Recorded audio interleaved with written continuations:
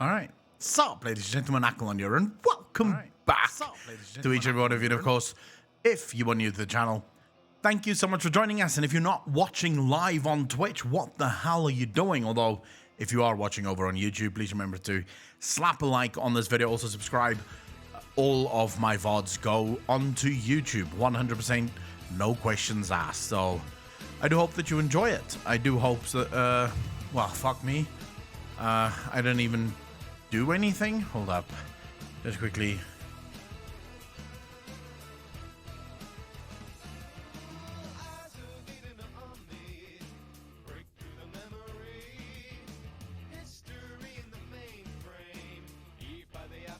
There we go. There we go. Okay, that should be fine. I forgot to change the title of the stream. Fuck, it just shows you. Motherfucker. Alright. Where are we?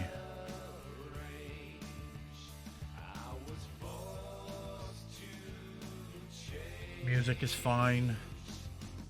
Voice is fine. There's a good chance we're probably not gonna fucking, we're not even gonna have viewers tonight. Who knows? Who knows? It might be the night. It might be the night that no one shows up. It is entirely fucking possible. Right. Okay, that's not... Oh my god.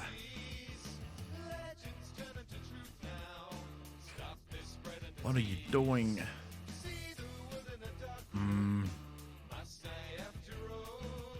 Okay, yeah, that should be fine.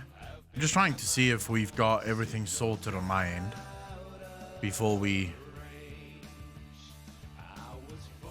Alright, that should be it. Ghost question is, does this even fucking work? Hold up. Let's head to channel. Just quickly make sure everything is as it should be. I'm not entirely sure that it is. Danmo, thank you so much for what's up. Did really fucking appreciate that. 2 months in a row. Thank you, thank you, thank you. Solid Snake, how you doing, bro? Finally fucking back. Poo Monkey, how you doing? We are finally back. I'm feeling good about this. I'm genuinely feeling good. Maybe all the bad luck has gone, right? Maybe all the bad luck is gone, and from here on, it's just smooth sailing, right? Stray, how you doing? Bro, I'm getting Verizon Fiber installed today, 900 plus downloads. Dragon Wolf, thank you so much for something. Really fucking appreciate that. 3 months in a row. Thank you, thank you, thank you. 900 plus upload. Fuck you, bro. Raven Shield, that is amazing. Wait, to Tino Queen, thank you so much. How you doing? You're feeling nice and fake today? Fake. I don't know if I feel fake. Should I feel fake? Kaylin, how you doing? The hunt was cold and I've answered. Hey, Echo. How you doing, Kaylin? Dragon Wolf, I have no complaints. Other than the fact, of course, that we had a giant fucking thunderstorm 2 nights ago. And then internet was just gone. Like, just nothing. Last night, internet came back, but too slow. Like, I genuinely couldn't connect to anything. And then today it got fixed. So, hopefully, you know, hopefully things stay the way that it is. But I have been doing a shit ton of work on the back end. Lilianda, thank you so much for what's up. Really fucking appreciate that. 4 months in a row. Thank you, thank you, thank you. And how you doing, Lilianda? Echo going into a league game at the moment, but got you on my other monitor. Good to catch you live. Enjoy the league game. Enjoy the League of Legends game. I'm just quickly... I'm getting a shit ton of push notifications. Can I just put this literally, yeah, just silent. I don't want to hear that. Alright, so where was I? Glad you were up and streaming again, bro. JSV, did I thank you for the tier 1 sub? 8 months in a row. Thank you very much, dude. Really fucking appreciate that. I'm glad to be back. I am really, really happy to be back. I'm not so happy because I'm still waiting for my beta access for TBC. Still waiting on that bad boy to hit. Did get an email back from them. They'll sort it out. Not sure why I didn't get a beta invite, but you know. Raven Shield, the internet is working fine again. Smash notification as soon as I saw it. Kozak, how you doing, brother? the internet has been sorted out. The only thing I'm hoping for now is that it's over, right? We've had a lot of bad luck, a whole string of fucking bad luck. No more bad luck, right? That's my wish for the next year. I've had enough bad luck. I don't want any more. So yeah, hopefully this was the last time. Like, hopefully from this moment forward, we can just sort of make content and do whatever is fun.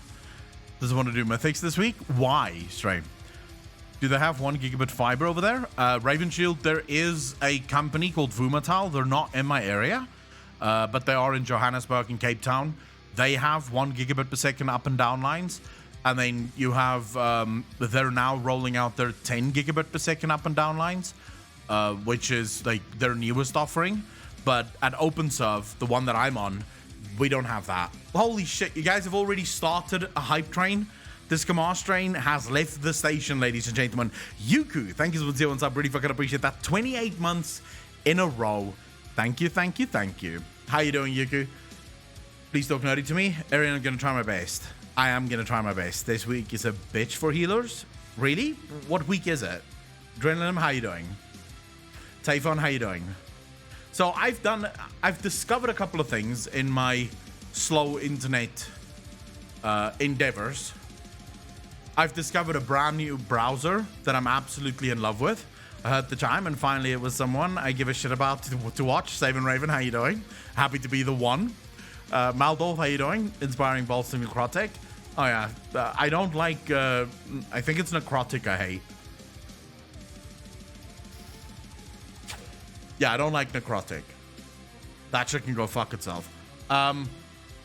Well, that's just because I think that's the one that makes me move all the time. I don't know. I don't do a lot of Mythic Plus. Mainly when I'm playing, I'm just doing things in the open world. I can't be asked putting groups together. Did an amazing job for doing it for the first time. Sam Raven, doing what for the first time? Boo Monkey, holy shit. Thank you so much for the 5 community subs. Really appreciate that. Thank you, thank you, thank you. We get some love in chat for Boo Monkey. She has been doing her part overtaking Macmillan in this month's, shall we say, Twitch Wars. So yeah, can we show some love to Boo Monkey? And remember, you guys will be on YouTube as well, because every single VOD gets uploaded to YouTube. So if you ever miss any of the streams, you can find the VODs over on, well, there's a thing in the bottom. I don't know what the channel is called. Acco Live, I think. That's what the channel is called. So yeah, you're more than welcome to head over there. What was I telling you guys about? Oh right, I was telling you about the new browser that I discovered. Well, actually, rediscovered is a better word. Discovered would be I discovered this browser about 1.5 years ago when it first, or 2 years ago, I think. May have been longer ago. No, it would have been like almost 3. Yeah, it would have been almost 3 years since I discovered this browser. Let me show you guys what I'm talking about. This is Brave. It's, if you like cryptocurrencies and you like the government staying out of your fucking business and you don't like companies tracking your data, then this is the one for you. Why I started using it is because of this little bad boy over here. You gather basic attention tokens as you use it, which is a cryptocurrency, and it's currently worth, as you can see there, 0.10 USD. No, I don't think that's what a bat is worth. It's a bit more than that. What is a bat going for at the moment? What's the bat price at the moment? It's like just over $1, maybe like $1.40. I think $1.40 or $1. Yeah, $1.40 or 30 for a bat token. I'm using everything I can to increase the cryptos. But the other reason I love Brave is just it's fun. It is such a fun browser. Spend it on porn. Well, you don't have to spend it on porn. You can if you want to. Kaki, how you doing? What is actually amazing about Brave, the bat rewards that you get, you can set it up so that you can gift your bats to your favorite creators. Either YouTubers, Twitch streamers, people who write blogs and vlogs and shit. you can set it up to support them. So even if you don't want to give them money, you can set it up so that all of the bats that you accumulate throughout the month gets given to your favorite creator. Like it just splits it. You can either do it manually or you can do it automatically, and it will just give it to them. The reason I started using it is last night I logged into my Uphold account, which is an account that I created like probably 2.5 years ago, maybe even more. And I forgot about it. I completely forgot about it. And I had $85 just chilling in my Uphold account from all my Brave payments. And I was like, wait, the fuck? Where's all this money coming from? And then I realized it's Brave payments from just users watching my videos on Brave, and Brave paying me because they watch my videos. Traxer, how you doing, bro? What's popping? Not much. Not much, to be honest. Just chilling. For some reason, it is cold as shit, but now that I'm sort of locked in my room, it's gotten a lot hotter. I'll just boost this little fucker down. Otherwise, I'm going to have to take off my shirt. Or the top, rather. Warrior Sword, I'm OP. I'm doing as much, sometimes even more damage on a 175 item level warrior than my damn near 220 item level mage. So what does that mean? Just chilling? In this case, the fact that you can see me should tell you what it means, right? Sathix, thank you so much for the prime sub, dude. Really fucking appreciate that. 19 months in a row. Thank you, thank you, thank you. Boom shakalaka. Yeah, well, right now I am absolutely doing fuck all. I'm just hanging out with you guys. And thinking about cryptocurrencies. That is legitimately where my head is at the minute. It's all I'm thinking about. Like, legitimately, I wake up in the mornings, I do some wild stuff. Oh, guess what I bought? This is, by the way, I've waited almost 3 months for this. I'm starting to buy all of the WoW books. This is like, let me just make the screen bigger so you can actually fucking see this. I'm starting to, I've ordered literally every single WoW book I can get. Most of those WoW books they don't have in stock, so they've been sort of telling me, listen, we're ordering them for you, but you know, fuck knows when they'll arrive. I have all of them on, like all of the WoW books I have on ebooks and on audiobooks. But I want the physical copies. So I've got the Traveler series. That one is on its way, probably another week or two. And then I'll get the Traveler series. I've got the Ultimate Visual Guide, World of Warcraft, which is really cool. Going through it, I mean, nothing lore breaking or anything, but it's just a cool book to have, you know? It really is just a fucking cool book to have. So yeah, I bought this. When was this? 2 days ago, I think. Yeah. Yes, because I wanted to show off the book literally the night that my internet fucking died. So yeah, it was about 2 days ago. Just fun. What is the definition of cold for you? I'd say anything under 19 degrees Celsius would be considered chill. Right, that's chilling. At that point, you're starting to sort of, you know, approach what would be considered very cold. I don't know how much that is in freedom units, though, Traxer. How much is 19 degrees Celsius in freedom units? 19 degrees Celsius in freedom units. If this gives me it by just typing in freedom units, I'm going to be so fucking happy. Celsius and freedom units, please tell me it gives me it. It fucking gives me it. I didn't even have to go Fahrenheit.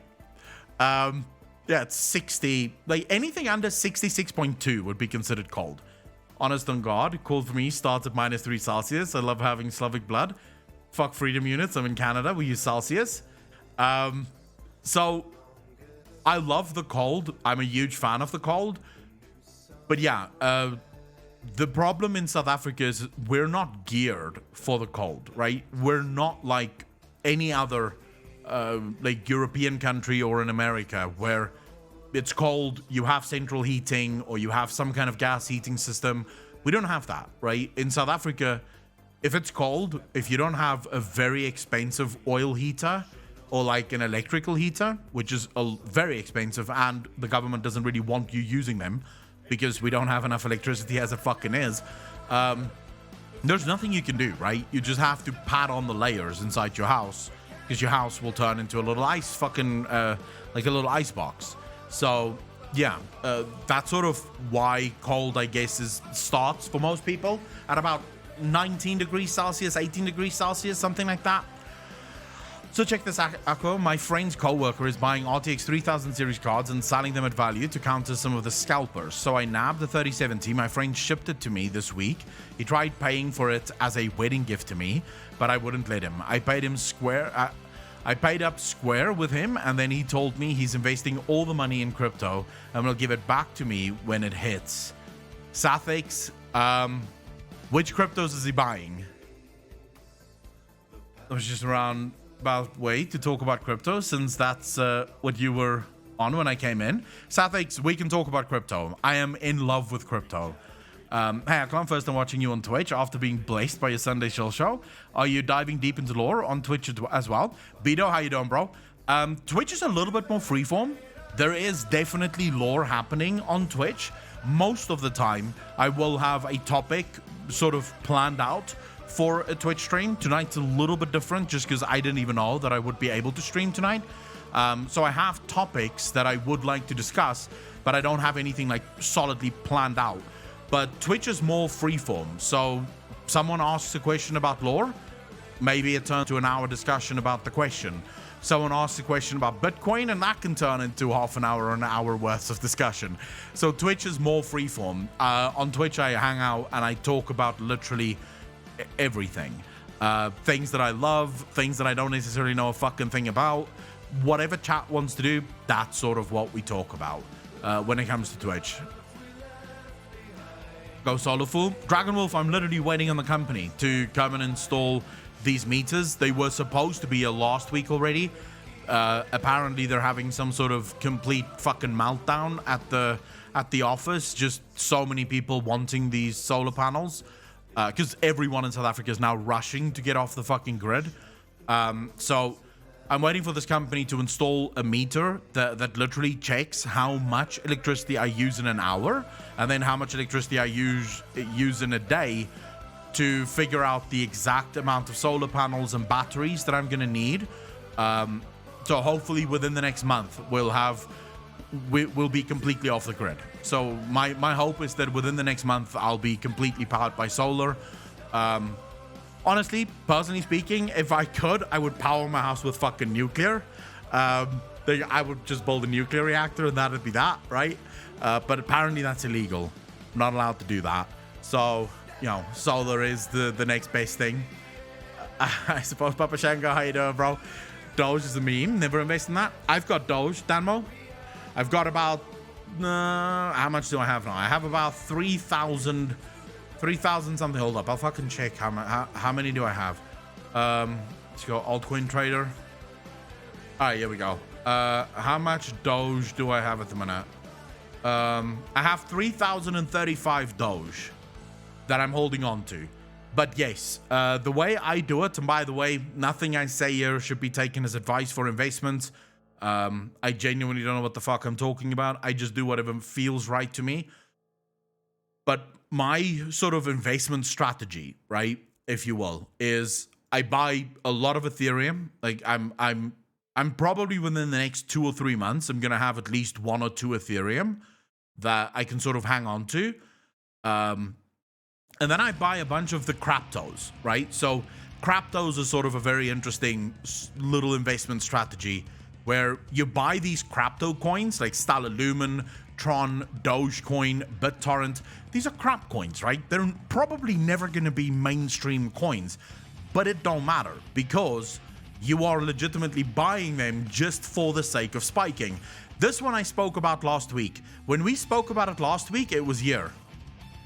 I don't know if you guys can see that, so let me zoom in for you, right? So last week when we spoke about BitTorrent, it was hovering at about 271, right? Look at where it is now. Look at the fucking explosion on this bad boy. Last week, I told you guys this thing is fucking testing. It is gonna explode. No, I'm not selling. What the fuck? Why would I sell? No, look at that. I've got 40,000 of these little bad boys. No, Andy. This one will sell when it hits $1, not a moment before. And it is going to hit $1. There's no doubt in my mind that this thing will eventually hit $1. I mean, BitTorrent is at this point the only blockchain service that allows for file transferring, right? It's the only thing that allows for file transfer. So, in my opinion, BitTorrent's going to be huge. On the phone, legit. All right, so it spiked all the way up to about 600, right? It's come back down to about 499, but it seems to be hovering around here. So you can see here, it's sort of going back into its testing methodology, but from what I'm seeing, it broke through to 600, then it dipped back down to about 412, right? It broke back up to about 563, dipped back down to about 453, again spiked up to about 588, dipped back down to about 470, and now it seems to be testing. This can go either way, right? So from this moment forward, it can either break down, okay? If it breaks down, it's probably going to go back to, I'm thinking about 300, 350. It might be hovering around the 350 mark if it breaks down, or it can go the other way, and it breaks up. If it breaks up, it's fucking over, right? Then this thing is probably going to $1. If it goes to $1, I have 40,000 US dollars. We're all happy, right? Steve-O's sweet. Thank you very much for the fucking follow, dude. Thank you so much for the Prime sub, dude. Really fucking appreciate that. Welcome to the Fat Fuckers Club. Thank you, thank you, thank you. How can I buy these, Kaki Capro? There's a bunch of sites out there. I'd say the best one is Binance. Echo Steve Parsons from YouTube. First time joining a Twitch stream, though. Steve, how you doing, bro? I do apologize for anyone that wanted to come in and listen to WoW lore. We started talking about crypto, so now we're in the crypto mindset. But yeah, BitTorrent is basically going to be, in my opinion, it might be the future of file transfers. So if you want to get a file to someone else and you want to make sure that it is untraceable, no one can know where that file's been, you want to make sure that it's secure and that it's instant, companies are going to start using BitTorrent, since I believe that blockchain is the future, right? Binance definitely the easiest to navigate, and it's got a shit ton of cryptos, far more than what I have on Altcoin Trader. I'm actually switching probably to Binance next month. Just don't want to disturb the old wallet right now. But yeah, Binance definitely. I think Binance right now is the 4th largest crypto platform in the world. So definitely a good place to buy if you can. The other one that I'm very interested in is this Stellar Lumen and Ripple. Now, Ripple at the moment is in a lot of problems with the ACC. Fuck those guys, but still in a lot of trouble with the ACC. So we'll have to see what happens to Ripple, what the ACC is going to do with them. But Ripple and Stellar Lumen is basically, they're basically going to become, they're the only two companies that allow for money transfers across borders instant, right? So if I want to get my money to you, but I don't want to go through the whole headache of converting it to US dollars, then sending it to you, then you have to convert it from US dollars maybe to fucking euro. We don't want to do that whole thing. We send it through Ripple or through Stellar Lumen. Bob's your uncle. It's done, right? Steve-O, thank you so much for gifting 2 community subs, dude. Really fucking appreciate that. Can we get some love in chat for Steve-O Sweet and for the community subs, dude? Thank you, thank you, thank you. I really appreciate it, Steve. So yeah, I'm sort of waiting to see what BitTorrent is gonna do. It seems to be like the whole market is down at the moment. I have lost a lot of money just today. I've lost about $200 today, and then I bought in about $500 again. So we'll see. I mean, when it dips lower, you just buy more. But yeah, that's sort of my investment strategy at the minute. Anyways, I don't even know how we got to talking about this. Sathix, what were we talking about? Investment we can afford to set fire to? Oh yeah, never spend money on investments if you can't afford it. Rather spend your money on getting out of debt. If you're in the US or in the EU, Any debt that is more than, I'd say, 5% is dangerous debt that you should not engage in. If you're in a third world country like myself, anything over 10% is probably dangerous.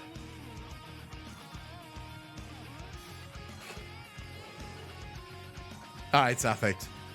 Will always be ups and downs. Just don't jump off. Oh, no. I'm not fucking... I'm on this forever, right?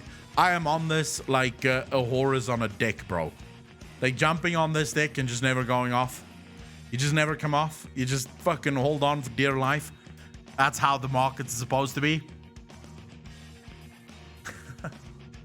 You just have to keep going.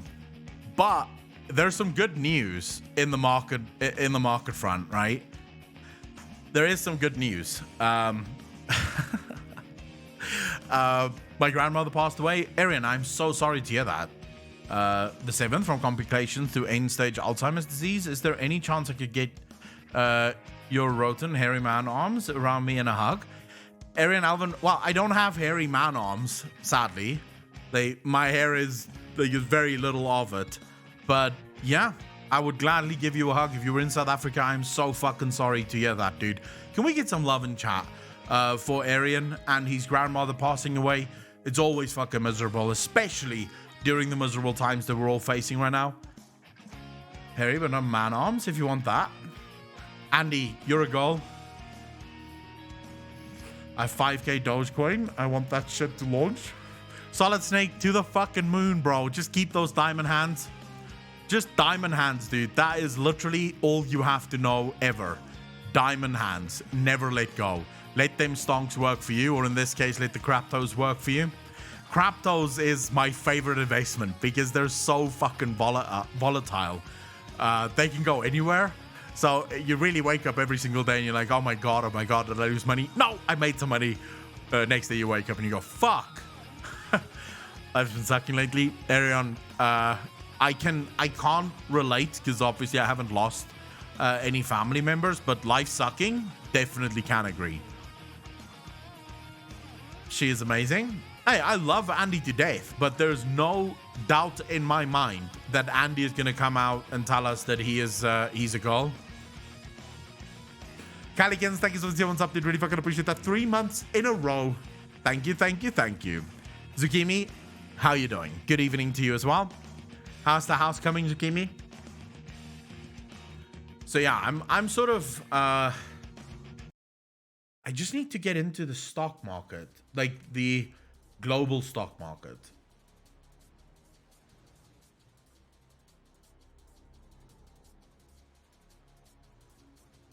It's so fucking difficult to get into the global stock market in South Africa, man.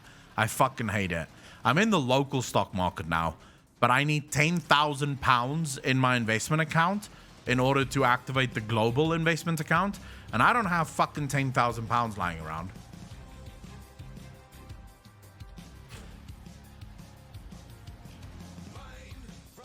Steve was sweet. So I have through my bank. So my bank offers like, because South African law is so weird. Getting onto any of these companies that allows for global investment accounts, unless you're going through brokers, is impossible. It's illegal. Most of those companies are illegal in South Africa. So the only way you can do it is through the banks. Like my bank is First Rand Limited.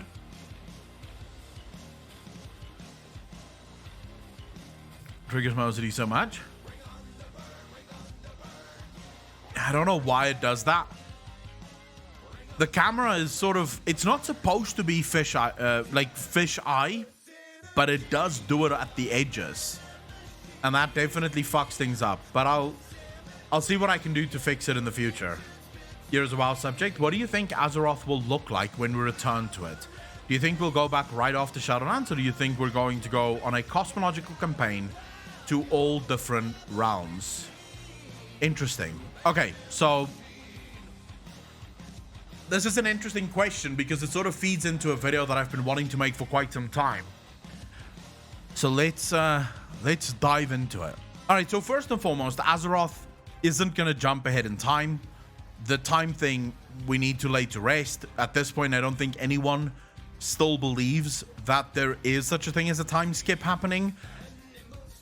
And if there is people that believe that, you need to go back, you need to go watch some BlizzCon, because they do answer this question once again at BlizzCon. There is no time skip. A minute in the Shadowlands is a minute on Azeroth is the same. But now where Sathic's question gets really interesting is when we talk about, are we going back to Azeroth instantly? Or is Blizzard sort of going to play it off and say, hey, you know what?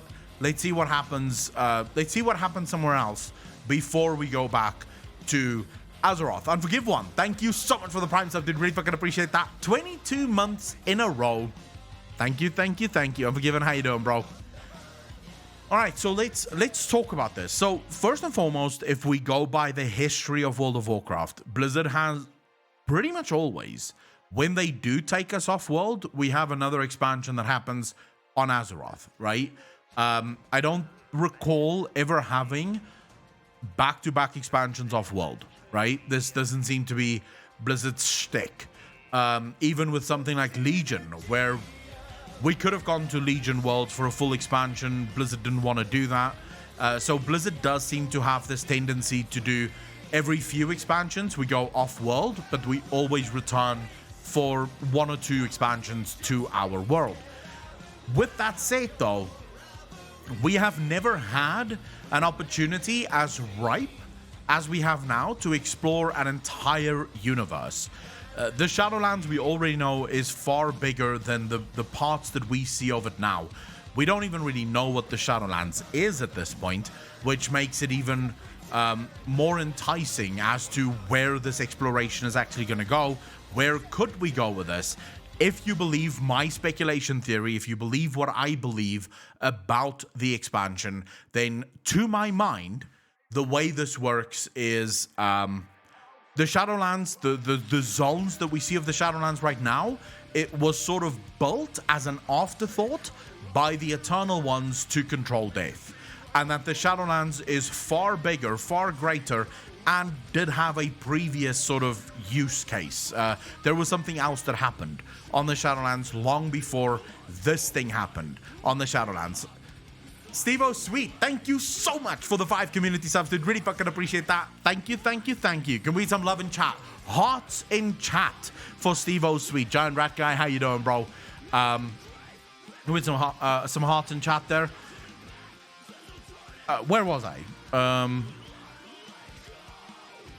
I'm trying to remember now where I was. Before I was so pleasantly interrupted.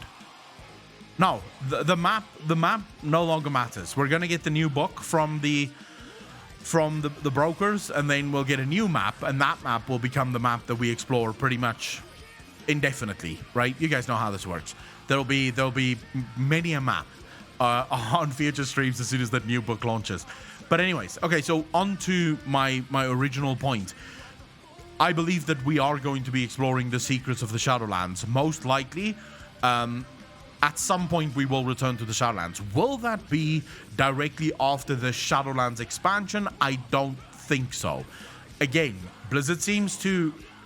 They never want to fall into the same thing again and again and again, even though there's been expansions like Legion, like Warlords of Draenor, that could have very easily explored far more of that story. Blizzard seems to like opening a story and closing it by the end of the expansion, with only some ideas existing throughout the expansion, with a lot of the other ideas being closed off. So what do I envision the future of World of Warcraft looking like? What is expansion 10.0?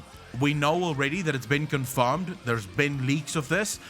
10.0, 11.0 has already been confirmed. There's not been confirmation of a 12.0, which makes sense, right? Blizzard genuinely doesn't think that far ahead, if you will.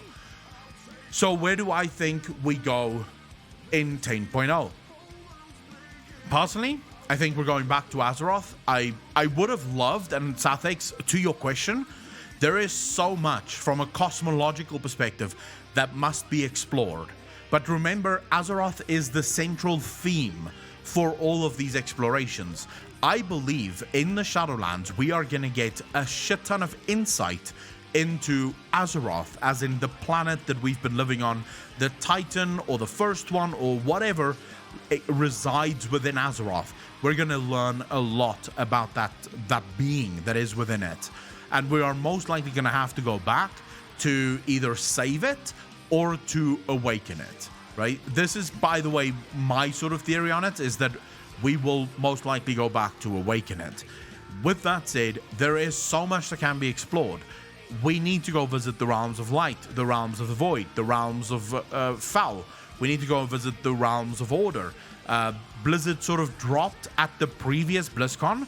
Blizzard did drop a sort of hint where people were sort of asking, hey, is Erebos, was it built by the Titans? What exactly is going on there? And Blizzard said, remember, you guys have never actually seen a Titan homeworld before. And that doesn't mean a Titan homeworld where a Titan is born. That means where the Titans live. We've never been to the homeworld of the Titans, where the Titans live and make their living. So that is something that Blizzard may have foreshadowed in a way at BlizzCon, saying this is something that we are going to be exploring in the very near future, be that 10.0 or be that 11.0. Personally, I also think the Dragon Isles is something that must be explored. At some point, we have to explore the Dragon Isles. It doesn't make sense to me. So here's my problem. Ever since Mist of Pandaria, we have had Rathian poking around, right? Doing all sorts of shit, whatever he wants to do. Rathian's always been busy with something. The problem with everything that Rathian's been busy with is it never really adds up, right? So Rathian wants to put an end to N'Zoth, but he's also doing a bunch of other things that doesn't necessarily work towards ending N'Zoth alone, right? It's very weird that Rathian consistently comes back, he's consistently involved in the story, and then Blizzard puts him on ice. Right when his story could really start taking off, Blizzard puts him on ice and goes, no, we'll wait a little bit. So, in my own speculation, in my own theory, I think that Rathian is looking for the Dragon Isles. I believe that the only way for Rathian to become what's it called again? Oh my god. The aspect of the Black Dragonflight, the only way to become an aspect is to go to the Dragon Isles. There's maybe a ritual of some kind or something that happens on the Dragon Isles that allows for a normal dragon to be made into an aspect of sorts. So I believe that the Dragon Isles is going to have some kind of play within the future of Azeroth. If not as a patch in the Shadowlands. My other reasoning for this, by the way, is so Blizzard have always loved sort of foreshadowing things, right? Usually it'll be these small little changes, right? These small little storylines that is not insignificant to the overall storyline, but definitely doesn't take the main center stage. Now, to my mind, there are two stories that stands out as stories that doesn't necessarily, well, there's actually three, but the third one I don't think we're going to be exploring right now. But the third one would be the Light. The story of the Light in Revendreth is sort of a story that is there, and it is sort of a major story, but it's also not really one of the major stories, right? It sort of exists in this weird in-between world of major story of the expansion, and just big story of the zone, but not really beyond that. The other one is the Drust, right? And then, of course, the Dragons. These are the three stories that sort of explored in the Shadowlands, but only insofar as it adds to the main plot line. It doesn't seem to have its own plot lines that it sort of adds to. Now, in previous expansions, this has always been sort of Blizzard's MO. They will give us something that seems to go there. So a good example of this would be Val-Shara. Val-Shara was completely out of place with Legion. The Emerald Nightmare was completely out of place in Legion. A lot of the Old God Corrupted stuff was completely out of place in Legion. The story really was only sort of limited to the zone, and then never again. And that's exactly what happened here, right? We eventually got a full expansion based on the stuff that happened in Val Shara, I can foresee a full expansion on the Drast, a full expansion on the Dragons, or a full expansion on the Light. Any one of those three would make a lot of sense to me, but I don't see how Blizzard would go from Shadowlands to another realm rather than from Shadowlands back to Azeroth. And then the next expansion goes to a new realm. I hope that answers the question, Sathix. It is sort of interesting to think about this, but then at the same time, we're still early days into the expansion. We're gonna have to wait for 9.1 and see what secrets 9.1 explores to really figure out if any of this is even more explored, or if Blizzard is sort of holding out and not really exploring these things in depth. God only knows, right? At this point, at least, God only knows. So what do you guys think? What do you think the next expansion for World of Warcraft is going to look like? Don't find the dragons interesting at all.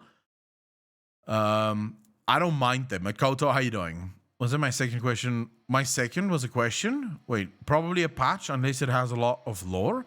I would think... I lost you there, Giant Rat Guy.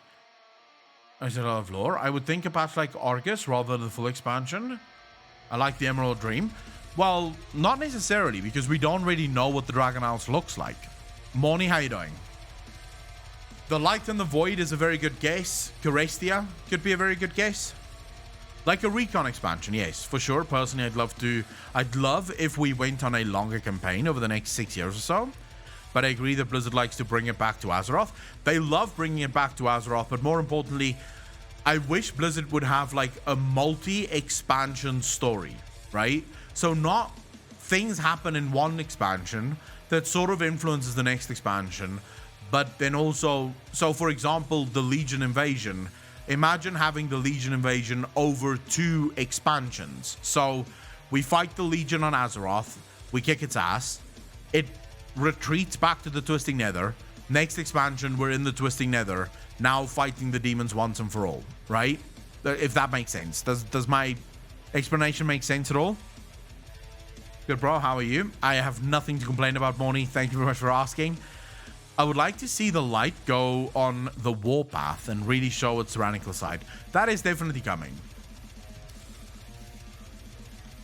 Stockman, how you doing? I don't see a world in which the Light doesn't do that. We already have the evidence, right? Uriel basically showed us what the Light is capable of, and I believe that it's going to get even worse. So I think we see the Azeroth expansion that allows any race to join either faction during a large-scale war. I wish we would have that, right? But I've also been thinking, because there's a lot of people that's been bringing this up, and I have been thinking that, will that really solve the problems of the faction balancing? Like, really? Will it really solve those problems? I'm thinking back to Azeroth, but I'm hoping it's another race expansion, but does something with the choice of choosing your faction, like you've mentioned. I feel that they are setting up an overarching plot with Shadowlands. It seems like threads are being made to put into place. I can definitely see that happening. I have a feeling that Uriel will return to Azeroth, and Terralion will welcome her and the Light. Will Terralion welcome her though? Because Uriel is not going to stand for oh my god. Fucking Windrunner, what's her name again? Completely blank. What the hell? Illyria. God almighty. Kept going. It must be Verisa. No, it's not Verisa. She's not the Void one. It's the Void one's name. But yeah, Illyria.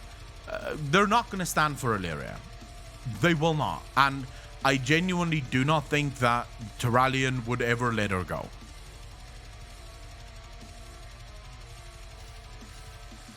Never forget this whisper. The Golden One claims a vacant throne. The Crown of Light brings only darkness. This whisper from the old gods is still in play. It's still in effect. Terralion did indeed claim a vacant throne. And they do say that the Crown of Light brings only darkness.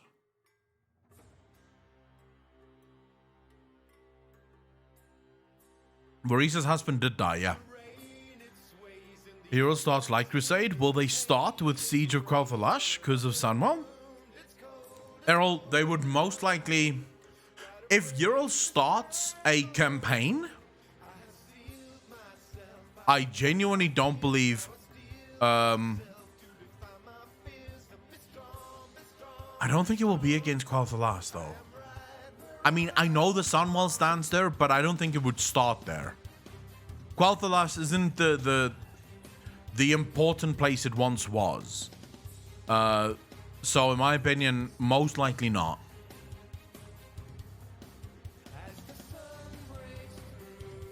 Oh, I didn't even think about who killed him, Seven Raven, but yes, he is dead. No? Yeah, he is dead. Never mind. He is dead. Trying to remember now. Whose husband?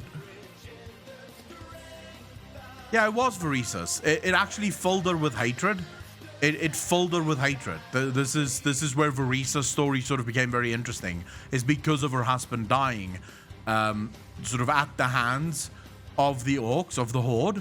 This is what filled her with hatred. It's what poisoned her, so to speak. Waiting for concrete floor to dry and electrician finish his job stuff, and then we will start on our heating system after Easter. Zukimi, okay, so are you... How excited are you to finally move in? Paradox, how you doing, bro? Yes, my brain went...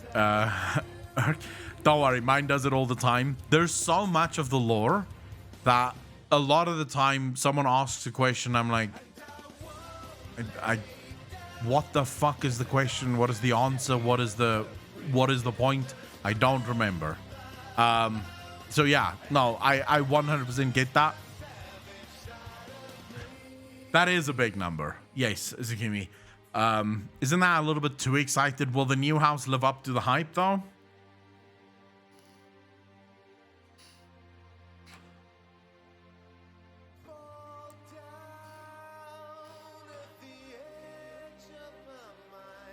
That's what?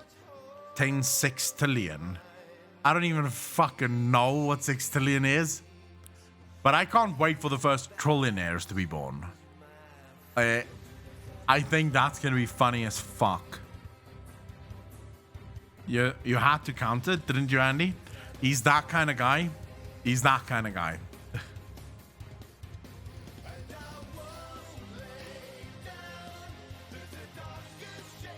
Alright, so what's everyone up to? 100% our own designed home for our needs. Zukimi, that's nice. We're waiting for the lady that we're renting at right now to give us an answer as to whether or not she wants to sell or not. If she tells me she wants to sell, I'm buying this house. The one that I'm living in right now. Just as an investment. I want to buy homes. I want to start investing in property. So I would not mind. Enoch, how you doing, bro? I would not mind buying this house. It's a nice house. It's a nice area. It's safe, at least from what I can tell at the moment. So yeah, definitely, in my opinion, worth fucking buying. But I don't think I'd ever go through designing my own house. Long lunch, no complaints. Enoch, that is good. Next step, buy a castle. I don't want a castle. Straight. Order the Chinese, yum. CDJ, sounds good. Sounds fucking good. I have lamb chops waiting for me downstairs, just waiting to be made. At the end of the stream, I'll go make myself some lamb chops and be good to go. I don't want to live in a castle, straight. I am very much partial to small houses. So I don't like big houses. I feel like they're more effort than they're worth. And also, it's very difficult to make a small house feel homey.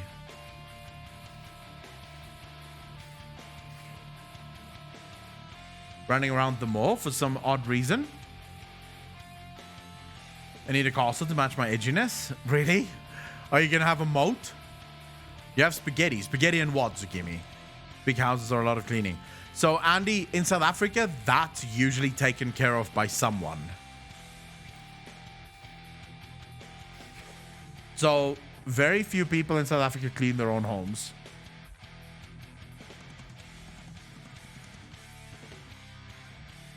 In fact, I don't think I know anyone in South Africa that cleans their own homes. Most people just have maids. I mean, it's easier. Like having a maid come in once or twice a week will cost you, maybe $200, right? Let's say, actually, no, I'm lying. If you wanted the maid to come in every single day, so 5 days a week, that'd be based on their new minimum wage requirement, which has fucked over so many of these domestic workers, because there are some of them that actually work for a lot more than that, but now that there's a minimum wage, they all just get the minimum wage, so a lot of them have lost their job thanks to this. But anyways, let's pretend minimum wage works. 3,500 rand to dollar. 233 US dollars will get you a maid 5 days a week to clean, to cook, to do pretty much whatever the fuck you want them to do. The clean's mine. You're in South Korea. Nice, Steve. Last help hired cheated grandma out of about 10k before we noticed. Holy shit. How the hell did that happen? I don't want someone else in my damn house. I have someone that cleans mine here in South Korea. Wait, Steve-O, so it's pretty big in South Korea as well to have people clean your shit? But wait, South Korea, the houses are pretty small, innit?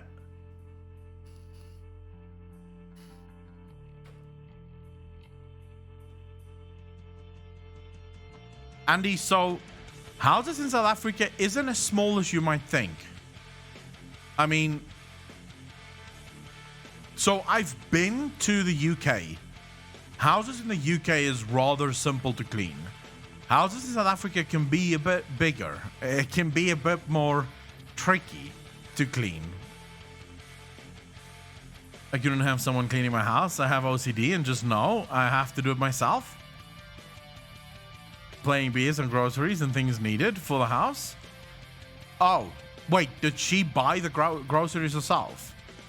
Got a large apartment. We have a lady who lives here while she works, and then she goes home in the holidays. Too much else. How you doing, bro?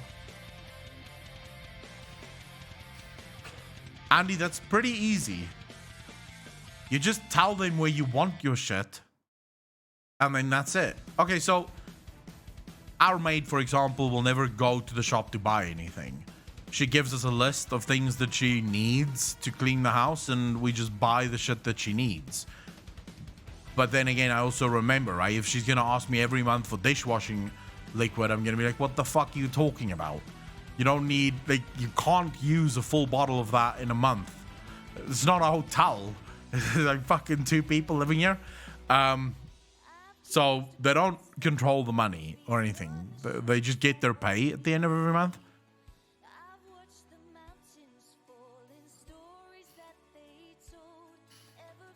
South Africa is pretty much it is the most normal thing in the world to have someone that cleans your house. It's also the most normal thing in the world to have someone do your garden, right? Pretty much every job in South Africa is outsourced. Literally right now, if you asked me, I'd be able to tell you the location of a paperclip in the living room on the floor next to the glass cabinet.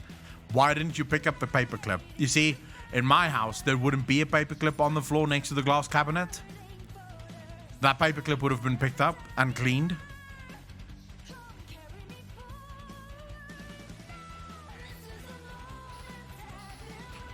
Too much horse. Where do you live?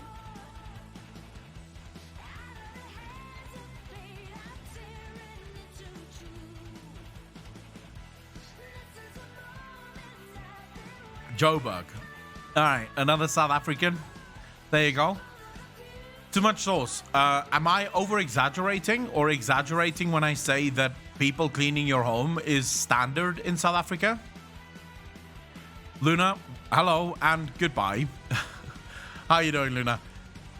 Once built on new place, I'm hiring maids, gardener, and butler. Butler, Unforgiven. Really? You want a butler? Again, I need one. If I put it in place, it's gone. Voodoo, how you doing, bro? It's good to be back. I'm a cleaner, so... And to have a strange touching things? No. Stranger touching things. Oh my god, no. It's better than me touching things. Not at all. It's basically a workspace. It is. People have built businesses of the cleaning services. Exactly. It's a huge industry. I would say it's probably one of the bigger ones. I would also like to see a divisional event in the Alliance, like Savannah's becoming war chief. I think it would be great to see Alonzo's fowl destroyed by an agent of the light for being undead despite his unwavering faith. That could definitely happen. Can't wait for next week for D&D to start up again. Morny, you and me both. Next week, Tuesday, is going to be off the hook.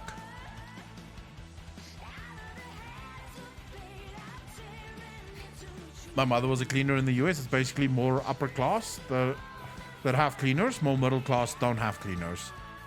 Solid Snake, I'd say it makes sense considering that in the US, if someone does become a cleaner in the US, it is almost definitely going to be someone with at least some training. I'm assuming you could probably get cheaper, like immigrant cleaners, but most likely just in states that have a lot of undocumented immigrants.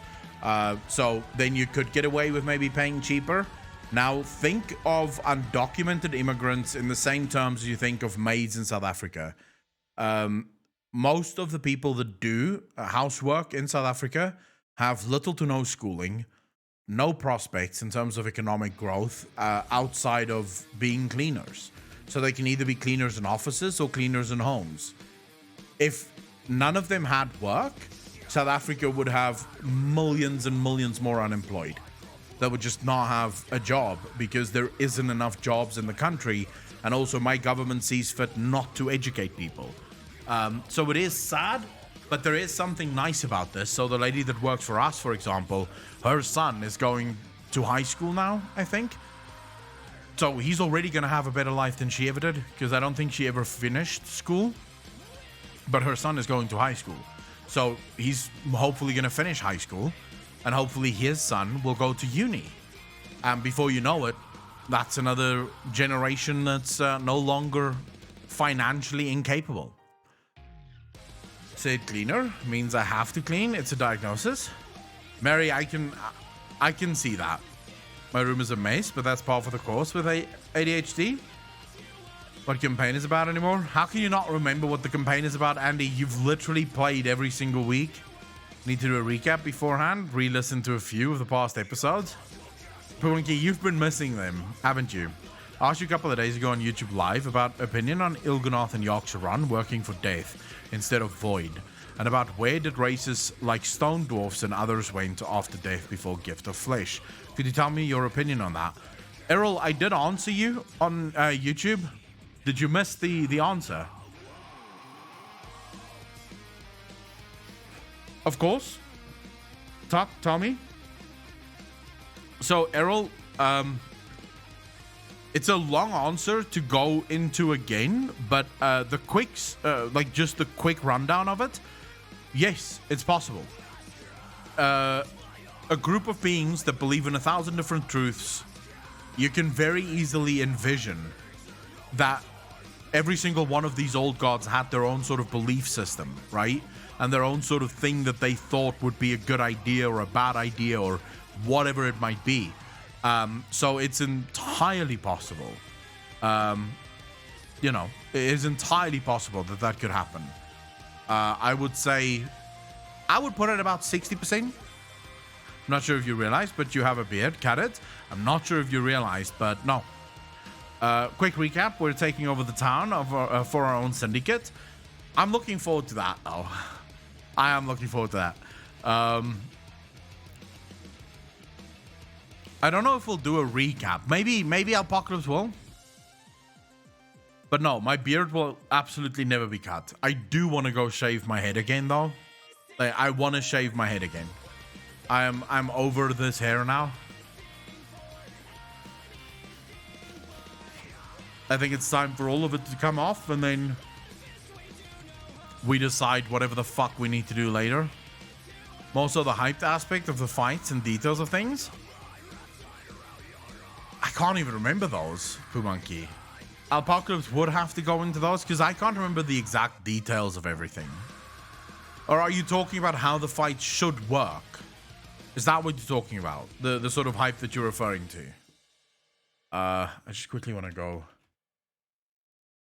to Reddit.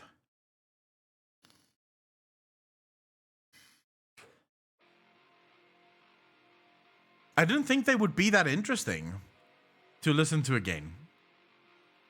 I don't know if I'll do a Mohawk, but you never know. I will never, ever, ever again spend one single anima into upgrading Covenant gear. Man, what a waste. Why is it a waste? If your hair looked like your beard, it would be prime? What do you mean if my hair looked like my beard? I remember every move of every fight we did, but I have no idea what we are doing. Find out what he thinks about the map. Solid Snake, he's just answered. You know how all the corners of the map have an image of a Titan or undead? I'm assuming you mean undead dude. You know something? Well, the Shadowlands has some black thing floating over it, but Emerald Dream is the only thing that doesn't have something.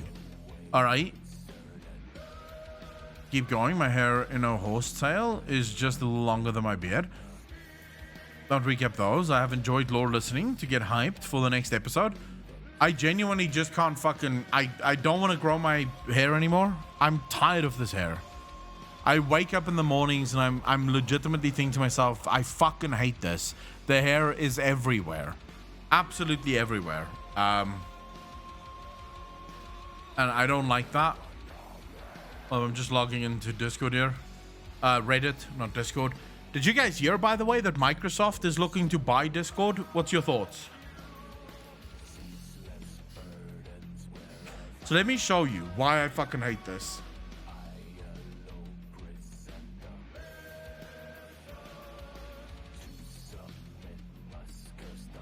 This is what happens when I wake up in the morning. I fucking hate this, dude. Getting my hair out of my face in the mornings is absolutely miserable, dude. It is fucking long.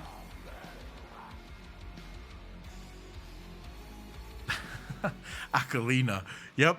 This is, I mean, it's not the longest my hair has ever been. So the longest my hair has ever been was all the way down. So I could take my hair and I could actually pull it down to my shoulder. So this is not as long, but it is fucking stupidly long.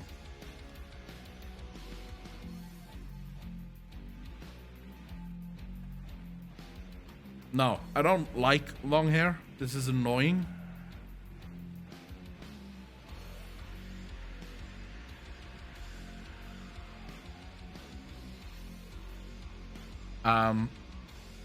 Exact opposite haircut as me. Why? What's your haircut, you know? Me material, bro? I'm sure I did.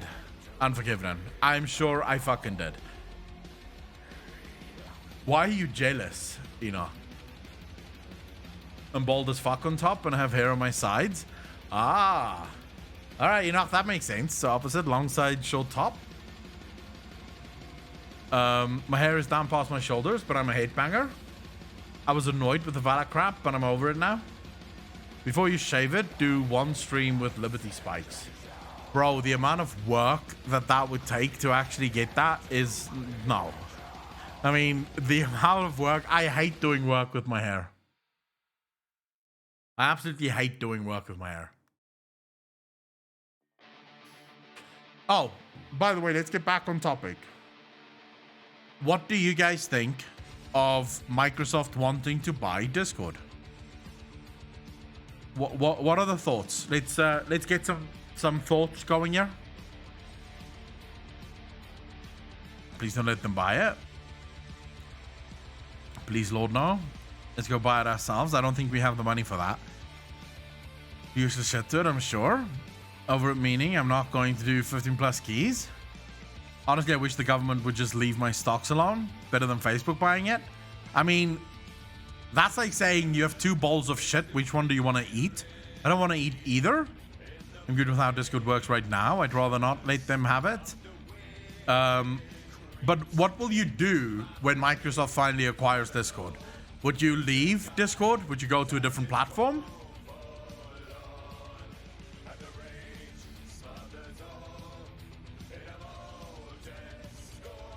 Ventrilo. Yeah, let's go. Let's all go back to Vent.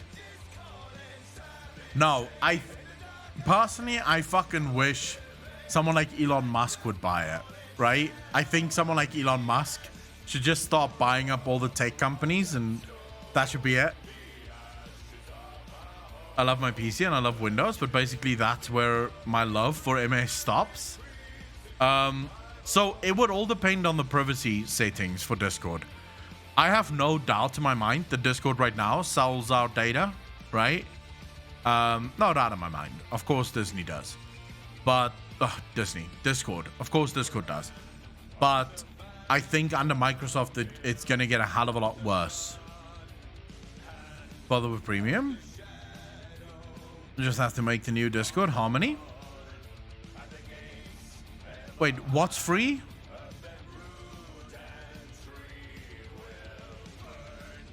Oh, and then I want to ask a question that I started the stream with, but we have more people in stream now. So I wanted to ask you, how many of you use Brave as your web browser? The reason I'm asking this, by the way, is because we're on the privacy Discord Microsoft discussion.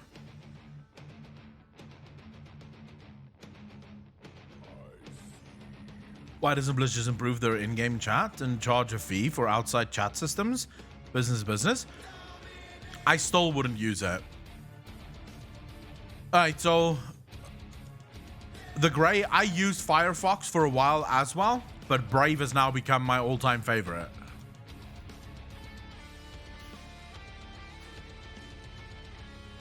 So Brave protects literally all of your fucking settings, like literally everything.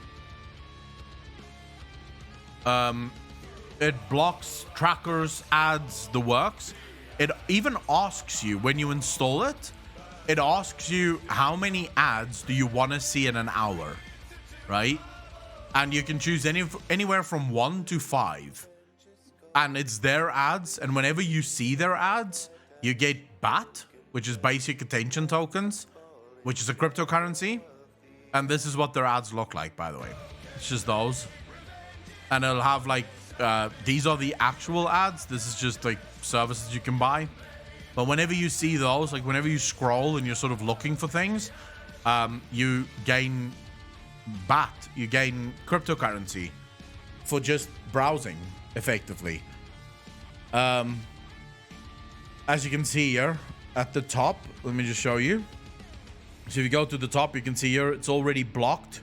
1,268 trackers and ads blocked. Bandwidth saved, time saved 2 minutes. That's just like, who gives a fuck, right? Brave, in my opinion, is what the internet should be.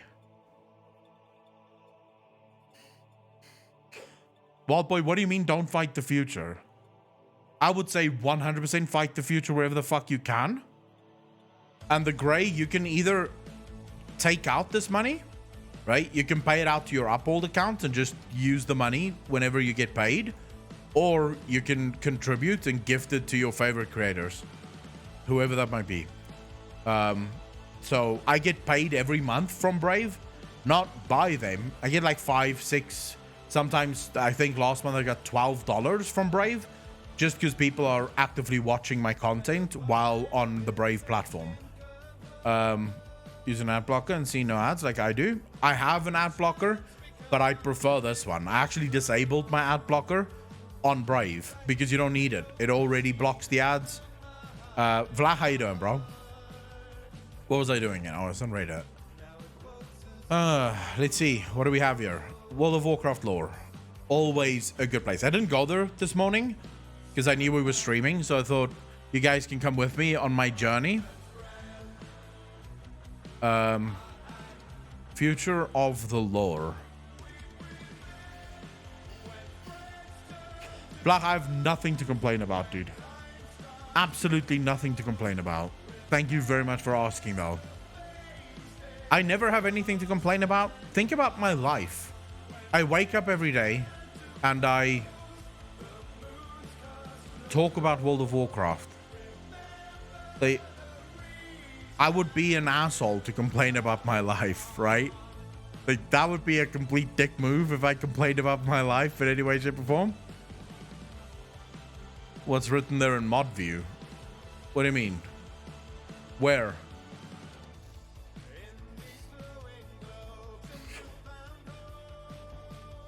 Let's just quickly see here. So, user Maycall2346 posted Future of the Lore. I believe Blizzard has stated in a few interviews that the lore is going to take a more cosmological route, and we are going to start dealing with some seriously big characters and all that jazz, but should we?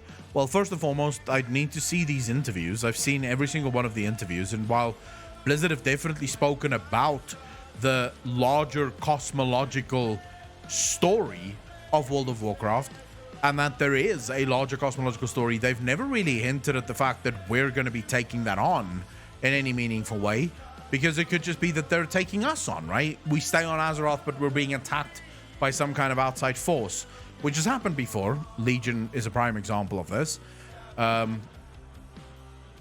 So many things. I will admit, as much as I enjoy, and by the way, on to your question here, Michael, of should we? Yes. Yes, we should. How many months out are we from 9.1? About 4. Liliana, I would say 4 is a good bet. Yes. I would say 4 is as good a bet as we can have. 3 to 4 would be my sort of best estimate. I will admit, as much as I enjoy the exploration behind the veil, it also kind of takes away from the mystery of the game. I've always been a strong believer that the main plot for each expansion should be simple. An uncovered landmass here, a baddie taking over the world there, someone invading the planet, and while each of these plots develop, then there should also be snippets of what happens behind the scenes and motivations behind characters. More of a show, don't tell, rather than, yeah, here is the afterlife and this is exactly how it works.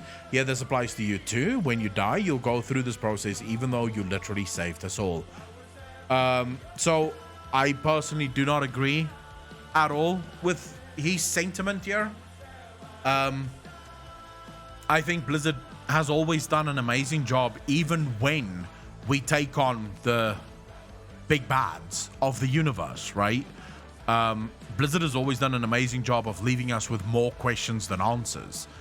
End of Legion, I had so many questions it was unreal. I still have questions. End of BFA, did anyone truly go at the end of BFA and say, oh, this makes ton of sense. I understand exactly what happened here. No. No one left BFA thinking, all right, that answers the whole story of World of Warcraft in the future, right? It just doesn't happen. Celtic Barret, thank you so much for the follow. Really fucking appreciate that. Welcome to the channel. Thank you, thank you, thank you.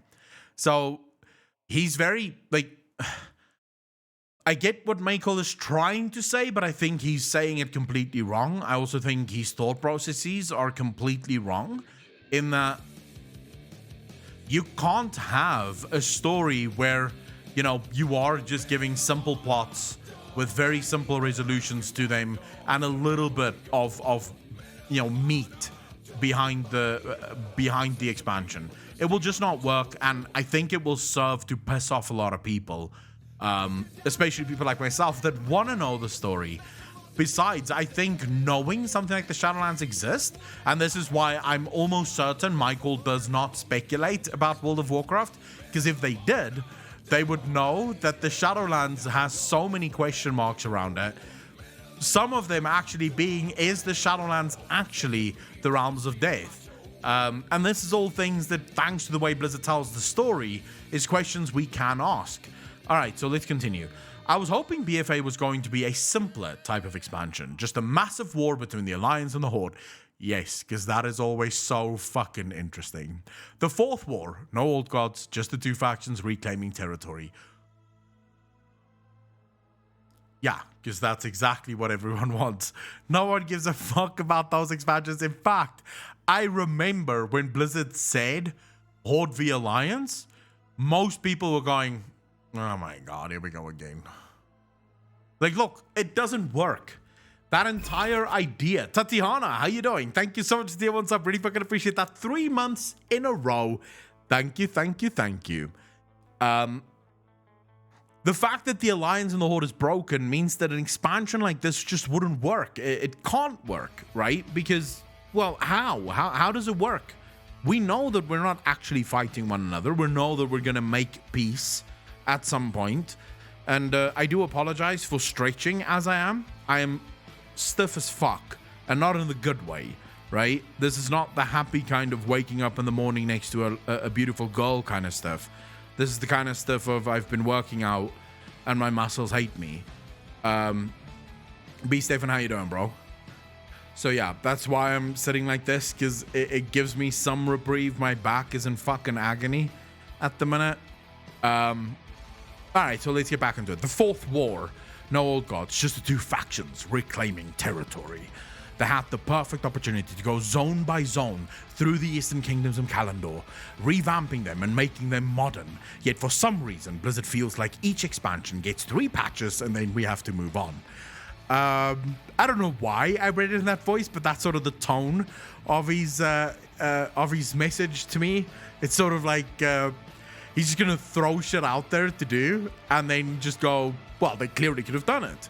Well, they clearly could not have. So first and foremost, how many patches would Michael? How many patches would you realistically want in a single expansion? Like, just throw out a number.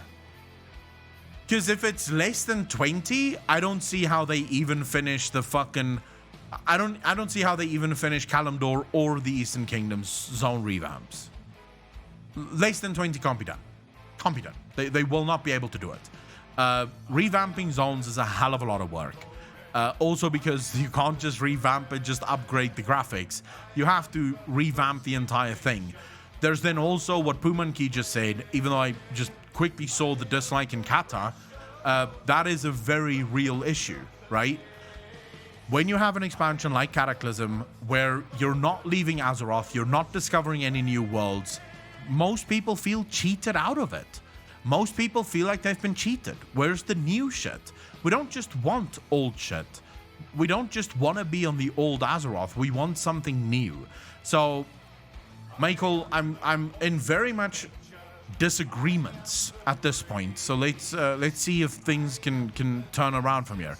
In summary, I'd like to have an expansion with a simpler story and no world-ending threats. What's the fucking point then? The Great, thank you so much for something. Really fucking appreciate that. 2 months in a row. Thank you, thank you, thank you. What would be the point of no world-ending threat? How are you gonna sell me on this expansion then, if there isn't some kind of world-ending threat that we have to deal with? I genuinely sometimes feel like a lot of people who play the game just hang out in the main cities and fucking RP all day. Like, I can see Michael walking around Stormwind City as a guard and feeling fulfilled by the game. Like, genuinely thinking they're keeping the peace. Like, the NPCs are only really staying in their lane because they're fucking patrolling, right? It's as if these people genuinely don't want any sort of conflict. This is a story, and stories require conflict. Most of the time, stories require world-ending level threats. If you've watched any movie ever that is an action type of movie, there is a threat in that movie that is, if not the end of the world level threat, definitely the end of the protagonist's world level threat, right? That's the only way you can really sell the story. I don't see how you could do it any other way. I genuinely don't. So, in summary, Michael, I disagree heavily.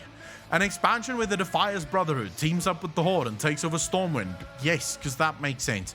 And we have a raid tier attempting to win it back. This only happens after Greymane launches an invasion on Gilneas and Lordaeron side by side with the Night Elves seeking revenge. This is what BFA should have been. Sorry for the rant.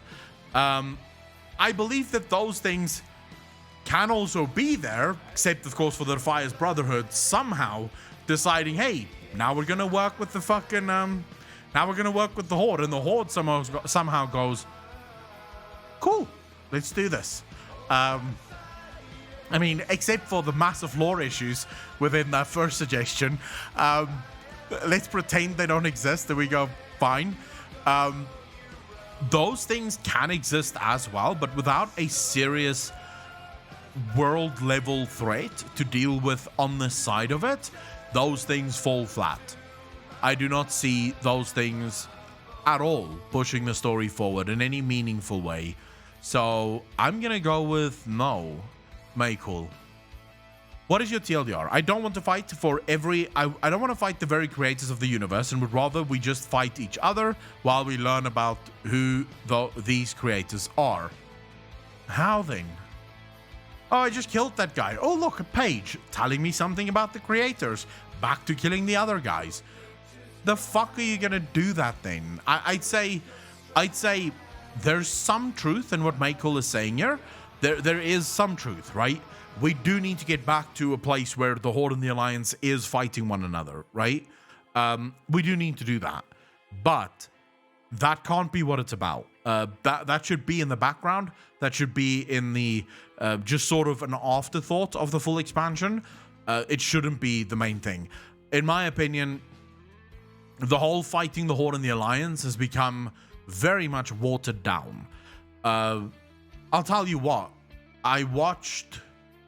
When was this? Lilianda, are you still in stream?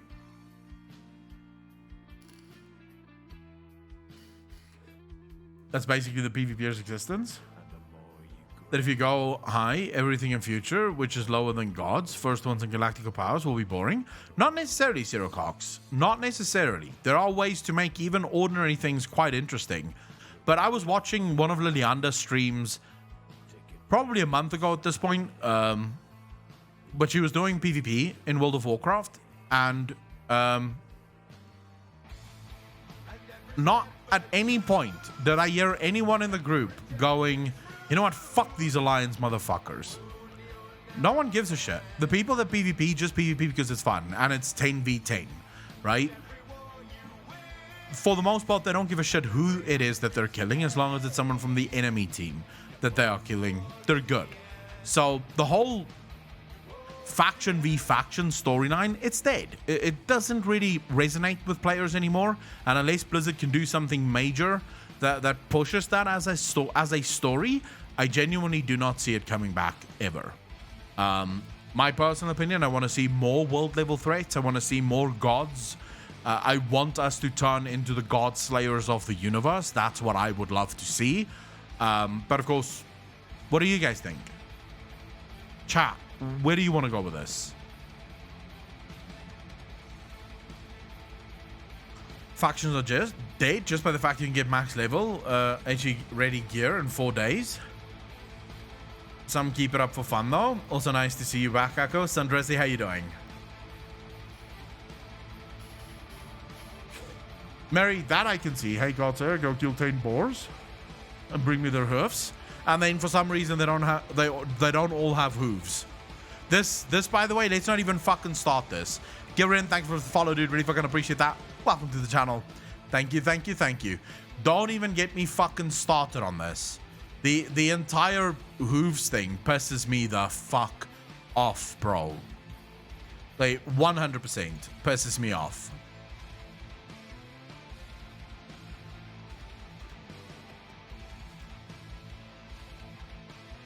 Sorry, I'm just getting some stuff here. Just want to label them. And I want to share this. If you do follow me over on Orodros, thank you so much for the prime time, dude. Really fucking appreciate that. 4 months in a row. Thank you, thank you, thank you. If you're not following me over on Reddit, you absolutely should, by the way. Let's just quickly share this cross post. If you ever find posts that you wish for me to speak about, this is a good place to cross post them. I check my Reddit daily. I fucking love Reddit.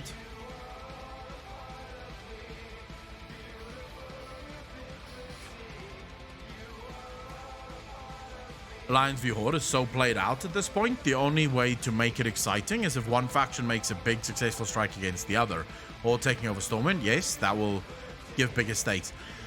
The problem with the Horde v Alliance play storyline is that no side can ever truly fucking win. Let's be honest. Because of how the story is set up, no side can ever truly win, and I think most people realize that. Well, at some point we're gonna have to raid Stormwind, because I am a little bit over the whole raiding fucking Orgrimmar. The place in my heart, but no one can deny the game is dated in a lot of ways.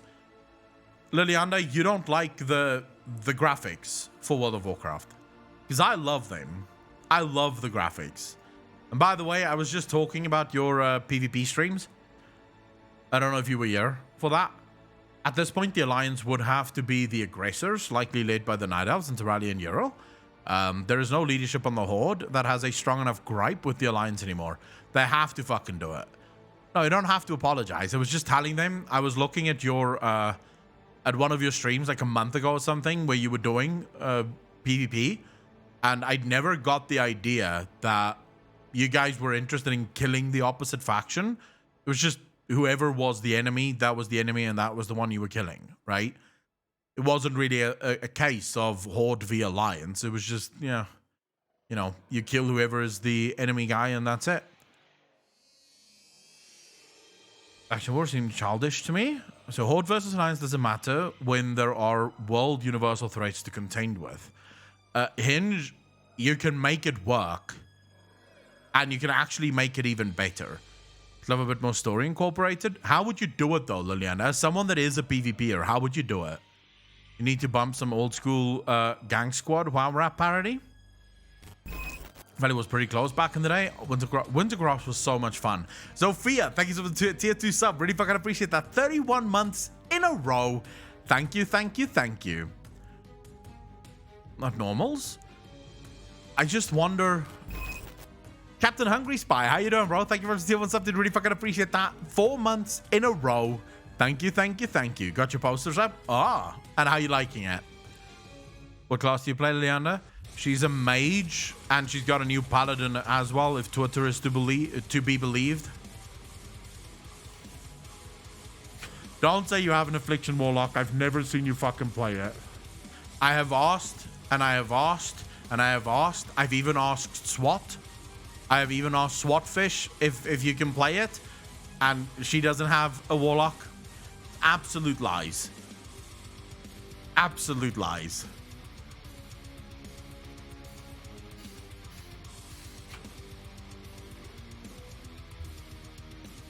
Nightborn Poggies. Alright, let's see. What's the next thing here? Where's my boy Gallywix? I don't think I can answer that. Sadly, Reddit, I don't have an answer for where Gallywix is. Most likely hold up somewhere, waiting out the Inquisition.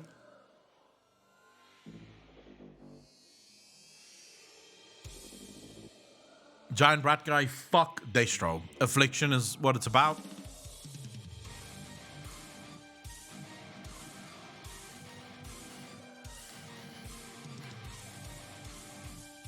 It's all about Affliction. I can't believe you dirty Destruction Warlocks are teaching people to play wrong.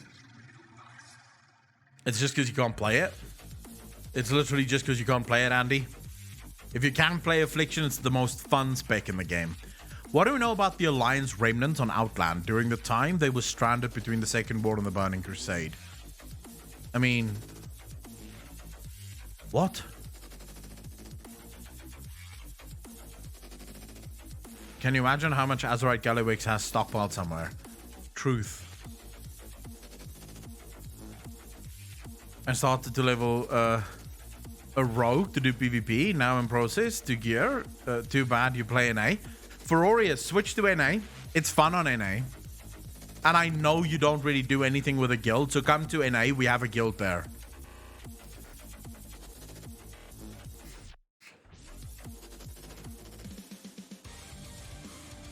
You can come to fucking NA. Actions are happening, Echo. I'm not sure, Liliana. I'm not sure. I'm actually waiting for the TBC shit to Like, I want to get into the TBC beta. I'm still waiting on an email from them. Because the fuckers overlooked me. Well, no, I love the guys over at Blizzard, but still, they overlooked me. What NA server you want? Office. Ping me if you make your way around to BGs again. I will definitely do that, Liliana. Definitely. You ain't gonna play TBC anyway? I'll play it a bit. What are you talking about? I'll play a bit. Joak, how you doing, bro? Was free to change the NA? I would, but blah. Come join Ferorius' guild on NA. Echo. It's called Bearded Greeks, no weebs. No. Do you think anything will happen with Mechagon? Because Blizz added it and it has no meaning in lore yet, and Blizz never adds something without reason. Flach, well, Mechagon was added to add the Mecha Gnomes. So it's really just their home little island, if you will. Rory, thank you for the prime sub. Did really fucking appreciate that. 7 months in a row. Thank you, thank you, thank you. Glad to catch you this time. I've been missing your streams lately. I haven't been streaming lately. Internet's been a bitch. The brokers and tried to force his way into their industry. He would probably try to do that. Are the Night Elves actually facing extinction? No. This is an interesting question. Let's quickly see what they have to say here. Are Night Elves actually facing extinction? This is from Ethereal142. After the War of Thorns and the Horde's genocide of the Night Elves, it seems like all life in Ashenvale, Darkshore and Teldrassil was wiped out. A few got evacuated to Stormwind, but according to Elegy, they were far too few. With the Horde shamans fanning the flames to make sure that the fire kills as many people as possible, most of Teldrassil's civilian population ended up dying before they could be evacuated. Now my question is, if there are actually Night Elves left in Azeroth, there are a few more zones with Night Elf presence, but many of them already got hit previously, and they are all zones without any civilian population. The remaining zones just feel like they have a few Night Elf soldiers and that's it. I was wondering if the Night Elves are actually nearly extinct now, or if they have the numbers to have a future as a people. Were there any other zones with a decent Night Elf presence, or did all of them die in their 3 main zones? So you would, I believe, Andy, I believe you are correct. A lot of the Night Elves did move back to Hyjal. Not all, but there are certainly quite a few Night Elves that now live in Hyjal. You do have a lot of soldiers literally all over Azeroth. And, I mean, Ethereal, based on your question, this would only really work if soldiers lost their reproductive capabilities, right? So, if soldiers couldn't have kids, maybe, but I would argue enough would have made it out to survive. I would argue that from a lore perspective, first and foremost, of course, the Night Elves can't really be destroyed in the lore. Otherwise, what would happen to everyone that plays a Night Elf, right? You actually have a bunch of smaller delves, so to speak, that is Night Elf related, right? Where Night Elves live. And so it absolutely doesn't make sense that you would think that the Night Elves would die out. Their numbers certainly have gotten a bit of a kick up the arse, right? And I would say that right now in a head-to-head war against any faction or against any race, the Night Elves would be at a severe disadvantage because they most likely just wouldn't have the soldiers available. So, yeah, in my opinion, most likely nowhere near extinction. But then at the same time, could Blizzard pull something like that off? What would be required to pull something like that off? Maybe the discovery of a long-lost Night Elf civilization. That could work. Discovering that after what happened at the Well of Eternity, a massive island filled with Night Elves sort of drifted and ended up somewhere on the other side of Azeroth, maybe? With a Night Elf kingdom, much like the Zandalari kingdom that we explored in Battle for Azeroth, untouched for millennia by, well, millennia is a bit long, but untouched for thousands of years, because no one could get there. Now, that could make for a very interesting story. That could definitely make for a very interesting story. And of course, there is the other side of this, which immediately made me think, and I think it was Dragonwolf that spoke about the Naga. Queen Azshara, the last time we saw Queen Azshara, what did she say, chat? What was her exact words?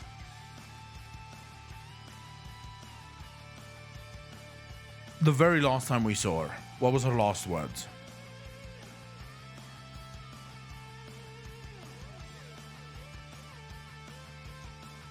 No. Captain Hungry Spy, that's definitely not it. She went for a higher throne. She went to go claim the ultimate throne. Right? Chan Rat Guy, that's what she said. To claim the, I think, the ultimate throne, as it were. The ultimate power, so to speak. What if that power lies somewhere in a long-lost Night Elf civilization?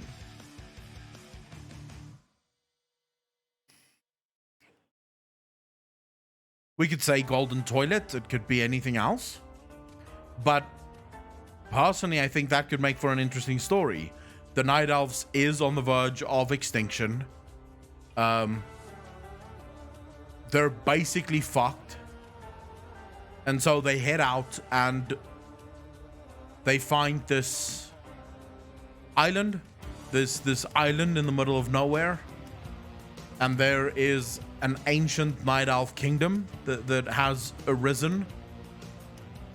Personally, I think it could make for an amazing story. It could make for an amazing look into ancient Night Elf civilization.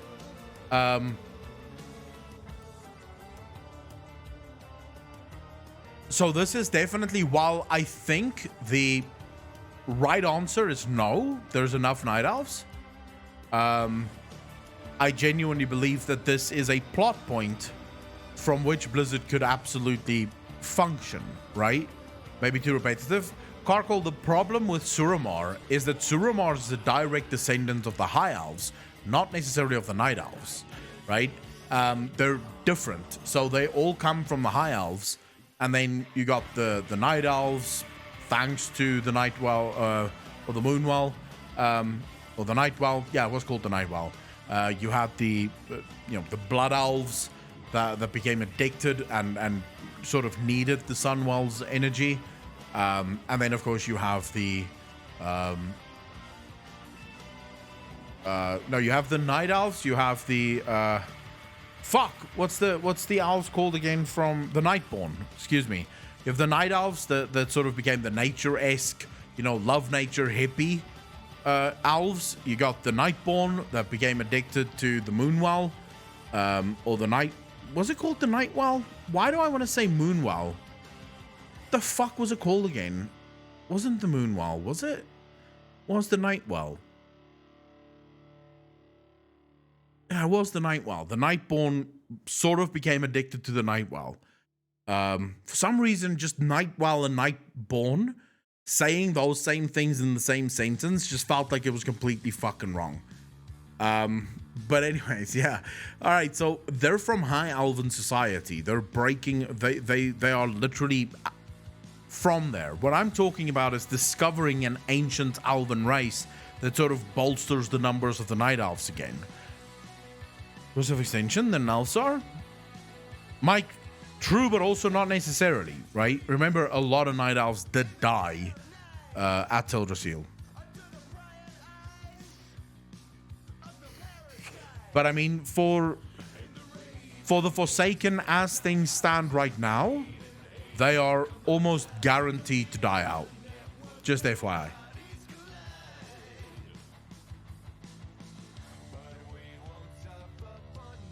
I mean, that's a far more interesting discussion. Forget about the Night Elf discussion. Sylvanas made it very clear when she spoke to Garrosh, right, in Silverpine Forest.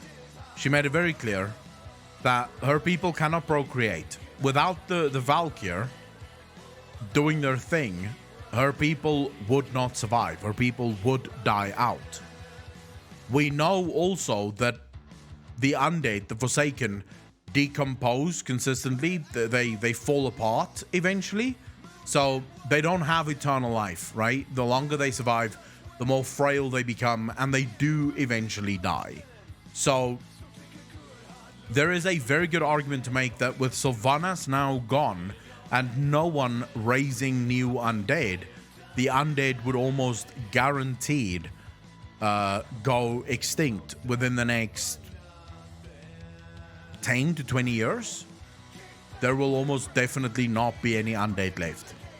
So what is Blizzard's answer to that?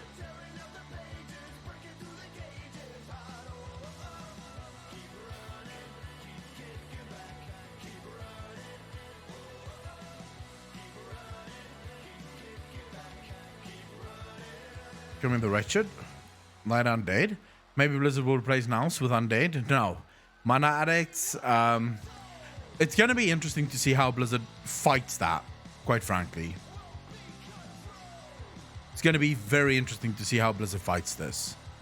Because they're going to have to come up with some kind of answer to it. The Crusade to wipe them out once and for all. Why would you want to do that? Maybe switch to Lightborn Undead? Yeah, but Starkwind, you can't do that, right? You can't just have...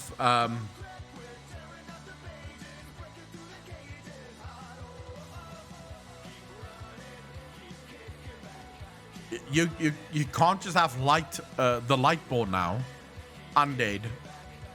The Forsaken must still survive. I mean, people who play Forsaken actually like the Forsaken. Oh my god, really? Someone asked this question? Someone asked this fucking question? So I was wondering... Shadow Ascendants are still canon, I guess, and was wondering what exactly they are called. From my understanding, they're just ghosts. I mean... Alright, Liliana, see you about Modrax's tech. They figured out how to fuse their souls to new bodies ever so often. Maybe during all the Shadowlands stuff, Sylvanas will find out how to stop the decay of the for the Forsaken. That would help some. I don't know if even if you stop the decay, you still need to add people, right? They have pushed both to the brink of non-existence with the storyline. Truth. Mike, thousands of Night Elves died in their sleep. So there would be very few left. Not saying they're near extinction, but there's very few left. So if we want to go by real world standards, there is a point, like a population limit, that when you reach it, it is physically impossible to save your population, right? Once you reach that population, like that level, there is just not enough people to create new bloodlines without a crap ton of incest. Parascopic, yeah. The Night Elves would become endangered species. We'd put them in zoos and just watch them.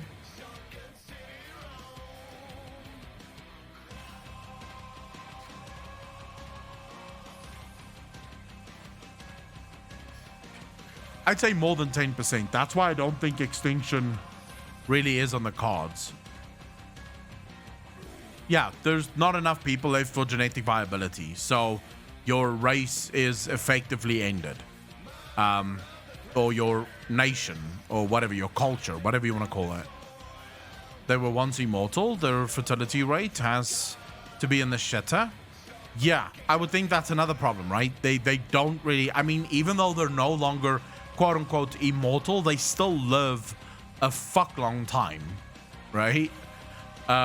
They still live a fuck long time. So their fertility rates would still be in the shitter.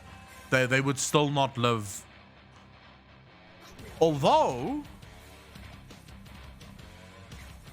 Although there is a way for Blizzard to sort of change this. A blessing here or there could turn the remaining Night Elves once again into immortals, thereby fixing the issue of extinction. It's all that's needed. If the tree is restored and the blessings is bestowed once again when the dragon aspects get their powers back, we could have the Night Elves be immortal again, and therefore they would no longer suffer from the curse of extinction.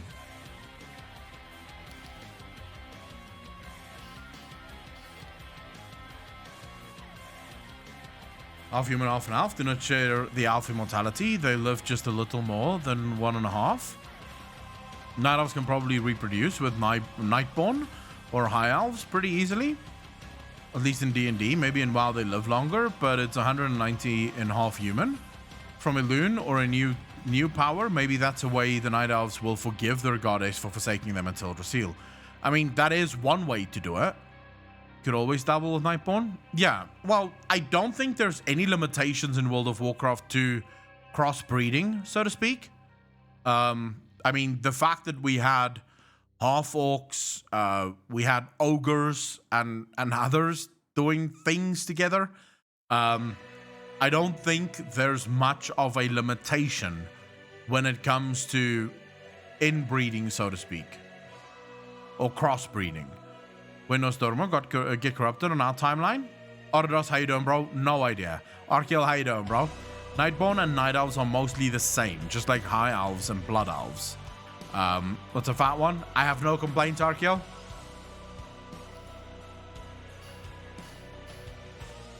I don't want to crossbreed, I'm saying. We're talking about breeding in World of Warcraft and how the Night Elves could stop their impending complete and utter annihilation.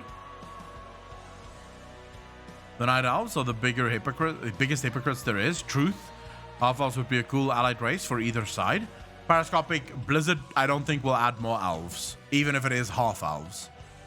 Don't use Arcane. Oh wait, Elune uses Arcane. Let them run out. Pumonkey, that is heartless. Fucking Night Elves, we can kill all of them with another tree. Demon Hunter Valpera. For Fawndom the Blind. How you doing, bro? So this is an interesting question. Let's see if I want to answer this. Internet seems to be taking a shit. There we go.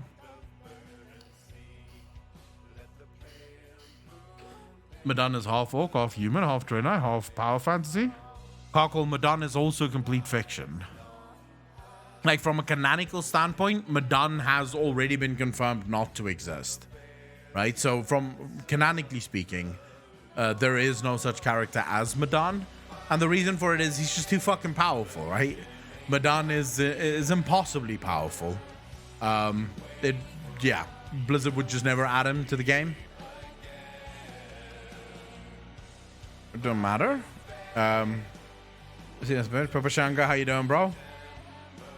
All right, so how powerful is the light in comparison to other forces? We know that there are many different forces in the WoW universe, death, the void, and light being some of the major ones. Well, we could also say life. What about order? What about chaos? Maybe list all 6 of them, not just 3. Some of the major ones. There's literally just 6. There's not many different forces in the WoW universe. There are 6. Literally 6. It's on the cosmological map. Do we have any examples of how powerful the light really is? Any in-game or lore references would be appreciated. Mun Moon Pat, 2 hours ago, asked this in Warcraft lore. Okay. So we don't really need in-game references in order to answer this question, because this question is literally answered by Steve Denuser in one of his interviews. I believe the interview may have been with SA Gamer, but it could also have been one of the French websites that interviewed him. But in the interview, they did ask him about the different cosmological forces, and he basically responded that there is no difference in terms of power level between the cosmological forces. Even though from a sort of logical perspective, I would argue that death is more powerful than any of the other forces, just because when any of the other forces goes to war against death, death ultimately grows, right? The more killing there is, the more death grows, and so it would be very difficult to defeat death for that specific reason. But according to him, the different cosmological forces exist to keep each other in check. So they're constantly fighting with one another, constantly trying to sort of one-up one another, pushing one another down. And if one of the forces becomes a little bit too powerful, you'll oftentimes find what's the word I'm looking for? Alliances. So they'll actually enter into alliances with one another in order to show, let's say, for example, the light became too powerful and did sort of start upsetting the balance, then you could see order and life team up to push the light back down to where the light can no longer interfere. Now, as for power level at the moment, my argument would actually 100% be that the light may be one of the weakest of all of the cosmological forces, but my reasons for this is because of its one-track minded nature. The light seems incapable of adapting, and it seems to be the only cosmological force that cannot adapt to any situation that does not fall within its one truth. Now, in my opinion, that would make you weaker, not stronger. Yes, it gives you a lot of conviction. So if we were talking about which cosmological force has the most conviction, that would most likely be the light. But if we're talking in pure strength, the light seems to be very one-dimensional in what it wants, in what it believes, and how it wants to move forward, and that is it, right? The light refuses to do anything that does not fit into that little corner of its universe, so to speak. If we're talking about pure power, how much pure power have we ever seen from the light? It took a considerable amount of power from the light to defeat the Herald of Zuval. Not even Zuval himself, just the Herald of Zuval. Not only that, but we have evidence of both the light and the void attacking the Shadowlands. In Bastion, there's a quest that you do with one of the Kyrians, one of the Ascended, where they tell you about the light and the void, and they call both of those powers inconsequential. They basically make out these powers to be, I don't know, small change, if you will. As if the light and the void really barely even matter. But then again, we do have evidence that both the light and the void attacked the Shadowlands and got beaten badly. They did do a lot of damage, and they weren't easy to defeat, but they were defeated in the end. And so I think there is a very real argument to be made then that while the light and the void may be powerful, perhaps they're not quite as powerful as, at least for now, the Shadowlands, if we believe that the Shadowlands is death. I mean, it's a very difficult question to answer. How powerful is the light in comparison to other forces? Because in terms of real world, the only real world example we really have of the light and the light going against a specific force would be where the light was attacking Arthas, right? And with our help, the light ultimately managed to defeat Arthas. But outside of that, there's very few examples of the light actually taking on another cosmological force. We do know that the light is scared of the foul, but that's true for the void as well. Both the void and the light is fearful of the foul. That could be because the foul is unpredictable and it makes it very difficult to fight, or it could be that the foul is really powerful and they don't really want to go into a battle with the foul at full strength. I would say my final answer on the light and its power levels would be weaker, or similar to the cosmological forces, not greater. And I'm basing that purely on Steve Denuser and his interview that sort of made that the general theory, so to speak. I don't really know where else to go with it, to be quite honest. So Moon Pat, if you ever see this stream, I apologize. I don't think anyone can really answer it. We can check here. We have one comment says, I think you would put the 6 cosmic forces into a fight, one-on-one. They're all equal of power, maybe losing to each other in a stone, paper, scissors situation. The light is probably always as strong as the wielder, as with all forces, but Anduin raising, or at least healing, his whole army in front of Lordaeron City comes to mind, as well as the orbital laser of the Lightforged army. We don't know much about Ural's army on AD, but they seem to be pretty brutal as well.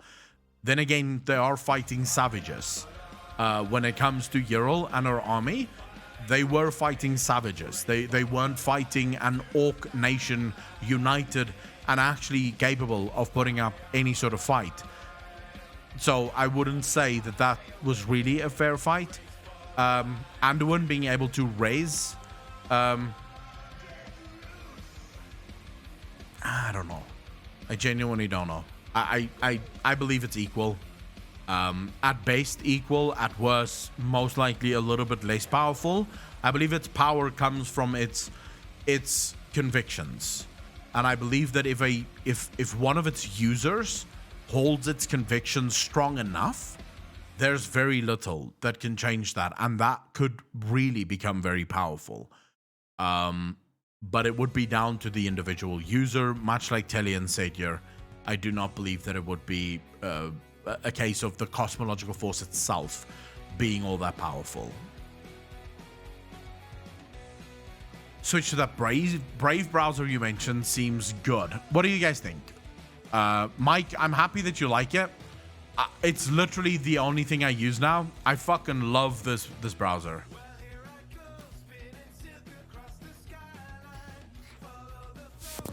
Yeah, but Illidan is fucking powerful, right? Atronave, thank you so much for the 10 community subs. Really appreciate that. Thank you. Atronave, how you doing, bro? It's a good point. The power of the wielder or the force definitely plays into it. I think so.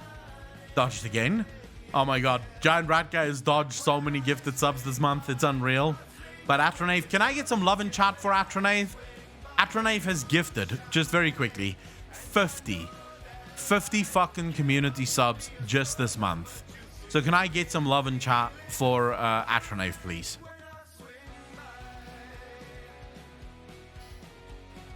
What is our Alright, so we stand on 50 for Atronave, 45 for Poo Monkey, and 30 for Dangerous. 20 for Macmillan, although Macmillan has gifted a crap ton of money, so that doesn't count.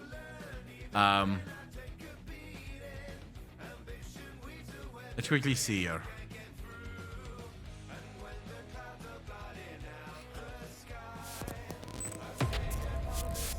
Atronave, thank you so much for the gifted sub. Really fucking appreciate that. And specifically gifting it to Giant Rat Guy. I really appreciate that. Thank you, Atronave. Miss Artemis, how you doing? Now, Giant Rat Guy, you have to thank Atronave. Deeply thank Atronave. Poo Monkey, did you really not want to be one-upped? Did you really not want to be one-upped?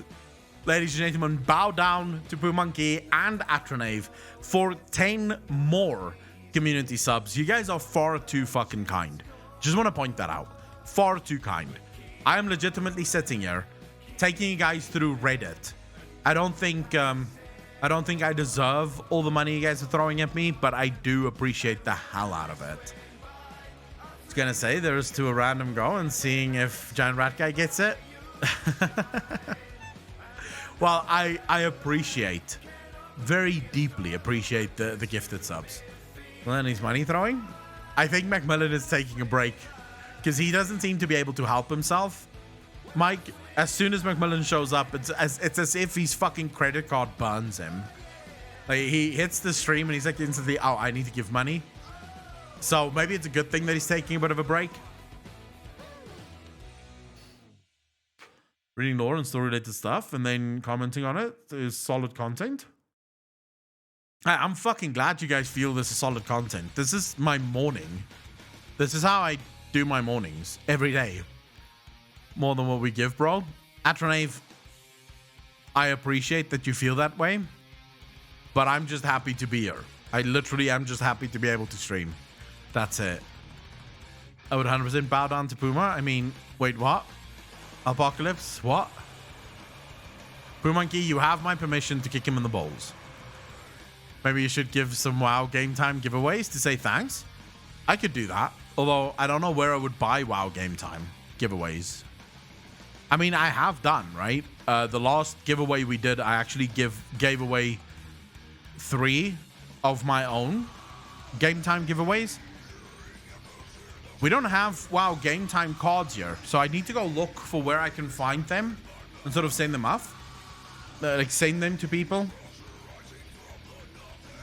But I would be happy to do that, the Grey. Or Cask, rather. Cask, how you doing, bro?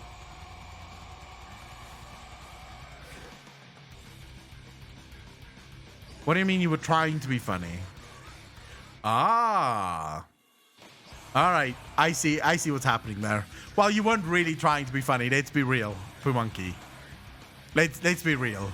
If it's a choice between Apocalypse and Shamey, we both know who you're gonna pick. Question for you, Akalon. So if we die as a mortal, we end up in the Shadowlands talking about the Shattering. Now, if we were to be resurrected, let's say like 20 to 30 minutes after your death, by any healer that can resurrect someone, what actually would happen to your soul? Do you get like ripped out of the Shadowlands and pulled back into the world of the living, or does something else take place? So, Ovain, how you doing, bro? Steve the Newser tried to answer this, but it didn't make a whole lot of sense. It basically seems like it sort of stops. Like, when you get ripped back, that timeline for you sort of stops until you make your way back into the Shadowlands. So the beings that's in there that just suddenly no longer see you, they sort of just forget about you. Like they just instantly forget that you were ever there. And you forget that you were ever there. So you have no memory of yourself being in the Shadowlands. That seems to be at least the going theory by Steve Denuser.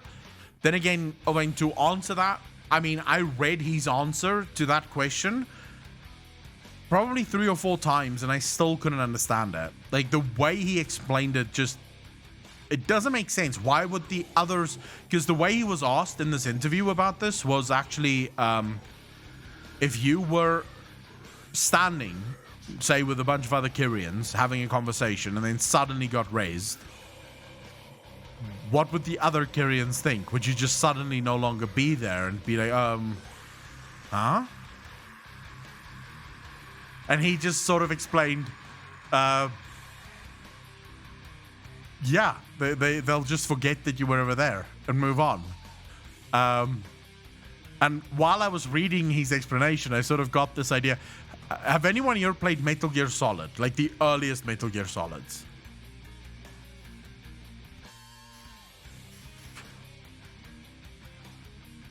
Specifically, I think it was Solid Snake.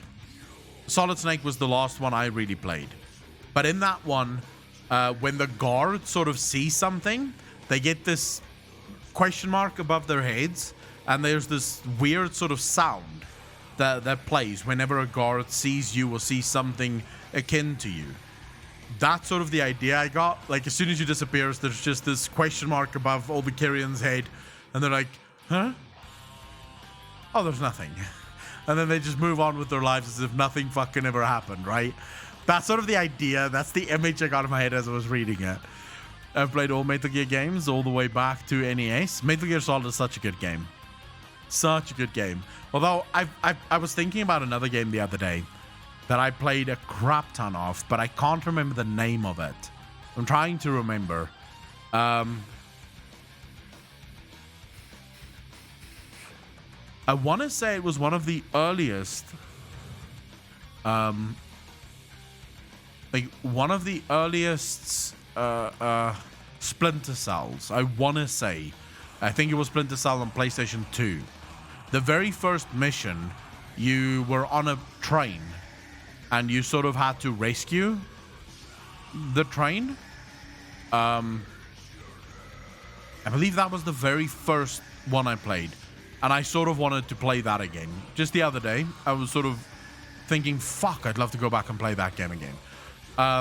You up for a round table on Saturday? Sure. Apocalypse, you up for a podcast on Monday for patrons?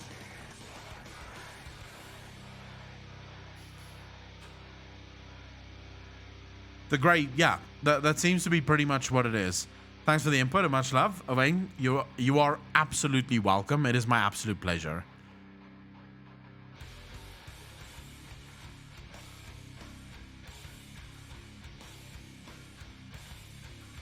Save and Raven, it seems like they can.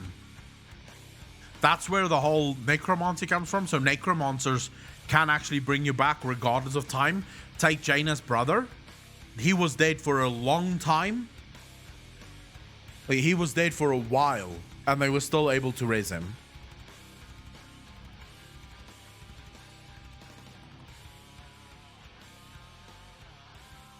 Why are people still asking questions like this? Well, you wouldn't know. Seven, he could have been in a covenant.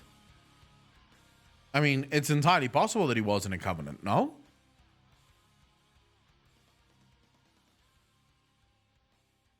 Depends on what time on Monday, but sure.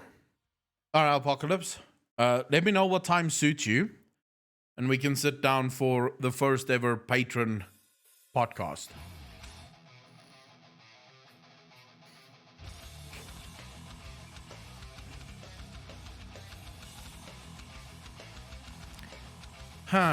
Alright, chat. Any good theories on why the player character was able to escape the maw? Tom Pendragon. Any good theories, chat? Anyone in chat has a good theory as to why this is happening? I get that question either. Unless they are talking super specific, we already know mortals have some tie to the old First One's technology. That's exactly the point, yeah. I mean, the question makes no sense.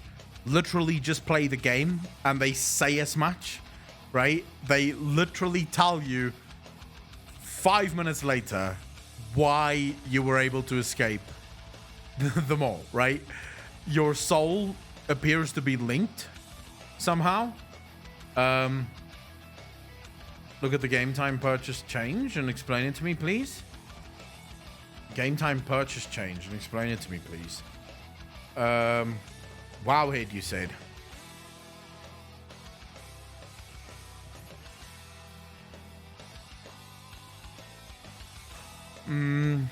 Changes to purchasable game time options.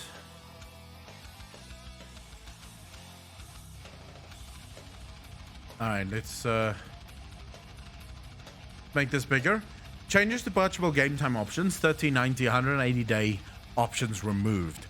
Blizzard has just announced big changes to purchasable game time. As of today, the game time options of 30, 90, and 180 days have been removed, and game time is only available as a purchase for 60 days. So WoW subscriptions have not been altered anyway. We recently conducted a review on the available services in all currencies. Based on this, we have decided to alter the available game time options in the Blizzard shop. As of today, the game time options of 30, 90, and 180 days have been removed, and game time is only available as a purchase for 60 days. And that's at $29.99. Okay? Please note that currently the options and pricing for the purchase of both WoW subscriptions and WoW tokens will remain unaffected. Also, any game time that has already been purchased for an account will not be affected by this. We appreciate that players choose to spend their time with World of Warcraft, and we are committed to ensuring the game continues to provide players with great entertainment value. If you'd like to review your World of Warcraft game time and payment method, you can do so through Blizzard account management anytime. Okay. So this does not affect subs at all, right? If you're a subscriber, like me, for example, you subscribe for 6 months at a time, this doesn't affect you. The 6-month option is still there, the 30-day option or the 3-month option is still there, and the 1-month option is still there. None of that is changing. As Blizzard say themselves, this is for people who physically buy game time. So this is when you go into your cash shop and you do not subscribe to the game. I believe we can do it here. Let's just quickly see. The Blizzard cash shop is always super fucking slow for me. But I do believe you can see it here. There's a place where you can buy game time. So here you see it, right? This is when you buy game time. You're not actively subscribing to the game. You are just buying it one-off. And as you can see here, 60 days is the only option that you have. So they've removed all of the other options. I believe the reason for this, and I'm sure there's going to be a lot of people that freak the fuck out, want to blame Blizzard for greed and all the rest of it. So the way these things usually work, and I say usually because obviously I wasn't involved in this change. It's not as if, you know, the accountants over at Blizzard called me up and they said, Akalon, you're such a good YouTuber. We want to know from you, do you think we should keep the 30-day one, the 90-day one, or the 180-day one? Which one do you think is the best one? They didn't do that, right? As much as I wish they would have, they didn't. Then again, even if they did, I don't know what I would say. I'd be like, I don't know. Do whatever the fuck you want, I guess. So, yeah, I wasn't consulted. But the way these things usually work is they look at a service and they look at the one that is most used, right? So they'll go through, say, the last 2 or 3 years of this service existing, and they'll say, all right, which one of these is used most often? And from that, they will then most likely, in my opinion, see that 60 days was most used. That's the best bang for your buck. Most people will most likely not want to go every month and buy one. So they'll just buy the 60-day one, and that'll be that. Right, so the 60-day one most likely was the most popular, and it just made a little bit more sense for them. Not only that, but it is a way for Blizzard to ensure more money. The way I'll describe this is what a lot of people do on Patreon or on YouTube, right, with memberships. One of the things that I was told not too long ago was that I should cancel the $1 patronage and the $1 YouTube subscription. And the reason they said I should cancel it is because most people that want to subscribe to you will subscribe at the lowest possible rate, right? Regardless, they'll just subscribe at the lowest possible rate because they want to support you. If you make that $5, they'll automatically support you with $5 because they wanted to support you in the first place. This is true for what Blizzard is doing now. I didn't go that route. I have a $1 option on literally every single platform that I can have options on. Mainly because I don't really give a fuck, and I'm a terrible businessman. But for those people at Blizzard who isn't terrible business people, they understand there is a massive difference between $25.99 and $12.99, right? Which is what they would be able to charge for 30 days.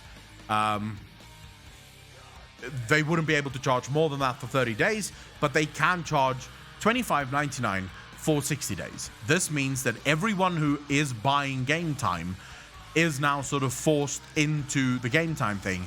But there is another reason for this, and this is what I believe is actually the biggest reason. Blizzard is doing a lot of work throughout the world. Remember, they had these changes in Australia as well, in the Oceanic regions not too long ago, where they sort of upped the price of these game time purchases.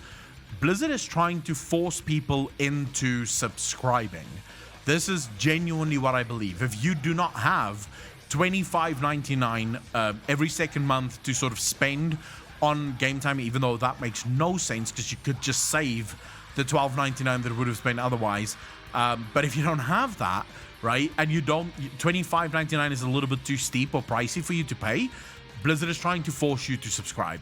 They're trying to get you to go, all right, fine, I'll put my name down for a subscription.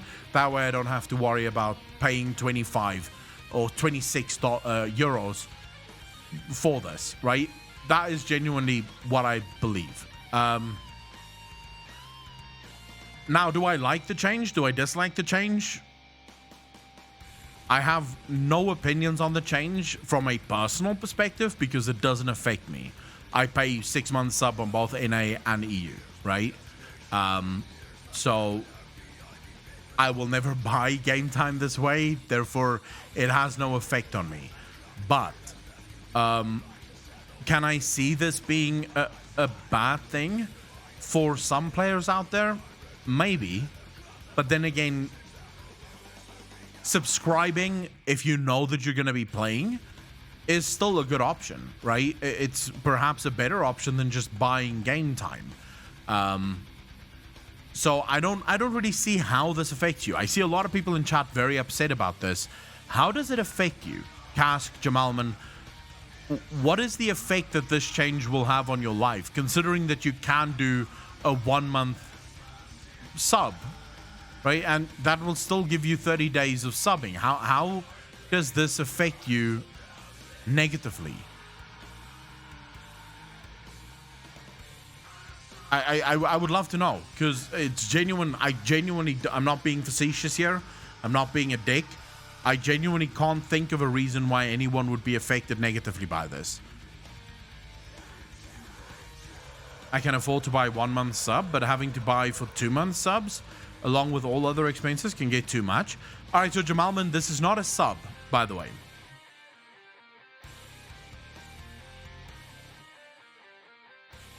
Excuse me. This is not a sub, by the way. This is the specific change that was made here is on the game time purchase, not on subscribing. So you will still be able to subscribe for a simple 1 month, right? There's still a 1 month subscription that you can purchase, and that will be your 1 month subscription. The change that they made is to the game time purchase. So the difference here is, when you subscribe, so when you go into the Blizzard account manager or account management page and you say subscribe, every month it will renew that subscription. What this is you buy it once and it will not renew. So when the 60 days runs out, you will have to go back in, purchase 60 days again, and then it starts up again. So this is legitimately just Blizzard going, we don't want people to do that. And it makes sense. From a business standpoint, it makes sense. I've told you guys this before, but I'll say it again. Why do every single large streamer prioritize subscriptions over donations? Anyone in chat?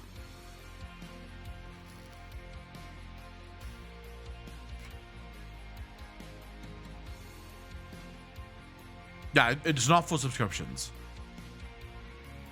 People forget to turn off their subs. And, well, there's actually a few more things on that, right? There's a sense of commitment, like Sathik just said there.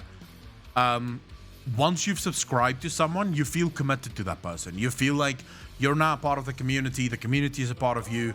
You're going to stay within that community. But there is also the thing that most people forget to turn off their subs. So maybe that person did just want to support you for 2 or 3 months. They still watch your content, but you know, a year later, they're still subscribed to your channel. They still give you money every single month. Whereas a donation is a one-off thing that you can't count on, right? Someone can drop in right now and give me $1,000 and never be back, right? They literally came here, they dropped $1,000, and I never see them again. Now that's $1,000. It's pretty good. But in 2 years from now, I would have made far more if he was subscribed to the channel and just sticking with it, right? Subscriptions is terrible. Twitch takes 50% of your money, right? 50% of your subscription goes to Twitch. Nothing you can really do about that, but it's still better because it gives you a sense of security. It gives you a sense of planning. So I can plan knowing how many subscribers I have. Right? I never look at my subscriber numbers from a general standpoint. So right now I have 863 subscribers, according to the overlay, right? 863 subscribers. I don't have that many. That is a lie, because it's still taking last month's and adding them on. At some point, it's going to reset to how many I have this month. Well, we can actually fucking check how many I have. We have about 300 and I'd say we have 3 tier 2 subscribers. So deduct 3 points there. We have 367 subscribers on the channel, right? That's it. That's how many subscribers I have. Now, of course, I can work out how many of these are gifted subs as well. And if you remove the gifted subs, then you get a real world scenario of how many subscribers you actually have, which means now you can sort of plan ahead, right? You can know, all right, I'm pretty much every month going to get $500. So how can I live my life with that $500? Whereas if you're just relying on donations, there's no planning, right? There's no ability for you to plan your life. And this is sort of true for companies on a much larger scale, right? This is true for companies on a much larger scale. If people only buy game time and nothing else, there's no way for Blizzard to make any sort of future predictions as to what comes next, right? What are people going to do next? Will we have 6 million subscribers next month the same way we had this month? Whereas if I force you to subscribe or I force you to buy a 60-day game time, at least I know I will have 6 million for the next 2 months, right? So I can make future predictions. I can sort of make future predictions. I want to reiterate this again for anyone that didn't know. This does not affect subscriptions whatsoever. This does not affect the token whatsoever. This is only for the one-time game time purchases. So if you're not someone that purchased this in the first place, it does not affect you one bit. Zero. It will not have any effect on you whatsoever. So yeah, I wouldn't be too worried about this. I don't think this is going to affect anyone's life. If you still just want to do 30 days, then just subscribe for 30 days and just keep track of it. Do what I do. I have an entire Excel sheet with every single subscription I own. And anytime I subscribe to a platform, even to Twitch streamers that I subscribe to, they're added to my Excel page. And if I stop watching them or I no longer care to watch them, I just look on the page. I go, fine, I need to cancel that subscription. And I go in and I cancel the subscription. I remove them from my list, right? That way you don't forget to cancel your subscription. It just makes a hell of a lot more sense. And that's it, right? That's all you need to know. See this only as an unnecessary consumer unfriendly change, to be honest. I mean, it could just be to unclutter the shop, right? From a technical standpoint, not so much from a physical standpoint, but from a technical standpoint, every single service that you have is a service that takes up space. It's a service that takes up some lines within the code, right? And offering all of these different services can just turn into maybe a little bit bothersome. Maybe it's just something that they feel it's unnecessary to have all of these services when nobody really uses the other services that we have. So what does it matter, right? I don't think this is consumer unfriendly. I think it's consumer neutral. At least in my opinion, this is a consumer neutral change.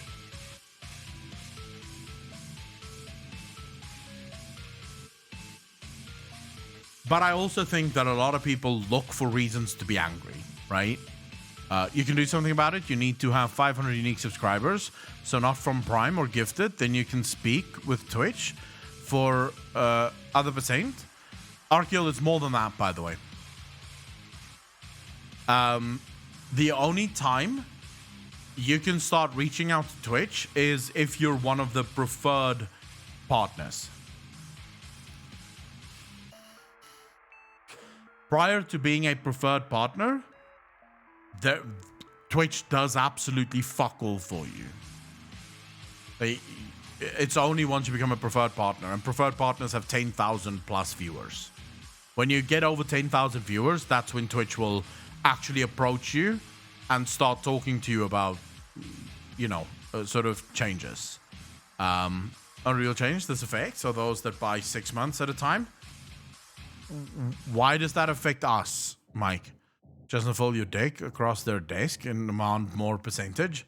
You could do that. I mean, you might get arrested, but you could. I'm always buying just game time, but I don't think it will affect me anyway. So I just get the 6 month sub. It's easier. It is so much easier and less of a fucking ball ache.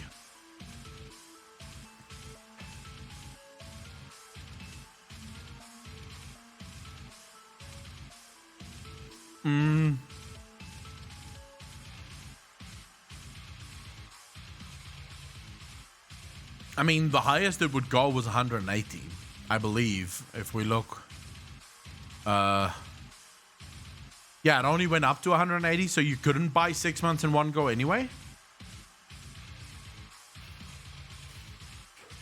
Many gamers seek reasons to hate the games they keep playing over several years. Stockman, I actually think it's a much bigger conversation. So, Stockvane, to answer that question, I think you need to go a lot deeper with it, right?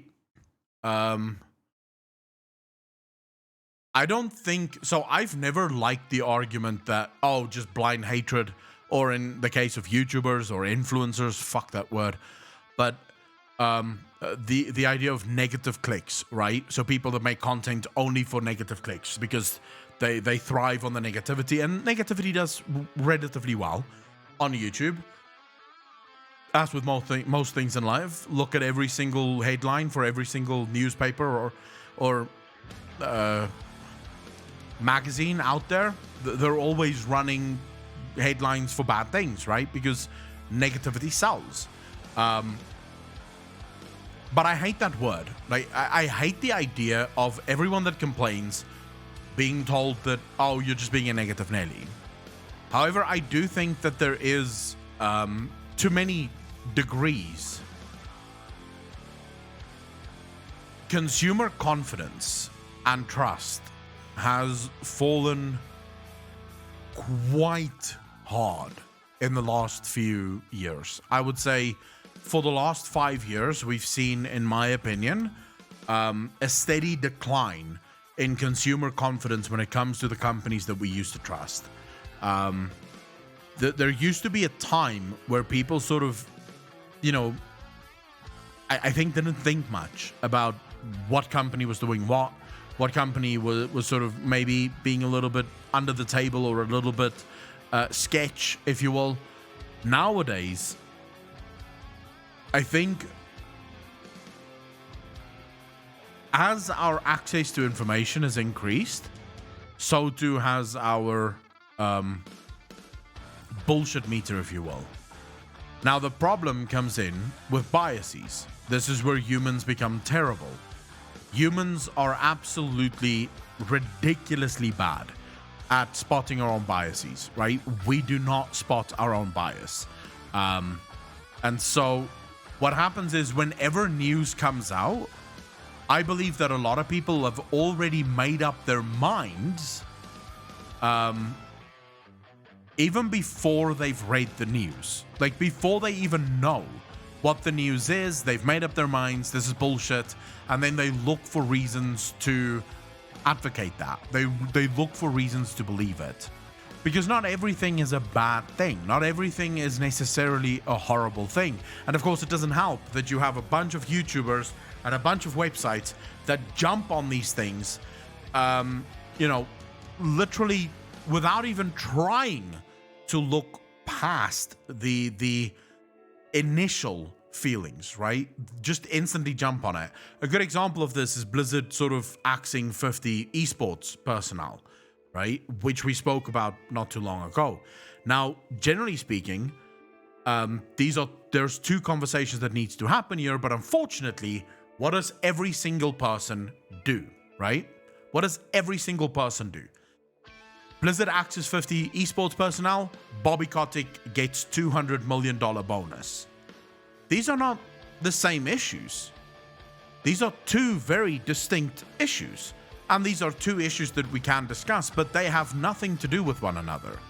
The 50 people that got axed at Blizzard, Bobby Kotick would have still gotten his $200 million bonus, even if those people were still working for Blizzard Entertainment. I promise you, those 50 people were not eating into Bobby Kotick's $200 million bonus, right? That's just not true. And anyone with half a brain would be able to see that. Anyone with half a brain would be able to put two and two together and realize that 50 people can undoubtedly not get enough in salary to even make a dent in $200 million bonus, right? Couldn't. It's impossible. The problem is, people read 50 people laid off at Blizzard Entertainment. They immediately go, wrong, bad, fuck you, Blizzard. Why is this wrong? Why is this bad? Why fuck you, Blizzard? And then, of course, they see Bobby Kotick get $200 million bonus. That's why. Fuck yeah. Let's go. Like I said, not how this is supposed to work. Not how this is supposed to play out. These are two very distinct, very separate conversations that we can absolutely have. Should a CEO get $200 million bonus? I don't know. If the company is worth that and the investors don't give a fuck, why not? Then he can probably take as much money home as he wants, right? There's no rule that states that he has to give that money to anyone else. That is his bonus. He is the CEO. He takes the vast majority of the risks. So why not? Alpocalypse, thank you very much for the gift. It's up to really fucking appreciate that. 12 months in a row. Thank you, thank you, thank you. But of course, we see that his investors wasn't happy with him. Investors themselves are speaking out about the $200 million bonus. They're not happy. They don't want it. Now, if humans were actually, if we as humans were actually principled and believed in the things that we stand for, we would have unsubbed from World of Warcraft so that he wouldn't get the $200 million. But we're not like that, right? We like complaining. We definitely like complaining, and we like to signal how nice it is that we see these bad things and we don't agree with these bad things. And yet next month comes and the charge still goes off your credit card as if nothing was wrong, right? That's it. You can't be angry at anyone else but yourself. You keep doing it, it's your fault. No one else's fault. Should a CEO get $200 million bonus? It's got fuck all to do with me. It's got nothing to do with me. To all Crap Division as a goodbye gift.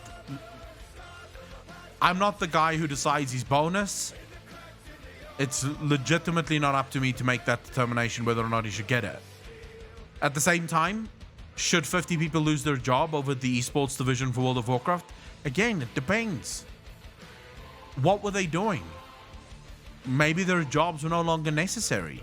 Maybe if they kept their jobs, because Blizzard, much like a lot of other big companies, don't have a single budget for the whole company. Instead, they have smaller budgets for every division within the company. And if one of the divisions is underperforming to the point where it just no longer makes sense to pump millions into that division, then the budget gets cut. And when the budget gets cut, hard choices need to be made until such time that the division does actually start picking up and actually starts doing better. Do I know if those 50 people should be sacked? I don't know. I don't work at Blizzard. I don't know what the ins and outs are of these people. I don't know what the working conditions would have been. I don't know any of this. So I don't really know how I can make a determination. That's why I've never made a YouTube video on this. I might make a video on it now, but I've never made a video in the past because, well, I did years ago, but on this fresh new issue, I haven't made a video because I genuinely don't know what I would say. I don't have any inside knowledge on this other than, yeah, all right, that's news. That's something that happened. The only thing I don't like is that people take two separate issues, make it a single issue to drive their point home. That's bullshit. That's dishonesty. You shouldn't be doing it.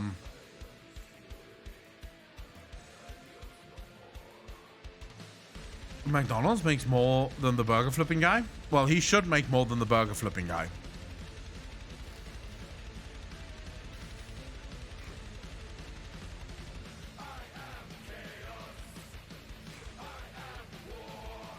All right, let me just point this out, right? Just as something that a lot of you might not know.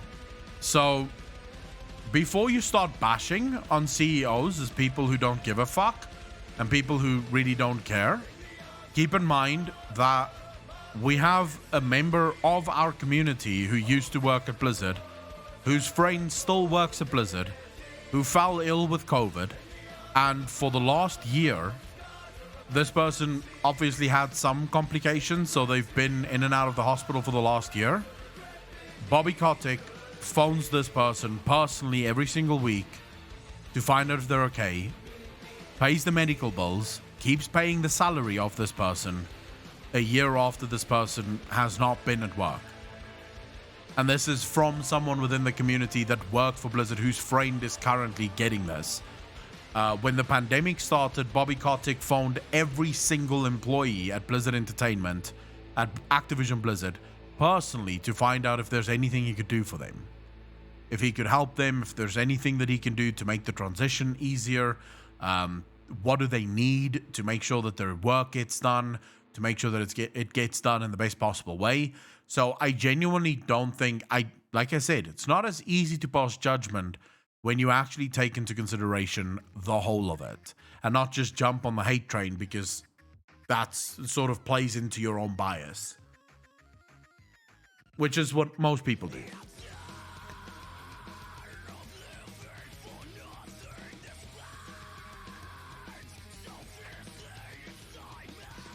No one is absolutely evil. I genuinely believe that. Some people are quite evil, but not absolutely. Like, absolute evil is a whole different layer of fucking bad shit.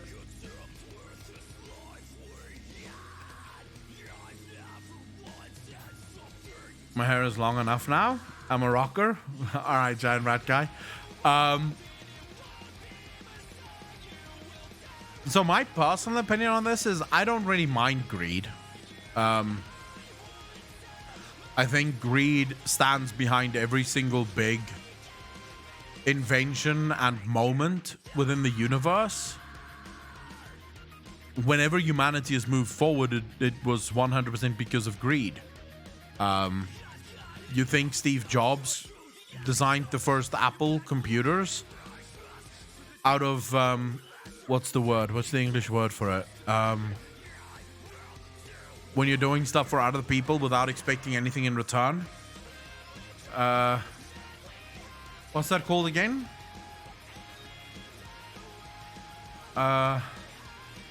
Altruism.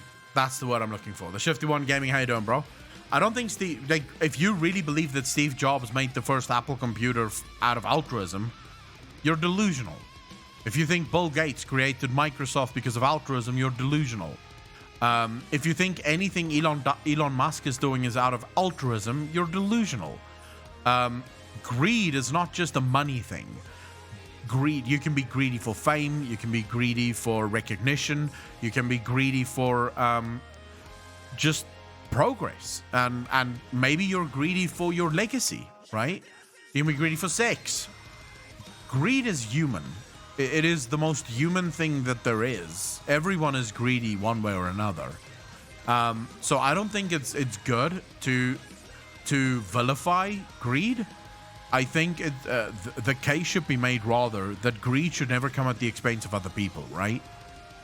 So as long as your greed does not affect those around you and actually betters people's lives as a result thereof, then that's a good thing. Then 100% yay to greed. The people that we need to stop are people who enrich themselves through greed, but does so by shitting on other people, right? As I've said before, your liberty literally ends where my nose begins.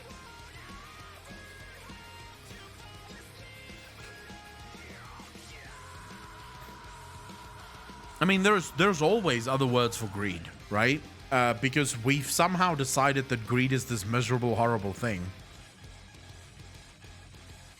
Second wave, because he knew there would be one. They purposely keep you sick, so you buy pills for life. All the billions he puts into those maid companies, he is the problem. I look at Costco as an example of a company that pays their employees fairly well. Bloated CEO pay. Most corporate CEOs should be making multi-millions. I just hate when I see them making tens of millions while having loads of underpaid workers. I 100% agree with that, by the way. I 150% agree with that. The difference, though, is that I believe the free market should be the one solving that problem. And the way you solve that problem is through competition. Because when you have more companies that people can go work at, CEOs will not get away with underpaying their people. So I've literally heard this from an insider at Amazon. The reason Jeff Bezos pays Amazon workers so miserably well, can anyone guess why?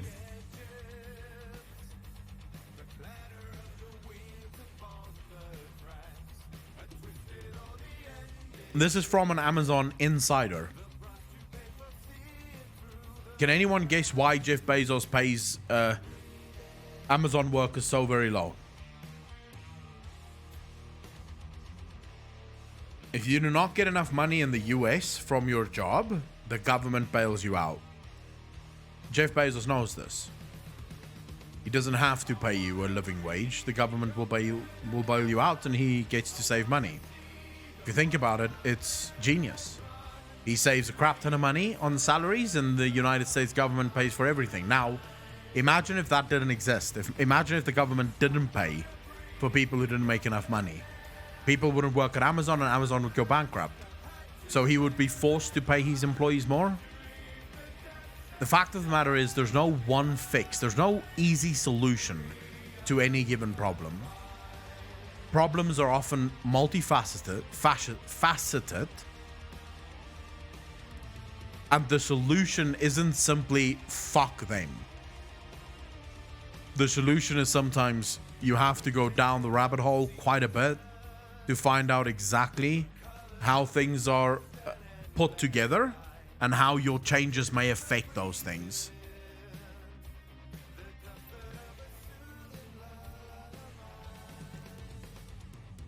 I see Giant Ratka and BattleNet Mike is having one hell of a conversation in chat. Is anyone else in chat at all following what the fuck they're talking about? That asshole over Activision is soulless greedy bastard, but that's just my opinion. I mean,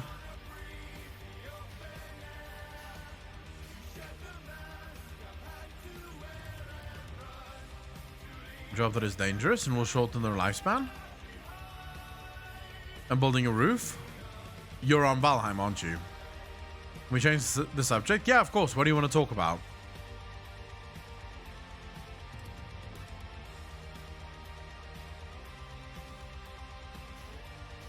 We want to talk about cats. We have market competition issues here in the US. Numerous markets are rigged by corporations. The cable industry is a great example of it, where they basically split up their areas to not compete, and they're protected by the government to do so. The grey. You remove the government protections, and suddenly you have a whole slew of private corporations coming in to fight, right? To start taking back some form of market competition. They're protected by the government, so these corporations can get away with whatever the fuck they want. Let's change the subject before I start planning a fucking revolution. Mishka, how you doing? What's your theory on what the Tarot Guru actually is? What he actually is? I think it's just a boss. I think it's just a sort of the puppy of Zuval, if that makes sense, right? I think he's just a puppy to Zuval. To us, he's this giant bad dude, like this giant bad creature, but he's got a very single-minded job, right? That sort of, in my opinion, is all it is. I don't really have a deeper speculation on it.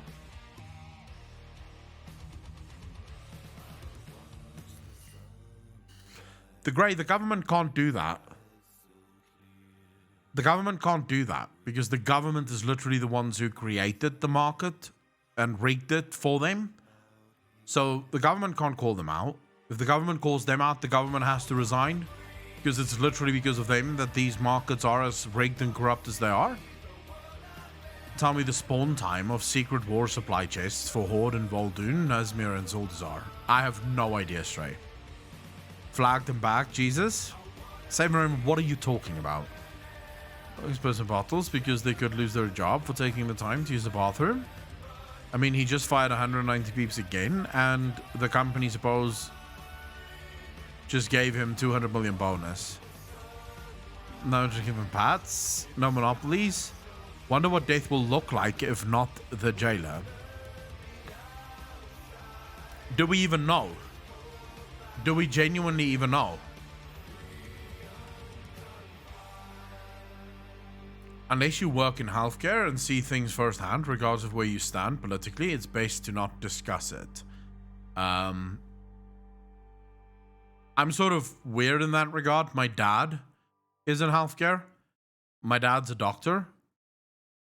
True, they did hand them hundreds of millions of dollars for internet infrastructure, and they didn't make sure they used it for that, so they pocketed most of it. Most of it, love massive. Well, the great Macmillan, how you doing, bro?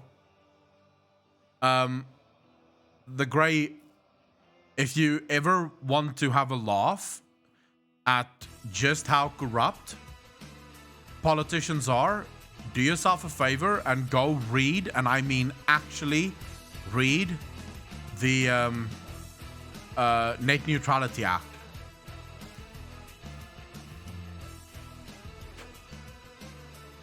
Spoiler alert, it does not do what you think it does. It does not do what you think it does. Gasso YouTube, thank you very much for the follow, dude. Really fucking appreciate that. Welcome to the channel. Thank you, thank you, thank you. No, Macmillan is not allowed. Macmillan is not allowed to give a fucking cent. All of you, keep an eye on that man. Keep an eye on that fucking man. He is allowed to enjoy the stream, kick back, relax, but that's it. Macmillan is not allowed to do anything else. I hope you're all feeling all right. I'm just passing by. Gasso, we're feeling good. We're feeling very good. How you doing, bro? Monkey, wait, what? Mac don't do anything, but go get Corewood? Ah. Is getting timed out if you don't know? Yes. But look at this. Look at Monkey immediately putting Macmillan to work. Such a... Are you his wife, Monkey? Or are you just taking liberties at the moment? Like, is this just you taking liberties at the minute?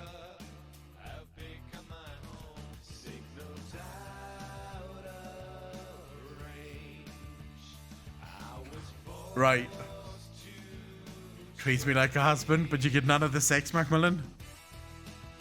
But that is such a fucking woman thing. You just get home, kicking back, and then she goes, can you take out the bins, please? What is this? You need to help me do this. Can you fucking do this? Can you do this? Let's go do this. Let's go do that.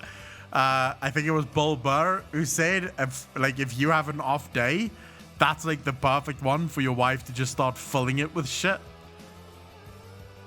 You go Corwood farming. Still there, just as Jason to get him not to donate.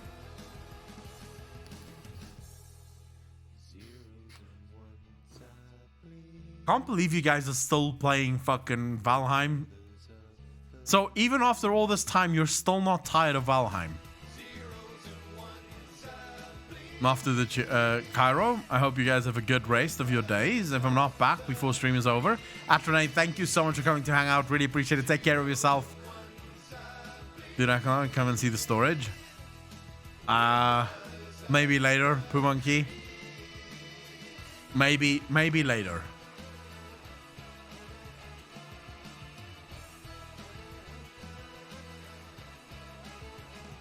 Echo, this is off topic, but did you play Diablo 2 back in the day? I did, Sathix. Diablo 1, Diablo 2, Diablo 3. I've played them all. I love Diablo 2. I think it's an amazing game. I can't wait for the fucking remake. I got myself... I actually got myself a different game. But I'm not entirely sure if I'll really play it. I tried it a little bit, and it was... I don't know. It's sort of boring. Sort of not fucking good. I played some Secret World. What I miss? Oh, Liliana, just political talk. We were getting deep into solving the world's economic problems. Play Baldur's Gate 3, 2, but waiting for crash fixes. I'm waiting for Cyberpunk 1.2 to finally fucking release. No, not sub options, just game time purchases, Liliana. So I've already discussed it, but it's literally just the game time purchase options that they removed. Yeah, so you can still sub, you know, for everything. No, you don't have to apologize. I mean, I wasn't telling you that in the tone of how dare you ask me about it now. I've already covered it. What do you think I am, your personal newsreader? No, I was just saying. I covered it in more detail a little bit earlier, but yeah, it's just sub stuff. It's not. It's just game time stuff. It doesn't affect the subs at all. It's a tough time for me, but it is what it is, I guess. Oh, Gasso, I'm sorry to hear that. My 3-7 tomorrow, so excited to start Cyberpunk. Sathik, you're gonna fucking love that game. 1.2 Bring Echo, just a bunch of bug fixes, Unforgiven one. So the big patches is coming later in the year. Like the patches that adds more content, that's coming later in the year. Will you play Final Fantasy VII Remake? Kizenex, how you doing, bro? I don't know. This is my personal newsreader. This is where I get all my info. Mishka, I'm happy to be that. I am happy to be the personal newsreader.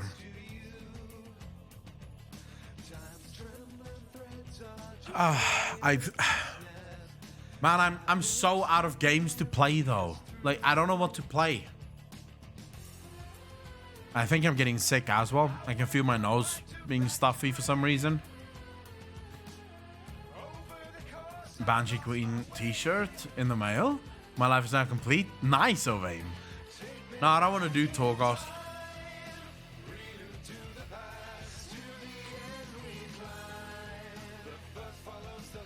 Last day of my fucking quarantine? Wait, why did you have to quarantine, Arkil?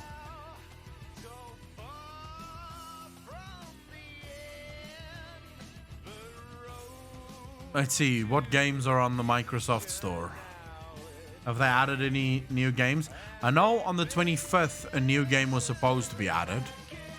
It is the 25th. When's this game going to be added?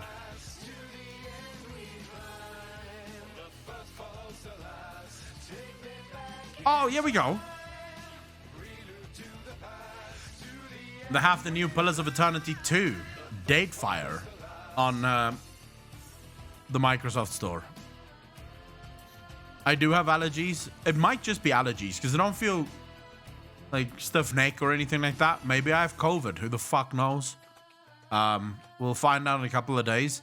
It might also just be a stuffy nose for no reason other than just nose being stuffy.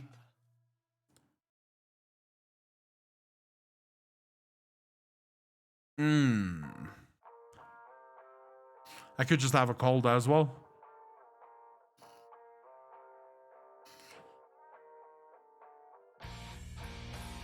I did, Arkil.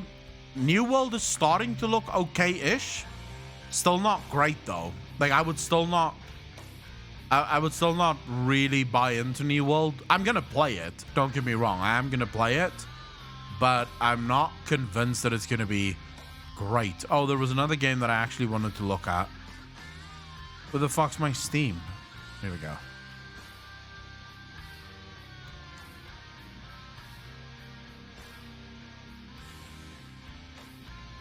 Sorry, let me just quickly check this. It's just you trying to get out of D&D again? How am I trying? No, I can still stream when I'm sick. Depends, of course. If I get fucking hospitalized, that's a whole different story. But I don't think that'll happen. Yeah, fuck those games. It's called Mortal something. I think it's called Mortal. Mortal Online 2. They're supposed to have, like, some kind of early access event. Have you guys seen this MMO? Mortal Online 2. No, we will have the D&D next week, I promise. D&D will happen next week. There's a new game called Dragon Blood on Steam. Have you seen Mortal Online, chat? I'll check that out in a second. Don't forgive one.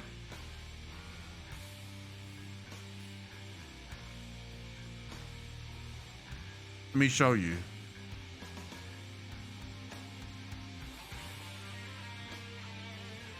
I don't know if they're gonna have fucking gameplay.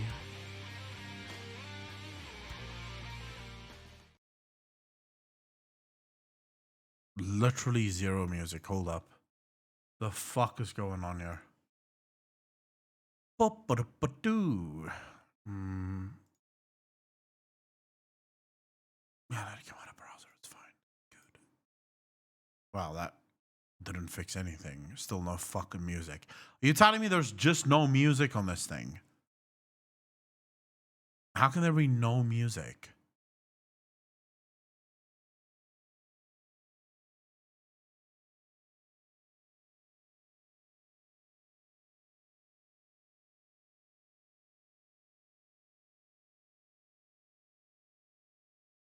Do you hear something?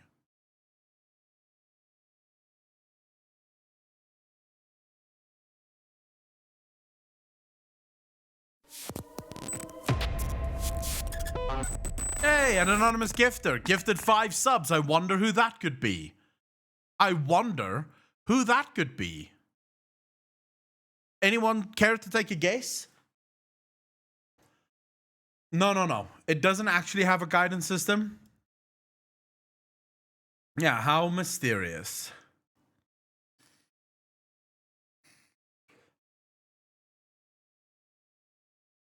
It is Macmillan. Macmillan, was this you? Was this you that gifted the subs? Be honest. Corewood farming? I'm pretty sure you're fucking not. Poo Monkey, is he actually Corewood farming? Or was he not? I am pretty sure Mac is sus as fuck at the minute. Like 100% the most sus fuck in chat. Just farming in his own server? Yeah, I'm pretty much voting Mac as well. All right, who are your things? +1 if you think that it is Macmillan that just did an anonymous 5 gifted subs.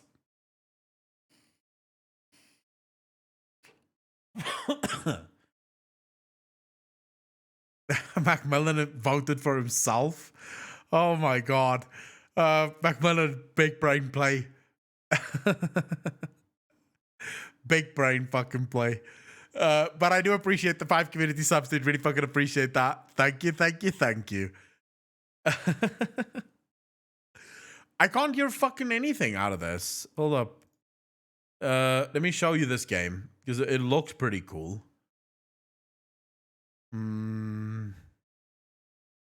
Wait, where'd my YouTube go? The fuck? Alright, fine.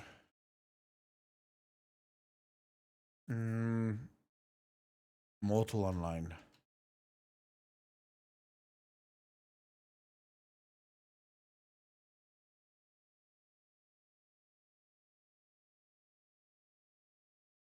I don't really want to watch other people play it, but I'm guessing we're gonna have to, just so that you guys can sort of see what this is about. If you have just started Mortal Online 2 and you're very lost and confused, this is the video for you. Mortal Online 2 is running a stress test right now up until the end of the weekend, and I've been sent hundreds of stress keys to give away to you guys. So if you want one, just subscribe, like the video, and then leave a comment below and I'll reply to you by the weekend. If you're super desperate, you can also jump on my Discord linked below and ask for one. But be warned, the purpose of this test is to push hardware. It's sort of... It is sort of... Valheim on crack, but it's more a case of Kingdom Come, Deliverance.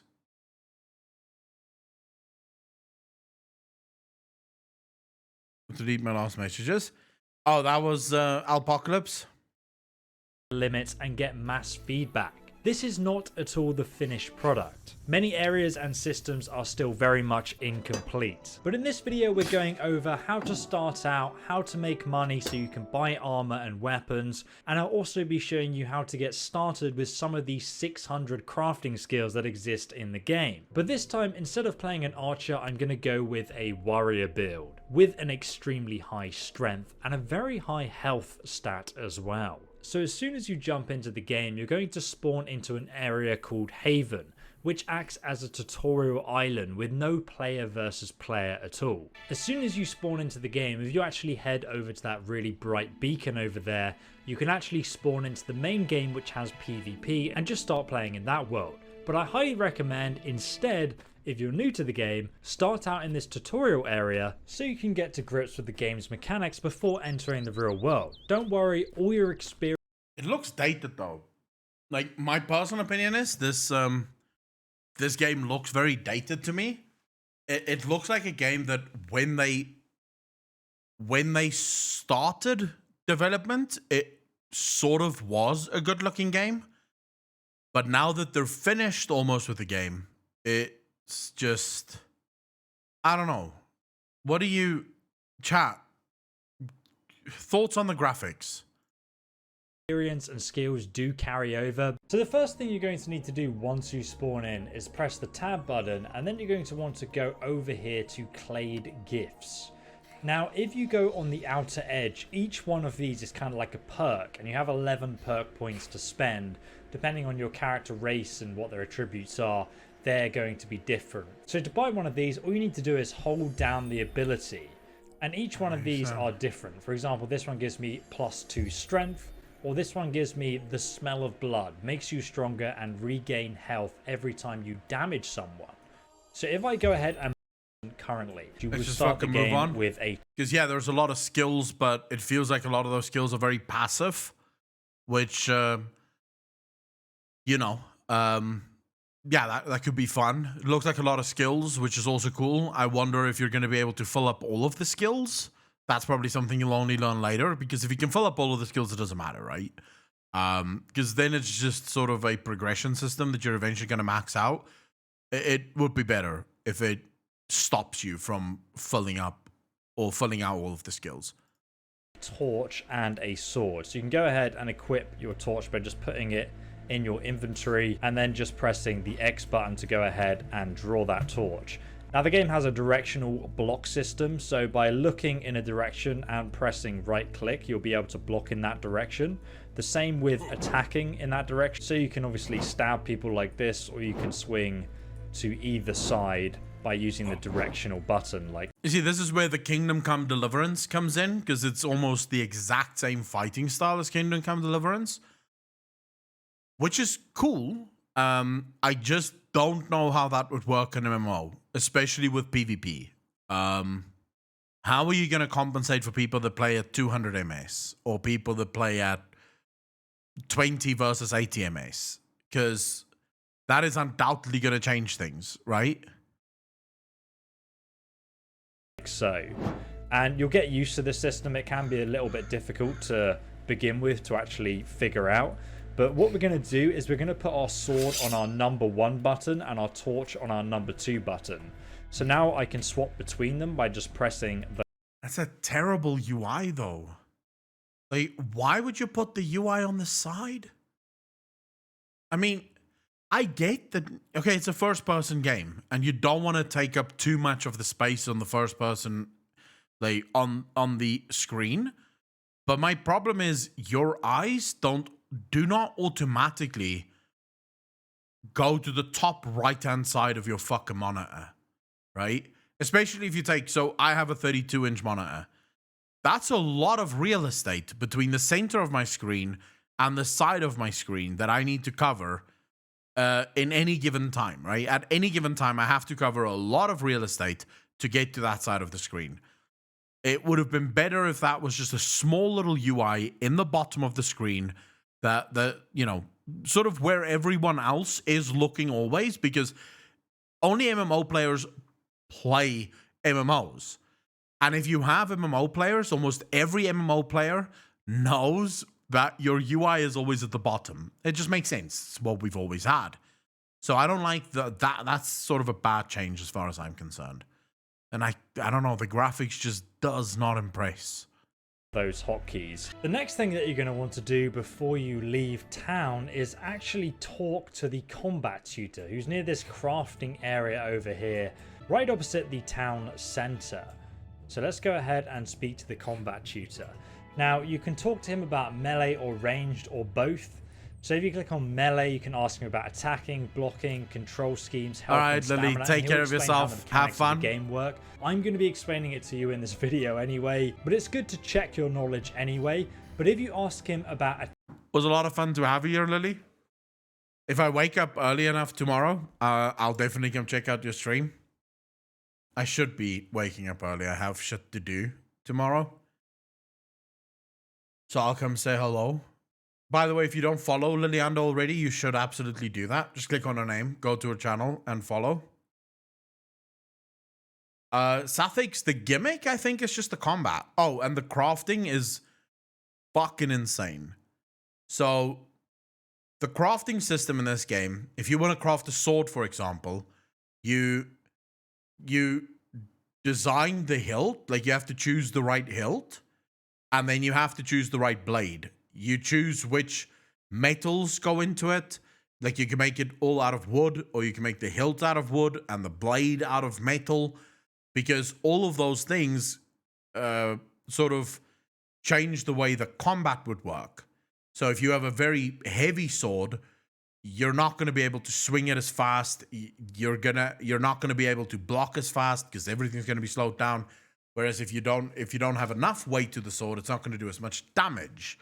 So you sort of have to keep all of those things in mind whenever you develop your weapon. Attacking, and then tell him you want to learn about different weapon skills, and then you have a choice of sword, dagger, axe, club, and spear. Zig, how you doing, bro? You can click through all of these, like sword, for example, and it'll actually give you a skill boost in those specific skills. So you're going into it doing a little bit of extra damage as you play the game. But we will go over that as we play through this video. You can, Apocalypse. You can absolutely do that. An MMO without magic.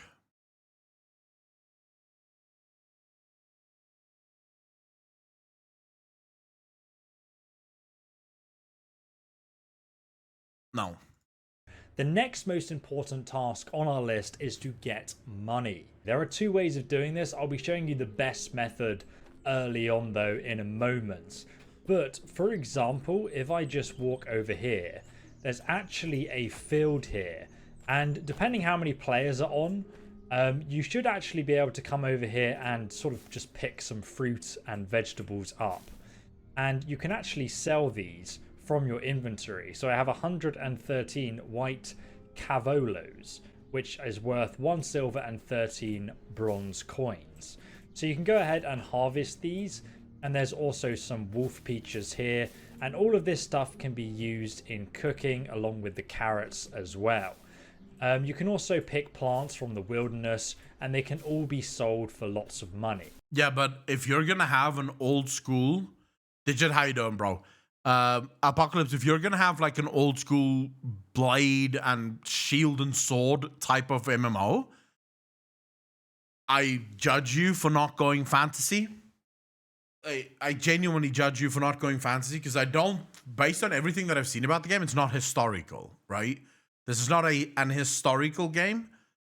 So you can understand why Kingdom Come Deliverance didn't have magic in it, because it's historical, right? So it wouldn't make sense. People don't have magic, and therefore, why would you have magic in Kingdom Come Deliverance? But then again, this isn't that. This isn't Kingdom Come Deliverance. This is just a quick way to grab some in-game currency at the start of the game.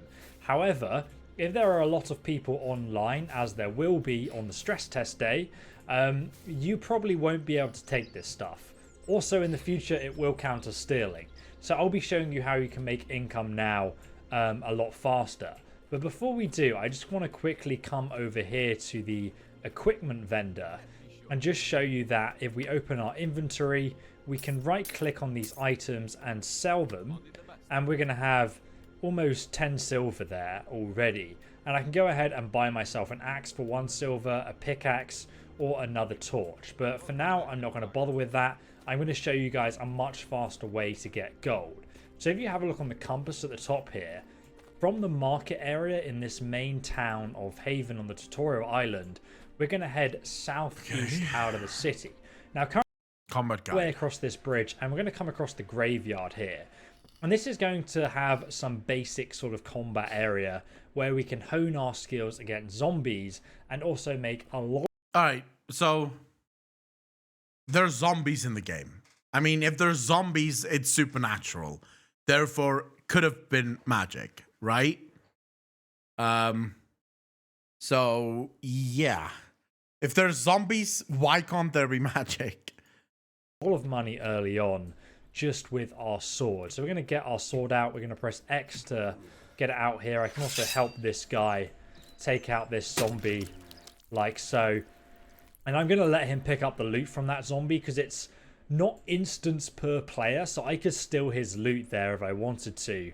But because I'm a nice person, I'm not going to bother doing that. I would have stolen I'm the loot. going to instead choose my own zombie to come and kill inside here. As you can see, this place is infested with undead though. So let's go ahead and attack this guy. Now, one thing I should explain before I attack him is if you look, if I hold down my attack direction, a little ring in the center there fills up. Now, as soon as that ring fills up, that's my maximum attack damage. Big nope, yep. So if I attack someone after the ring fills up, I do the maximum amount of damage. If I just swing my sword, it does a lot less damage. Also, if I hold down my attack and then it blinks like that, I'm also going to be doing less damage. So it's kind of about timing. There's actually quite a lot of skill in this game in that sense. So I'm going to hit him in the head. I actually hit him with my hands there, so it did a little bit less damage. It only did 22 damage versus if I actually hit him properly with my sword, then it should do like 66 damage or something. So that did 90 damage, which is obviously a lot He's not higher. hitting this thing at all. So I'm going to kite this guy backwards and just carry on attacking him like so. It feels and just clunky. Try and aim for his head. If I hit him in his armored arm there, it will actually make a metallic sound, and I'll do a lot less damage. So he's almost dead. There we go. I don't know. Yeah, this is not my type of game. Yeah, fuck this game. No, it feels super slow. It feels extremely clunky. Wellness, thank you for the follow. Really fucking appreciate that. Welcome to the channel. Thank you, thank you, thank you. Oh shit. I forgot to make today's video public. Give me a second. I completely forgot about today's video. Okay, here we go.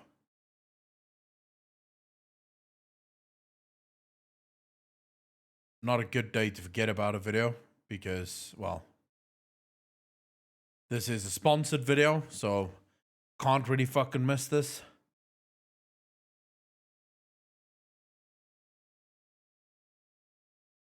Okay, there we go. The system seems interesting. Interesting, but still, it's called Mortal Online 2. Thanks, mate. Keep up the good work. Wellness, thank you very much, dude. Really appreciate that. So I would say my biggest gripes with the game is combat super clunky. It really doesn't, like, I get what they were trying to go for, but I just think it falls flat, especially with an MMO that you know, think about PvP. Think about doing PvP at that speed. Like, how fucking long is it going to take you to kill another player? You both just going, ugh, ugh, ugh. The fuck, dude? That's going to take, I don't like gimmicks like that. Like, why do you always want to be, like, why do everyone constantly want to reinvent the wheel? I don't get it. I mean, the wheel doesn't need reinventing. Combat doesn't have to change this much for an MMO to be successful. Also, I hate the first person element. I hate the first person thing. I can genuinely see myself getting fucking car sick or motion sick from playing this game. So yeah, I'm not a big fan. I don't even think I want to keep watching. I was looking forward to trying out the game, and now I'm just like, nah, fucking not. Let's not play that.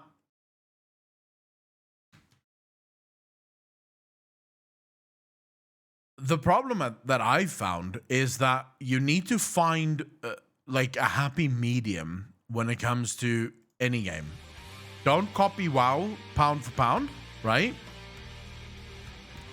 But also don't deviate too far from WoW.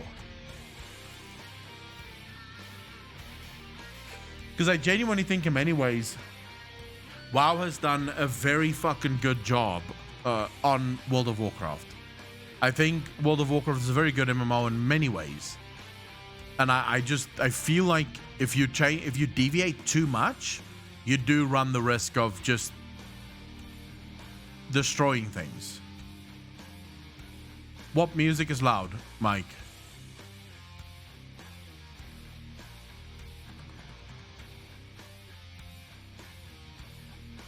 Is the music too loud?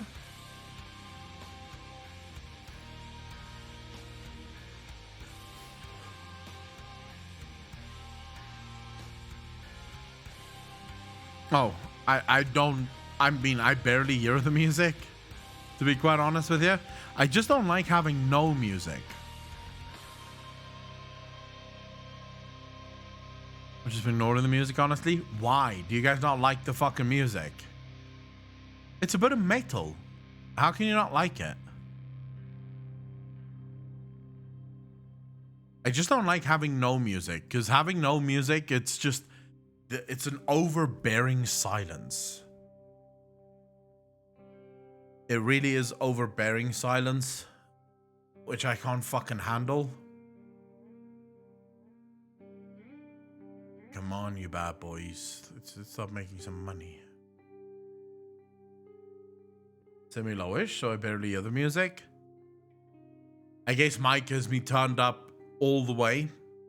Like, legitimately all the fucking way.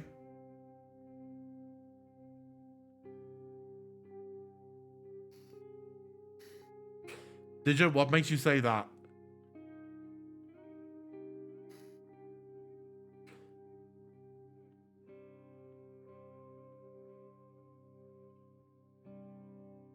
What makes you think the patch 9.1 work in progress is a real struggle? Because I don't think so. On 23%, and you're just fine, and the music is just right. Well, as long as everyone can hear it fine, I guess that's good. Maybe you're just getting too old, Mike. Yeah, Mike's over the hill now. He needs to retire. He's worked the hard life. Don't have my headset on. Why are you not? How do you watch anything not on your headset though? Guys, I'm seriously.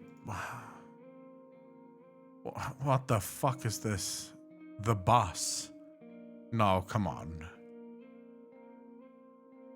No, come on. No, for the love of God. This cannot be a game. Is this a game about driving a fucking bus?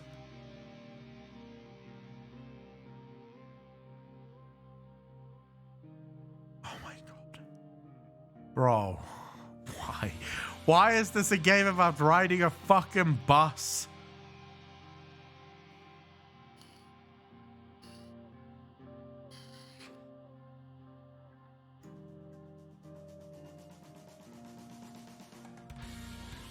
Biomutant.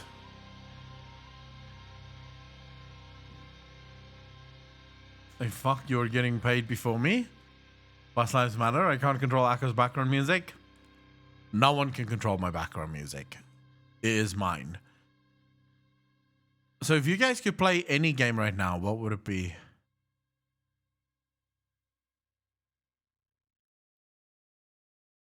I don't see anything that really grabs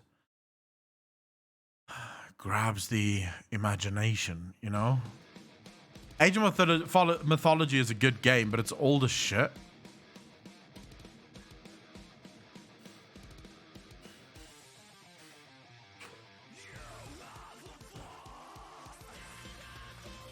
Just fuck GTA 5 online.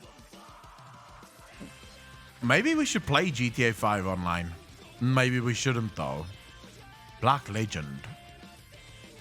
What's this game about? It's got 3 user reviews. All right. It'd probably be in Valheim if I wasn't working. Music is in Sinful is the best in-game music in my opinion. Sinful has some incredible music. Yeah, I don't know what games to play, guys. I'm completely at a fucking loss. Is Immortal Phoenix Rising any good? If you like Ubisoft games, I've heard good things. If you're like me and you don't like Ubisoft games, then probably not a good game. I'm not a huge Ubisoft fan. I feel like Ubisoft does an incredible job of creating massive open worlds with almost fuck all in them.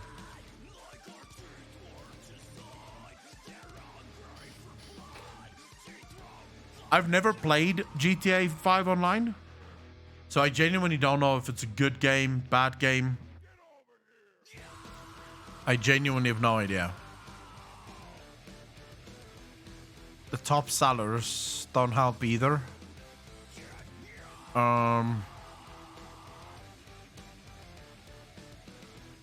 Lost Epoch.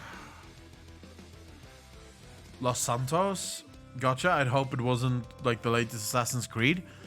I don't think it is. It's more... I think it's more involved. Like I said, I've heard good things about it. A lot of people love it. I'm just not one of them. But then again, I've never played the game. So I'm not really judging the game. I'm just judging it based on would I buy it. And the answer there is no. I wouldn't buy it. I should at some point just buy Divinity Original Sin and be done with it.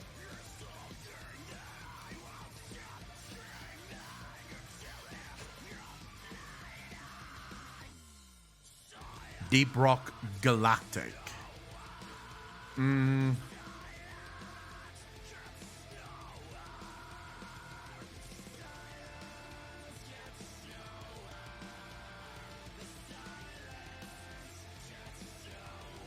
But what's the purpose of the game?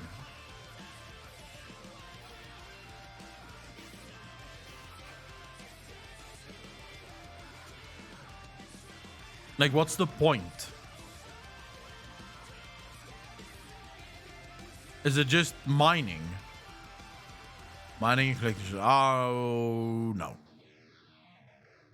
No. I'm already getting bad flashbacks of games that I don't want to play anymore.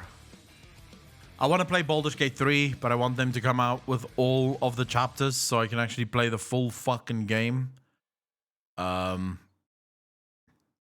want to play Divinity Original Sin 2, even if I have to click continue the whole fucking time to actually get continue. I don't know what Honey Pop is, so I'm betting I don't want to play it.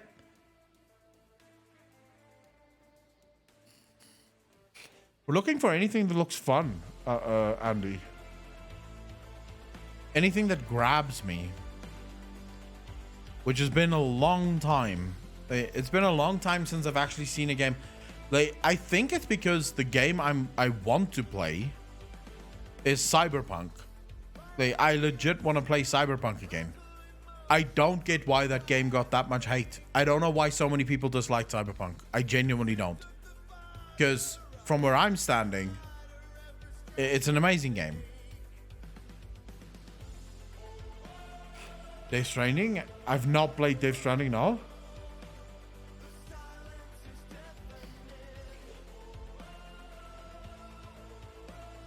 Cyberpunk is as fantasy as you can get in the real world. DOS 2 or DOG? What's that? Played Subnautica? I have played Subnautica, yes.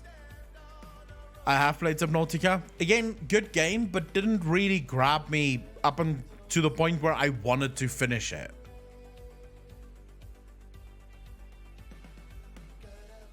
Stranding, I just don't have the PC that could run it. But they say that it's a... They say that Death Stranding is a running simulator. Which sort of I mean, do I want to play a running simulator? I don't know. I don't think I do.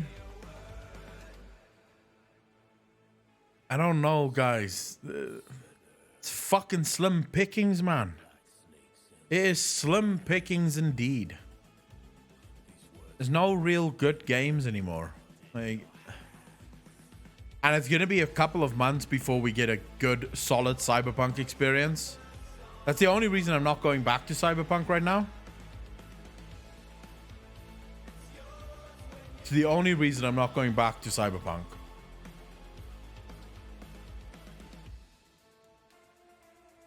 Confusing as fuck story. Andy, I'm not playing a hentai game. I am genuinely not playing a fucking hentai game. You can go suck a dick.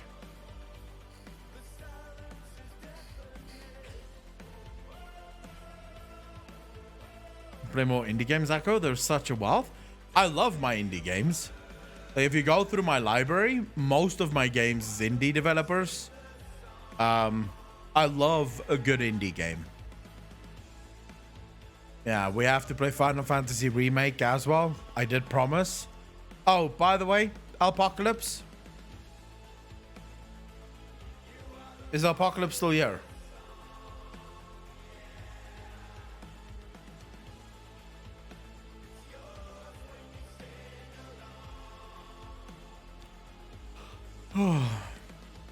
Curse of the Dead Gods? No. Doesn't sound like a good game. Did you play Hollow Knight? I think when it first came out on PlayStation 1, I think I played it. Apocalypse, I started watching Lucifer. I'm on season 5, but although granted, I watch it very weirdly. This month it's free on PS4 store. Yeah, but if I buy it on the PlayStation 4, you're not going to be able to watch me play it.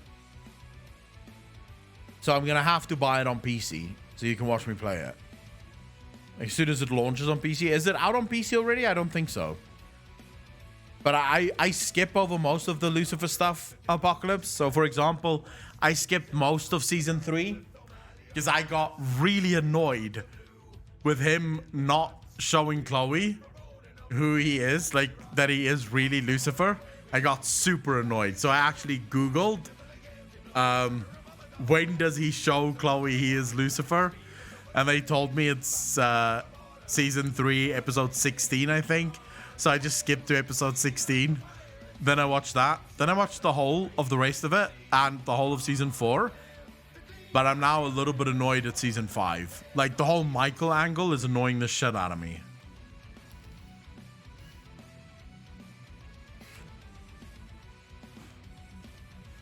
It is a good show. It is a good show. But I feel like it could be better. I feel like there's much that they don't put in the game that they don't put in the series that could be much, much better. You can't have Lucifer without Michael, though. Furious, I do, but the PlayStation is downstairs in my brother's room. So having to bring it up just to play that game and then taking it back down whenever I'm not playing it, too much effort. But I know Final Fantasy Remake is coming to PC. It is coming to PC. So I'll just wait for it to get to PC and then I'll buy it. And then I'll play it on the superior platform.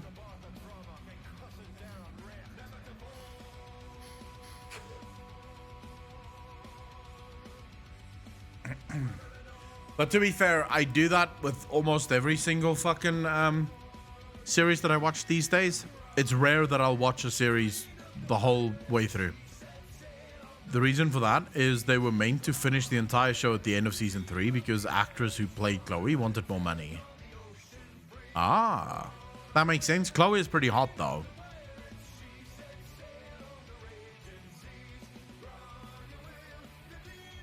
Chloe is pretty hot.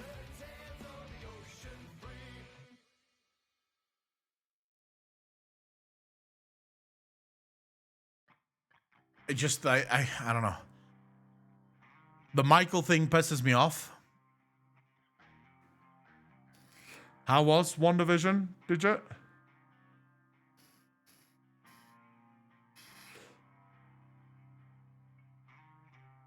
From the neck down. You don't like her face? I don't know. She's hot. She's got, I don't know. I like her face. She's got beautiful fucking eyes. Never watched it, probably never will, but I am interested in the Angel stuff. Giant Rat Guy, it's a good show to watch. It is a good show to watch. There's a lot of the lore. The Michael thing is just that they're twin brothers. Like Michael and Lucifer is twins, and it sort of interferes with what I want from the story.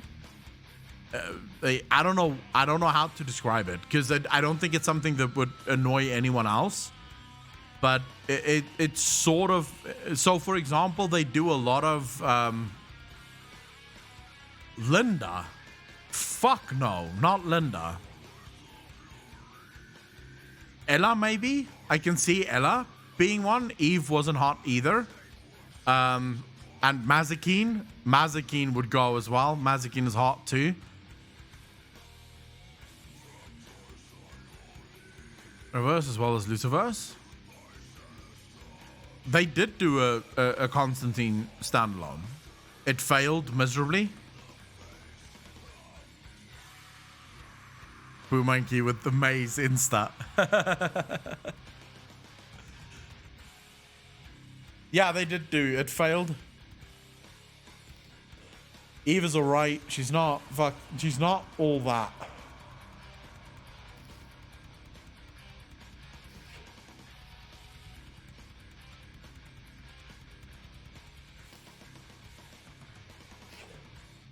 Again, Chloe is hot. Maze is hot. That's about it. Linda is definitely not hot. Man's not hot.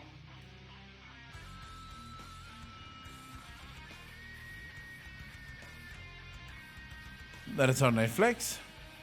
I didn't really spot a difference in quality. I mean, Jerry Bruckheimer is a pretty good showrunner.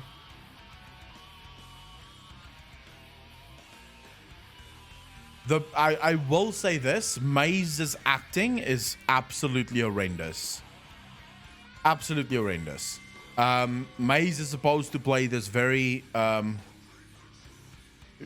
badass demon.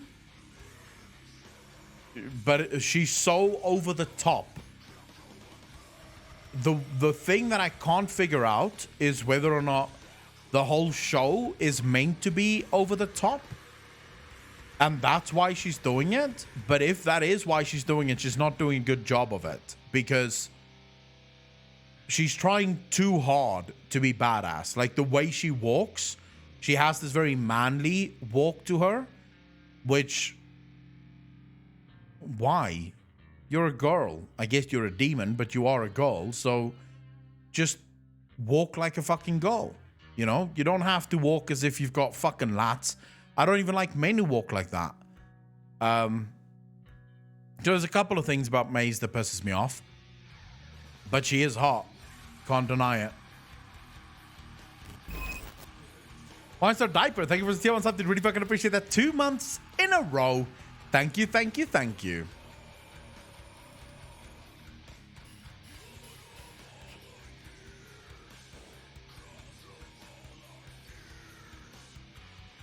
The first daughter of Lilith still doesn't mean that you have to be over the top to the point where it breaks the fourth wall. You can see that she is acting.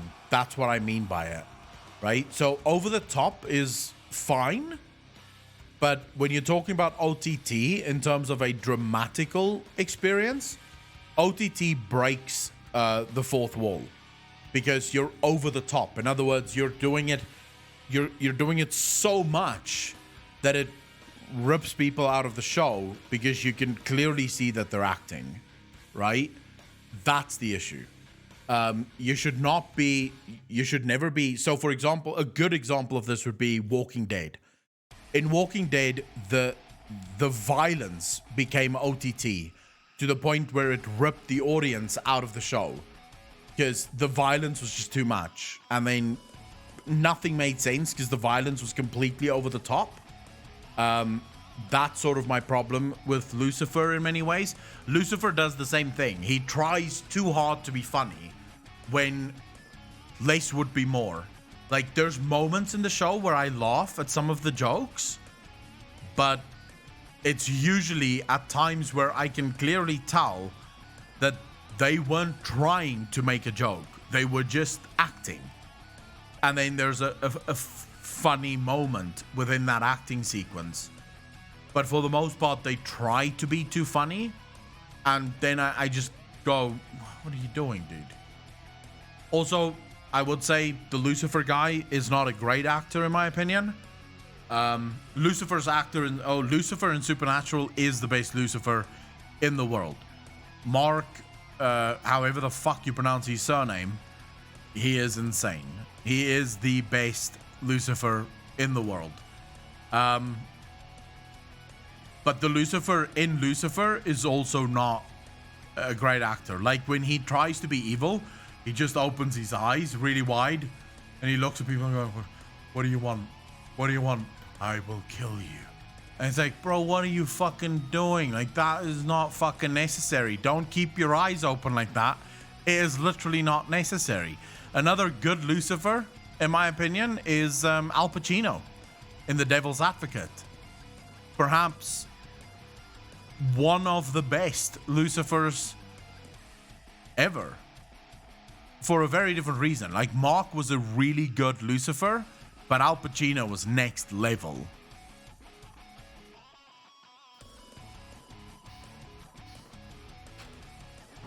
Al Pacino is just an amazing actor. Like, his speech to Keanu Reeves about God and how God doesn't care gave me fucking chills as I was watching it. It gave me chills. That fucking movie, I have to watch that again, actually.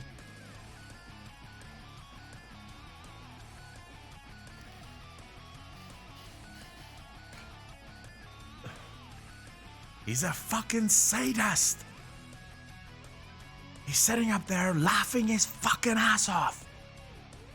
I like the character of Lucifer and Lucifer better. The actor is good at portraying that, except for some very specific things, in my opinion. That movie is a masterpiece, absolutely. Andy, because I definitely don't agree that he's a better Lucifer than the Lucifer from Supernatural. The reason I put the Lucifer from Supernatural and the Lucifer from Lucifer in the same category is Supernatural is also comedic, right? It is also a lighter twist on the supernatural genre. It doesn't just take itself seriously. Now, I get that this Lucifer is meant to be more of a comedy drama, so it's meant to be a very light take on the whole supernatural element. And I don't think he's a bad actor, but there are times where I look at what he's doing and I'm just like, oh my god, dude, what the fuck is that? You literally ruined that joke. That joke would have worked with a different actor. That joke would have actually been funny, and you ruined it because you were trying to milk it when you should not have fucking milked it. Less is more is something that a lot of actors don't get. John Wick 4, oh my god. Keanu Reeves, John Wick 4, yes please. Apocalypse, I think that's what pisses me off, is the fact that they based it on the comics. Because I've read some of the comics. Granted, I'm not a avid comic book reader, but I have read some of the comics. And in the comics, it's actually fucking disturbing, right? 111, thank you for hanging out, dude. Really appreciate it. Take care of yourself, bro. Elestri, how you doing? Beautiful evening, Akko. Finally, I can enjoy stream. Just went home, make some food, and watching my fave streamer. Elestri, thank you very much. Really appreciate that. Happy to have you here. What were we talking about again? I can't remember what we were talking about. Oh, yeah. The comics was really dark, and I actually would not have cared or minded at all if they adapted it directly from the comics. In other words, they made it a very dark series, because the source material lends itself to it, right? The source material lends itself to it. You can absolutely make this a very dark and very eerie story, and it will absolutely work. The problem is they didn't do that. They went for a more comedic type of series, and I feel like they may have chosen the wrong character for that comedic experience. Because comedy is actually very hard. Just want to point that out. Comedy is not easy. In fact, when I was studying, it was made very clear to me that comedy acting is one of the hardest forms of acting. The only thing that's harder than comedy acting is stand-up comedy. Like, stand-up comedy is considered to be the hardest form of acting. And then right after that, it's comedy acting. Like, having comedy timing and knowing exactly how to time a joke takes either raw skill or years of practice. And I just feel like Michael, the guy who plays Lucifer, I think his name's Michael or whatever the fuck his name is, he didn't necessarily do a great job of it. You make my evening better after work, and thank you for doing really great, and hope you too. Leslie, I am doing very well, and I'm so happy to hear that I can help make your evening a little bit better after work. We all need that, right? Even though we are talking about Lucifer at the minute. When will Baldur's Gate 3 finish? Tom Ellis. There we go. Tom Ellis. I'm sort of hopeful that Baldur's Gate 3 will finish by the end of the year, Wild Boy. How you doing, by the way, Wild? Hopefully by the end of the year, we'll have a fully fleshed out Baldur's Gate 3. Like, hopefully. Drinking bourbon. Why would you drink bourbon for the fun of it? Like, I don't get it. Like, if you can drink anything, why would you drink bourbon? Like, why would you drink alcohol? If you're just at home chilling, what's the point of drinking alcohol?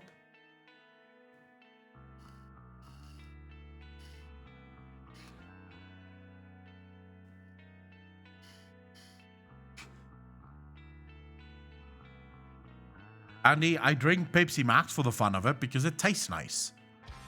I love how a lot of the actors from Supernatural have gone to The Boys. Wait, how many characters from Supernatural went to The Boys? Have anyone watched Walker? No, Wild Boy is Old Boy. Wine Star Dipper. I get it. For me, it just doesn't do that. I don't like the taste of it. It's Cameo's 15. Let's see. Bobby, Anson, and a few others. Oh. I just wish Sam and Dean would do another Supernatural. Like, I would fucking... I hate that Supernatural is done. I hate that Supernatural is done. That was such a good fucking show.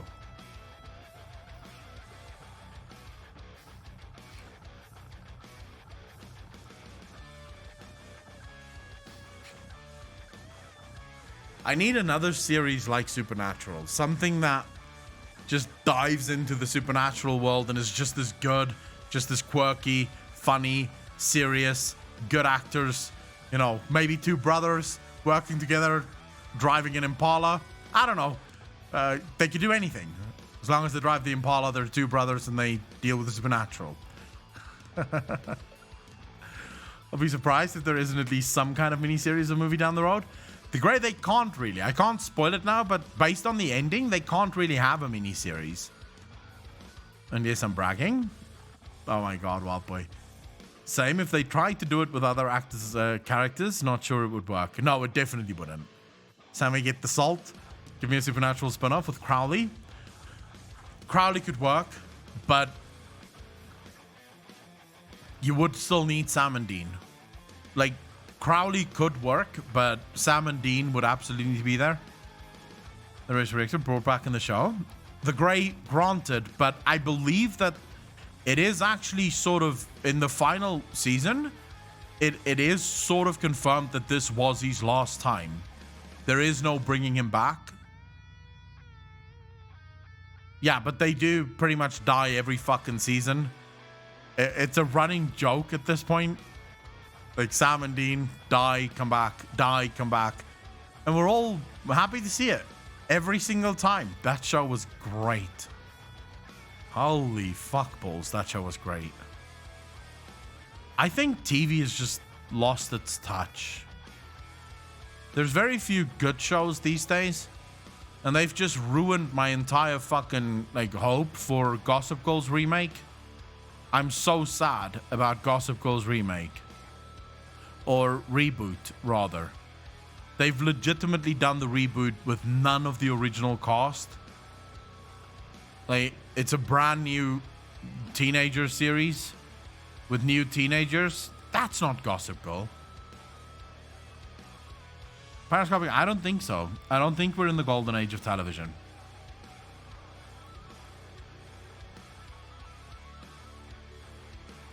I think, for the most part, we have one or two. Like, every year, we might get one, maybe two good TV series, right? And then the rest is just dog shit. TV has changed. It's more premiere than movies these days. Streaming has changed the game. We have way more media now than ever. Periscopic, the problem just is that every single one of these media companies, these streaming companies, they're no longer interested in making good TV shows. Like, every second show I want to watch starts with, based on the current state of the world, we felt that it's important to show, you know, the political turmoil and the diversity. And I'm like, oh my God, bro. Oh my fucking God, really? I just want to be entertained. I don't want to sit there and be preached to for fucking an hour about how wrong this is or how wrong that is. Half the time I don't have a fucking clue what you're talking about. Like, oh my God, this thing that happened is so bad and this is so fucking racist. What thing happened when?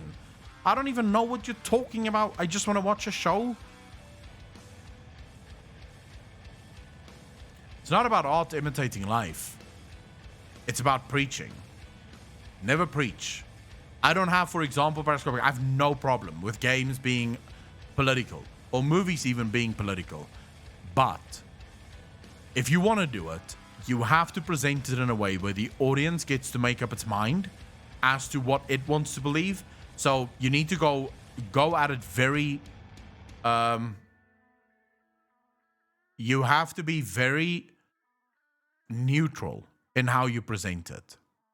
The problem with preaching is that it puts people like myself off. I don't want you preaching. I don't care about your, like, social justice in my TV series. I don't even care about that shit in real life. I don't join people on any parade. I don't want that. I just want a good show. That's it. Don't preach to me about Second Amendment or, you know, Republican, Democrat bullshit. I don't care. Fuck. I genuinely don't give a shit. So there's a ton of shows that I can give you examples of, but I'm instead going to give you an example of a show that actually does it remarkably well, right? That does imitate real life and does it remarkably well. The Blacklist. The Blacklist imitates life all the time, right? There are shows where they're talking about the Second Amendment, gun rights, and things like that, but they present it extremely neutrally. So they don't tell you that guns are bad or guns are good.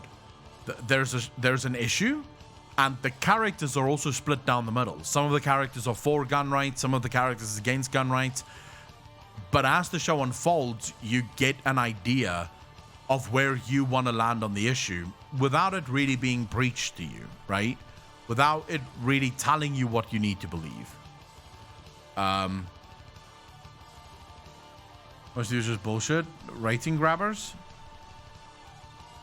Pretty modern TV show that is seen as quality. James C, how you doing, bro?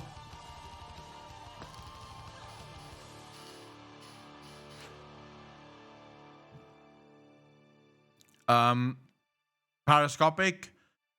Oh, come on, what?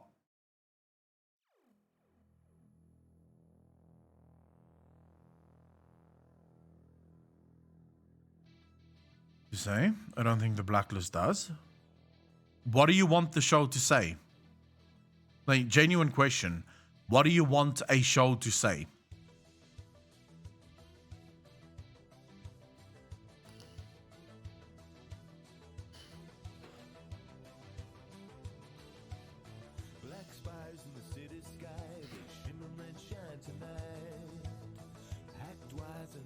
We should write in and demand that spin-off. Call it Joe the Hunter. I could go along with that. I could definitely go along with that. They could actually do a spin-off, by the way, because you have all the goals that ended up sort of on their own. They could do a spin-off of it to emulate a perspective on the world that is true from the creator. Parascopic, the problem with that is, what if the give me an example of what it is you want to see.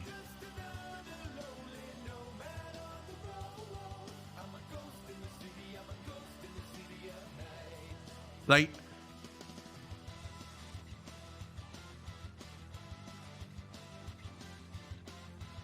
we need to ask ourselves, what is television?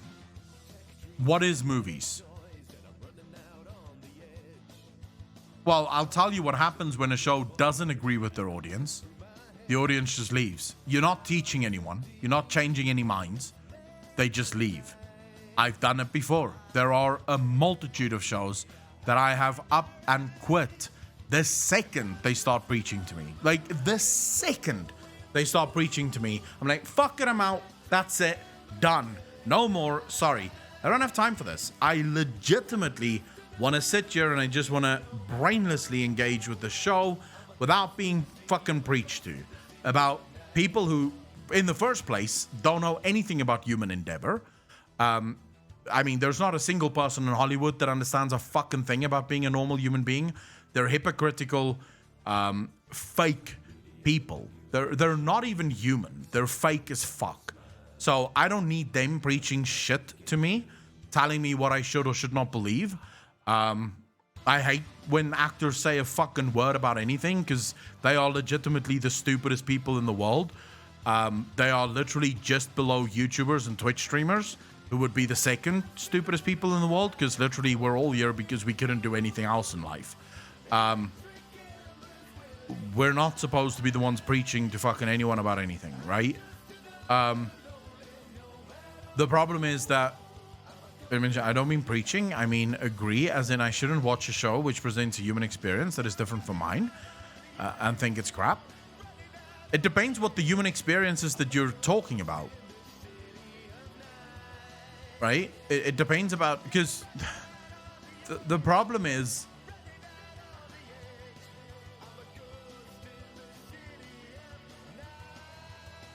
you see, without you making it more clear what you want from a show, I can't really argue or agree with anything you're saying at the moment, Parascopic, because you're saying a human experience then is different than mine. I don't know what that means, because I mean, human beings have the innate ability to put themselves in someone else's shoes. So really, there's very few things that you can't envision someone else going through. I'll give you an example, Mr. Robot. I've never watched Mr. Robot.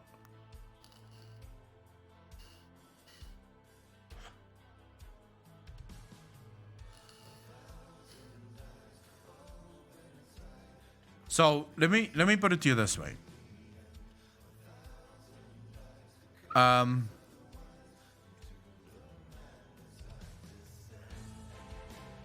I don't know how to state this. I'm not into social justice, right? Not at all. I don't think anyone is evil or good based on their skin color. I don't think there's much wrong with anyone based on their sexual orientation or anything like that, right? I just don't agree with that viewpoint. I think it's racist to believe that one group of people is evil because of their skin color and another group of people is just automatically a victim because of their skin color. I don't agree with that. I think it's unfair to both groups of people. I believe in individual rights, right? I believe that every single person is an individual, and that's the smallest minority that there can be. So for me, any show that tries to push an agenda that Group X is evil because of insert whatever fucking thing here, and this group is precious and amazing because of insert X attribute here, it's just instantly me going, no thanks. No interest in watching this. Can't fucking bring myself to watch this.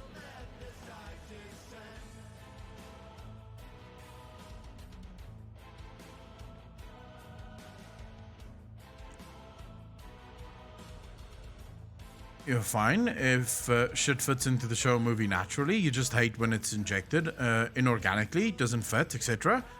Exactly that, the Grey. If you bring up a show, like if it makes sense within the show, I am happy to watch it. If it bugs me when I know that they're just preaching to me now.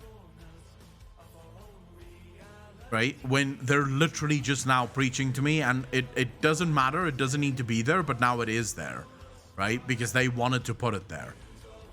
Would you take a look at the trailer for me? I want your opinion. If I'm bugging you, just tell me no. Wild Boy, what trailer? Mr. Robot. Can't watch those on Twitch anymore. Like, watching that on Twitch will insta be a fucking strike. Because you hold that belief does not make an expression of, let's say, racism preachy in a show. Not you specifically, by the way. It depends on how this racism is presented, right? So, for example, how many people in chat have ever watched American... I think it's called American History X. How many people have ever watched that?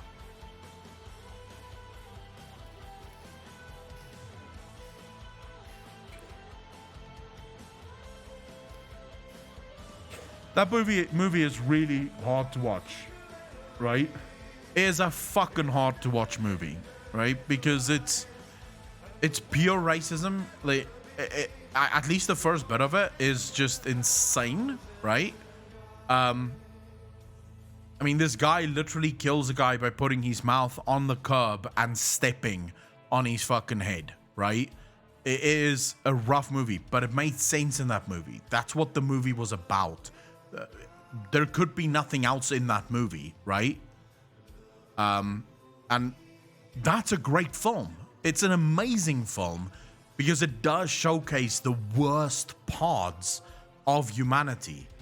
But then you get these shows that seemingly have fuck all to do with a given issue, and then they'll suddenly write an issue into it just to preach to the audience about it.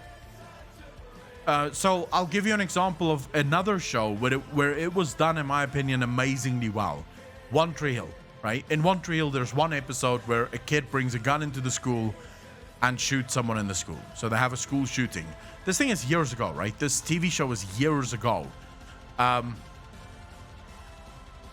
they present the issue not as a wholly gun issue, not as a wholly mental issue, not as a wholly failure of the police issue or a wholly failure of the school system issue. They present it as a neutral issue. And the audience is left, and I know because I've spoken to a bunch of people that came out of that episode feeling very differently about what the issue could have been there, right? It legitimately just presented the issue, gave you all the possible options of what could potentially have led to this, and you as the audience then need to make that decision for yourself. The show isn't trying to... It shows you something horrible, right? And very bad that's happening, but it doesn't try and tell you what that horrible thing is, right? Although the Viking, thank you for the prime sub, really fucking appreciate that. 2 months in a row. Thank you, thank you, thank you. And then Voldius, thank you so much for the follow. Really appreciate that, bro. Welcome to the channel. Finally back. Hope everything's all right, bro. Keep up the cool shit. Much love. Although the Viking, everything is fucking peachy. I'm sure what you're talking about is out there, where racism is presented randomly and without reason, but how prevalent is it? I don't think enough to show the decline of TV. I mean, what I said now wasn't really that's not the only thing that's linked to it, right? But this is a conversation that we can have far better offline. You know, I don't really want to have these conversations on Twitch, and the reason for it is many people can't have conversations. There's a lot of people out there these days that will cancel you for saying something that they don't agree with, even if what you said was perfectly okay, right? You weren't making any sort of weird statements. You were just saying something that you believe in, and they'll cancel you because fuck you. And while I would not give a fuck about the people on Twitter being outraged, I also don't want to be cancelled by Twitch or whatever.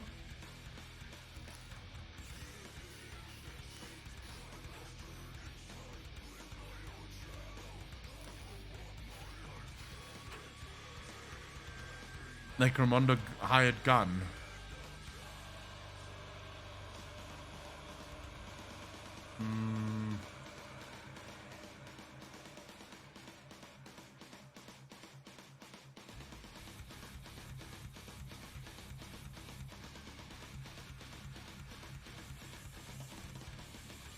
This one.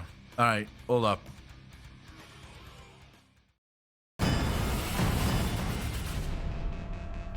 This city's warped. I feel like you've shown us this already, Wild Boy. I think you showed us this last year. The Esches are running wild. The Goliaths have gone underground. No, didn't we see this, Wild Boy? We saw this at either Gamescom? One of those sort of panels that we were watching, they had a similar trailer to this. I fucking remember it.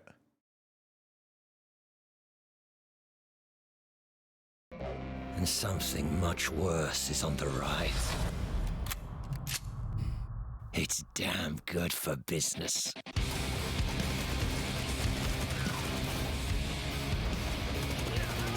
Looks like Doom.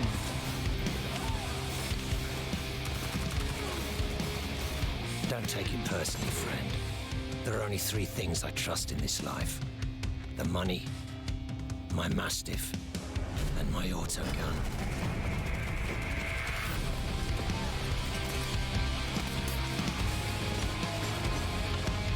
When it comes to hunting marks in the Hive City, there's only one thing you need to know. The house always wins. I mean, it looks good. It looks very good, but it looks like Doom. Longbow, how you doing, bro? It might be Longbow, because I remember something similar to this a year or so ago.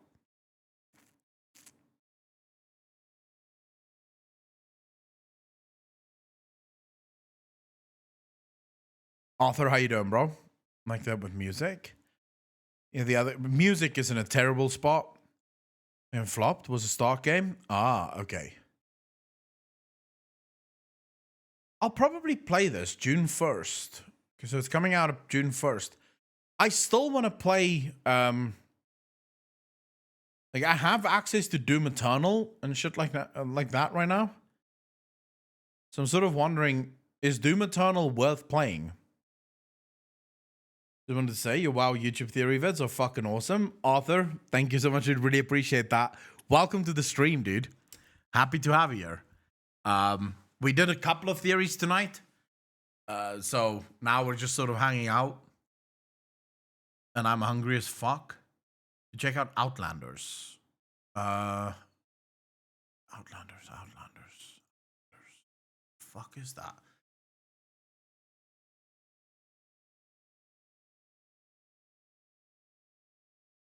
Wait, this is a TV show? I can't watch this, not on air, at least. If it's your style game, I don't think it is. Well, you're talking about this. You're not talking about Outlander. You're talking about Outlander's gameplay. But this is Apple Arcade. I don't think I will like this. This looks like a fucking mobile game.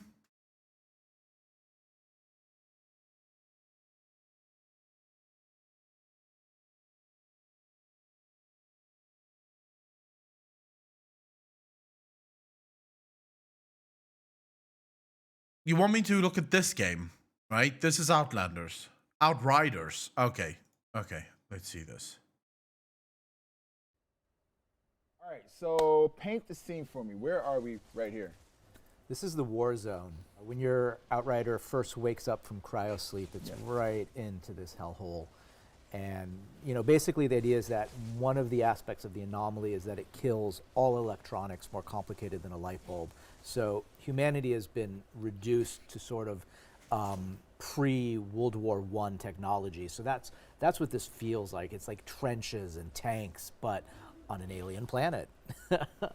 The enemies you're fighting, these are the insurgents who are you're the ECAs at war with. Yeah. Of course, they don't call themselves that. They call themselves the Exiles. And, you know, understanding the whole tragic story behind this war is a big part of the mystery that you're solving. Right now, we're looking at the trickster. Am I correct in saying that? Yep, yeah, the trickster. So now we see the temporal slice, so first ability. Yeah. You see that you are slowing everyone and later killing them. Right now, that's a cool ability. So that's really cool. You are fast, but you can even slow down the enemies, which makes you even faster. That's cool. In the bullets going in slow motion inside that bubble, you're like totally Neo. Yeah, but Neo couldn't slow down the jeeps, so if you explode someone, his body parts will fly. A few minutes while I show up. Right. I noticed that your health was low. I need to go get some food in a bit as well. Some part of I am fucking hungry. Through your assassination. It's that whole idea of doing damage is what gives you your health back.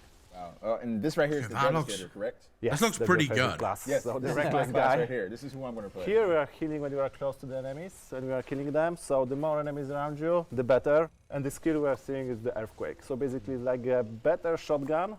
Okay. So you can synergize it together and kill a lot of enemies in the close combat. The next skill we see right now is the basically armor. It's a golem. Oh, that's cool. Changing into the almost indestructible guy, so you can even be more close and more tanky and more buffed. That's exactly what I need. I need to be more tanky. Oh man, I like it. I like how his skin is like rock solid and everything, or his or her, depending on which way you decide to go in customization. This is one of the hub errors you were talking about earlier, if I'm not mistaken. Is this Rift? Paramount's class personally? It's a Rift Town. Yeah, this is one of the first large hubs in the game you come to. You know, basically like after do they showcase the Paramounts here? Have destroyed the first city and the monsters have started coming and the insurgency has started rising. Those who are loyal to the ECA have retreated into this rift for protection. This is like one of the first places on Enoch where a kind of civilization has survived. Right. Survived. Trying to survive. Survive-ish. Yeah.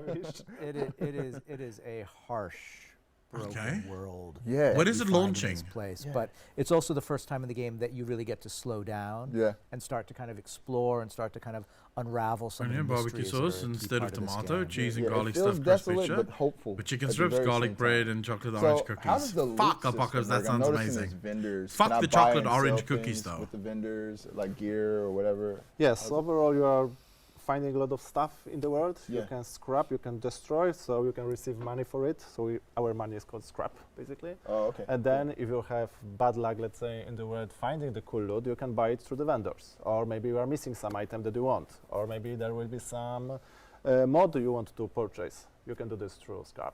All right, all about that scrap. Keep it in your pocket. How do I move from one environment and get to the next? So the story's carrying you forward, and the journey is really important. And every time you kind of move, you open up a whole new area adjacent to your hub. And once you've captured an area, so to speak, you can fast travel in between them. Oh, is that what that flag thing is? Exactly. Ah, got it. Okay, that makes sense. Where are we here?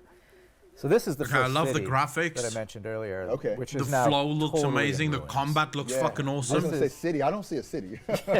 It was supposed to be. This was sort of like the place that the colonization started. Right.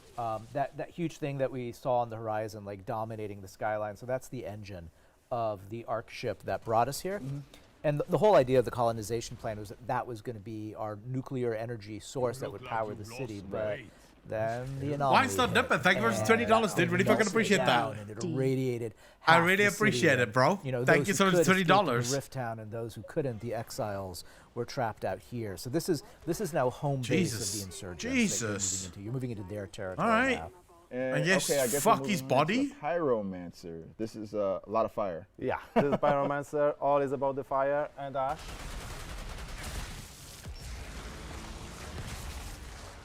Oh, that looks cool as shit. This place is filled with enemies. It's filled with really. Man, that looks fucking amazing. Yeah, that thing. Those things are really fucked up, man. You are not fighting only with humanoids here. I was gonna say game, there's more than human enemies. Remember what we said on the beginning, that whatever anomaly touches, it changes. Yeah. So those are the creatures that mutated from the peaceful creatures. Now they are not. No, there is no cute creatures anymore here. Because you are powerful, you are almost godlike with your skills. Yeah. Is this a multiplayer game? Because it looks as if it's multiplayer. Fight with really, really nasty creatures in your journey. I see other people there. That's gonna be fun. That's gonna be fun. Oh, the snake, thank you for the follow, dude. Really fucking appreciate that. Welcome to the channel. Thank you, thank you, thank you. Alley right here.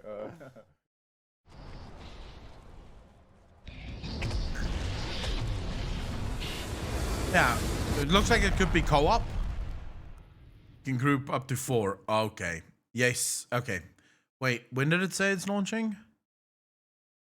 Holiday? Oh my fucking god, are you serious? Holiday 2020. Huh. Something seems off. Something doesn't make sense here.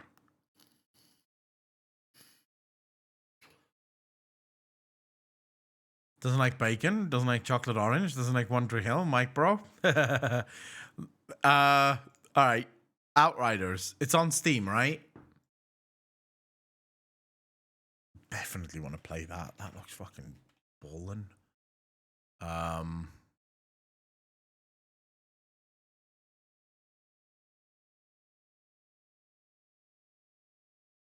I don't want to play the demo. I'll just add this to my wish list, I guess. I'll pre-purchase it. Yeah, I'll likely pre-purchase it end of the month. Apocalypse, how you doing, bro? Glad to catch you streaming. Hey, happy to have you here, bro. I literally said earlier that Montreal is an enjoyable watch. Keep him. Mike, I remember you saying it's a bad fucking game. Series. You play the demo and your progress gets carried to the full game. How long is the demo though? Coming 1 April.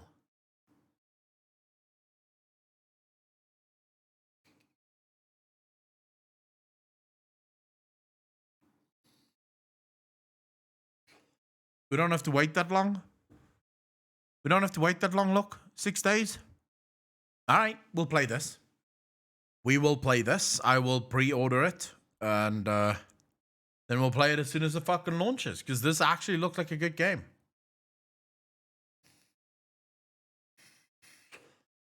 If this is I mean, I don't think they'll be doing that, right? By the way, I'm Jay-Z when you stream on YouTube. Ah, Zixix, thank you very much, dude. Really appreciate that. Apocalypse. Okay, I need to.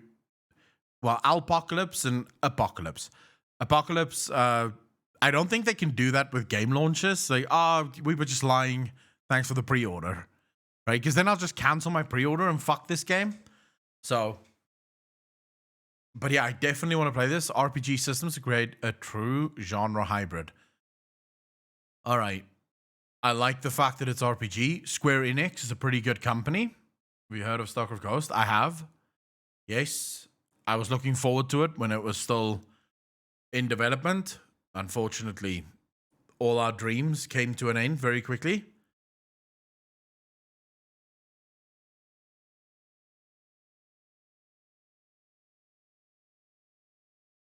All right, Mike. I get what you're saying. I'm picking up what you're putting down. But StarCraft Ghost would have been good. I still don't really know why Blizzard decided not to release it. Like, that genuinely doesn't make a whole lot of sense to me.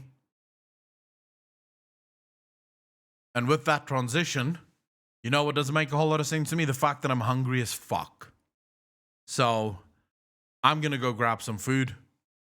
You should play Super... I'm not playing Super Seducer. I've watched people play that game. I would literally kill myself. All right, April Fool's bait is a bit different. I mean, it would be a good bait, but still would fucking suck, right? It would be that moment where everyone just goes, oh my God, really? But no, I'm not playing Super Seducer 3 for Warriors. There's no way. I would kill myself playing that game. Ladies and gentlemen, I'm going to head off. I need to go fucking eat something. We did 4 hours, 15 minutes. It was a good stream. I hope you guys enjoyed it. I had a ton of fun, especially just browsing Reddit. Who knew that could be so much fun doing it on stream? I never wanted to do it on stream. I always thought, I'll do it in the mornings and then I'll line up a bunch of talking points if there is something on Discord, on Reddit. But I had fun. I hope you guys had fun. I hope you enjoyed the stream. I hope it was everything that you wanted it to be. I hope I will see you guys back here tomorrow for another stream. Probably won't go through Reddit again. Don't worry. I'll have different things lined up for tomorrow. And yeah, I want to thank all of you for coming out, for hanging out with me, for spending your evening with me. I cannot thank you enough. I love all of you. I enjoy my time with you. And I will see all of you tomorrow. Remember to be kind to one another. Be kind to yourself. And you know what? Treat yourself a little.